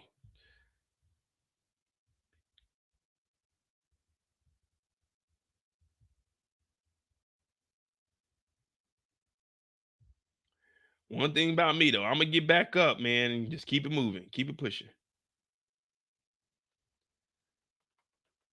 Nah, real talk. You are. I watched it. I was watching this. Man, I'm gonna try to pull up the video real quick.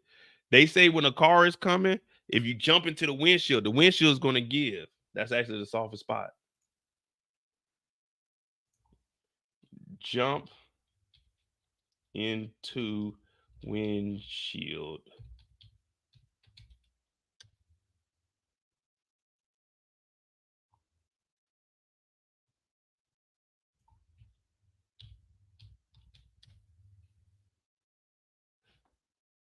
And where's it at?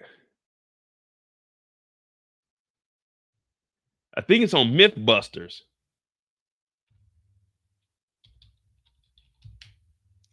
I used to watch Mythbusters all the time, though.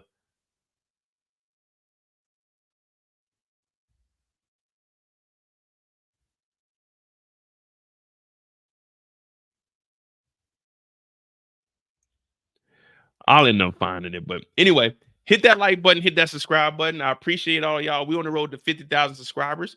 We got the what's next video up. We have the recap video will be up tomorrow.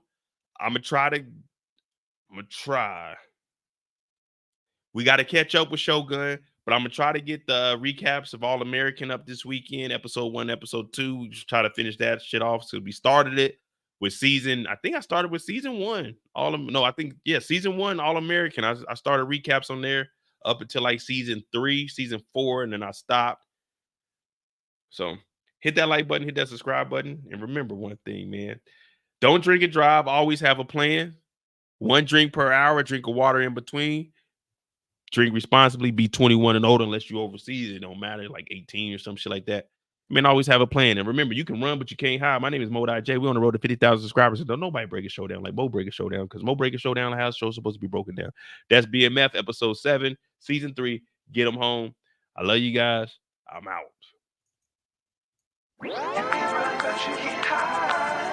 Shout out to J. Cole. Wait a minute. Shout out to your boy Mo. Nigga, it's just big me, nigga. Boom. I'm really like that. Case of 5-month-old Jemiah, Julius, you are not the father. Thank you, Lord.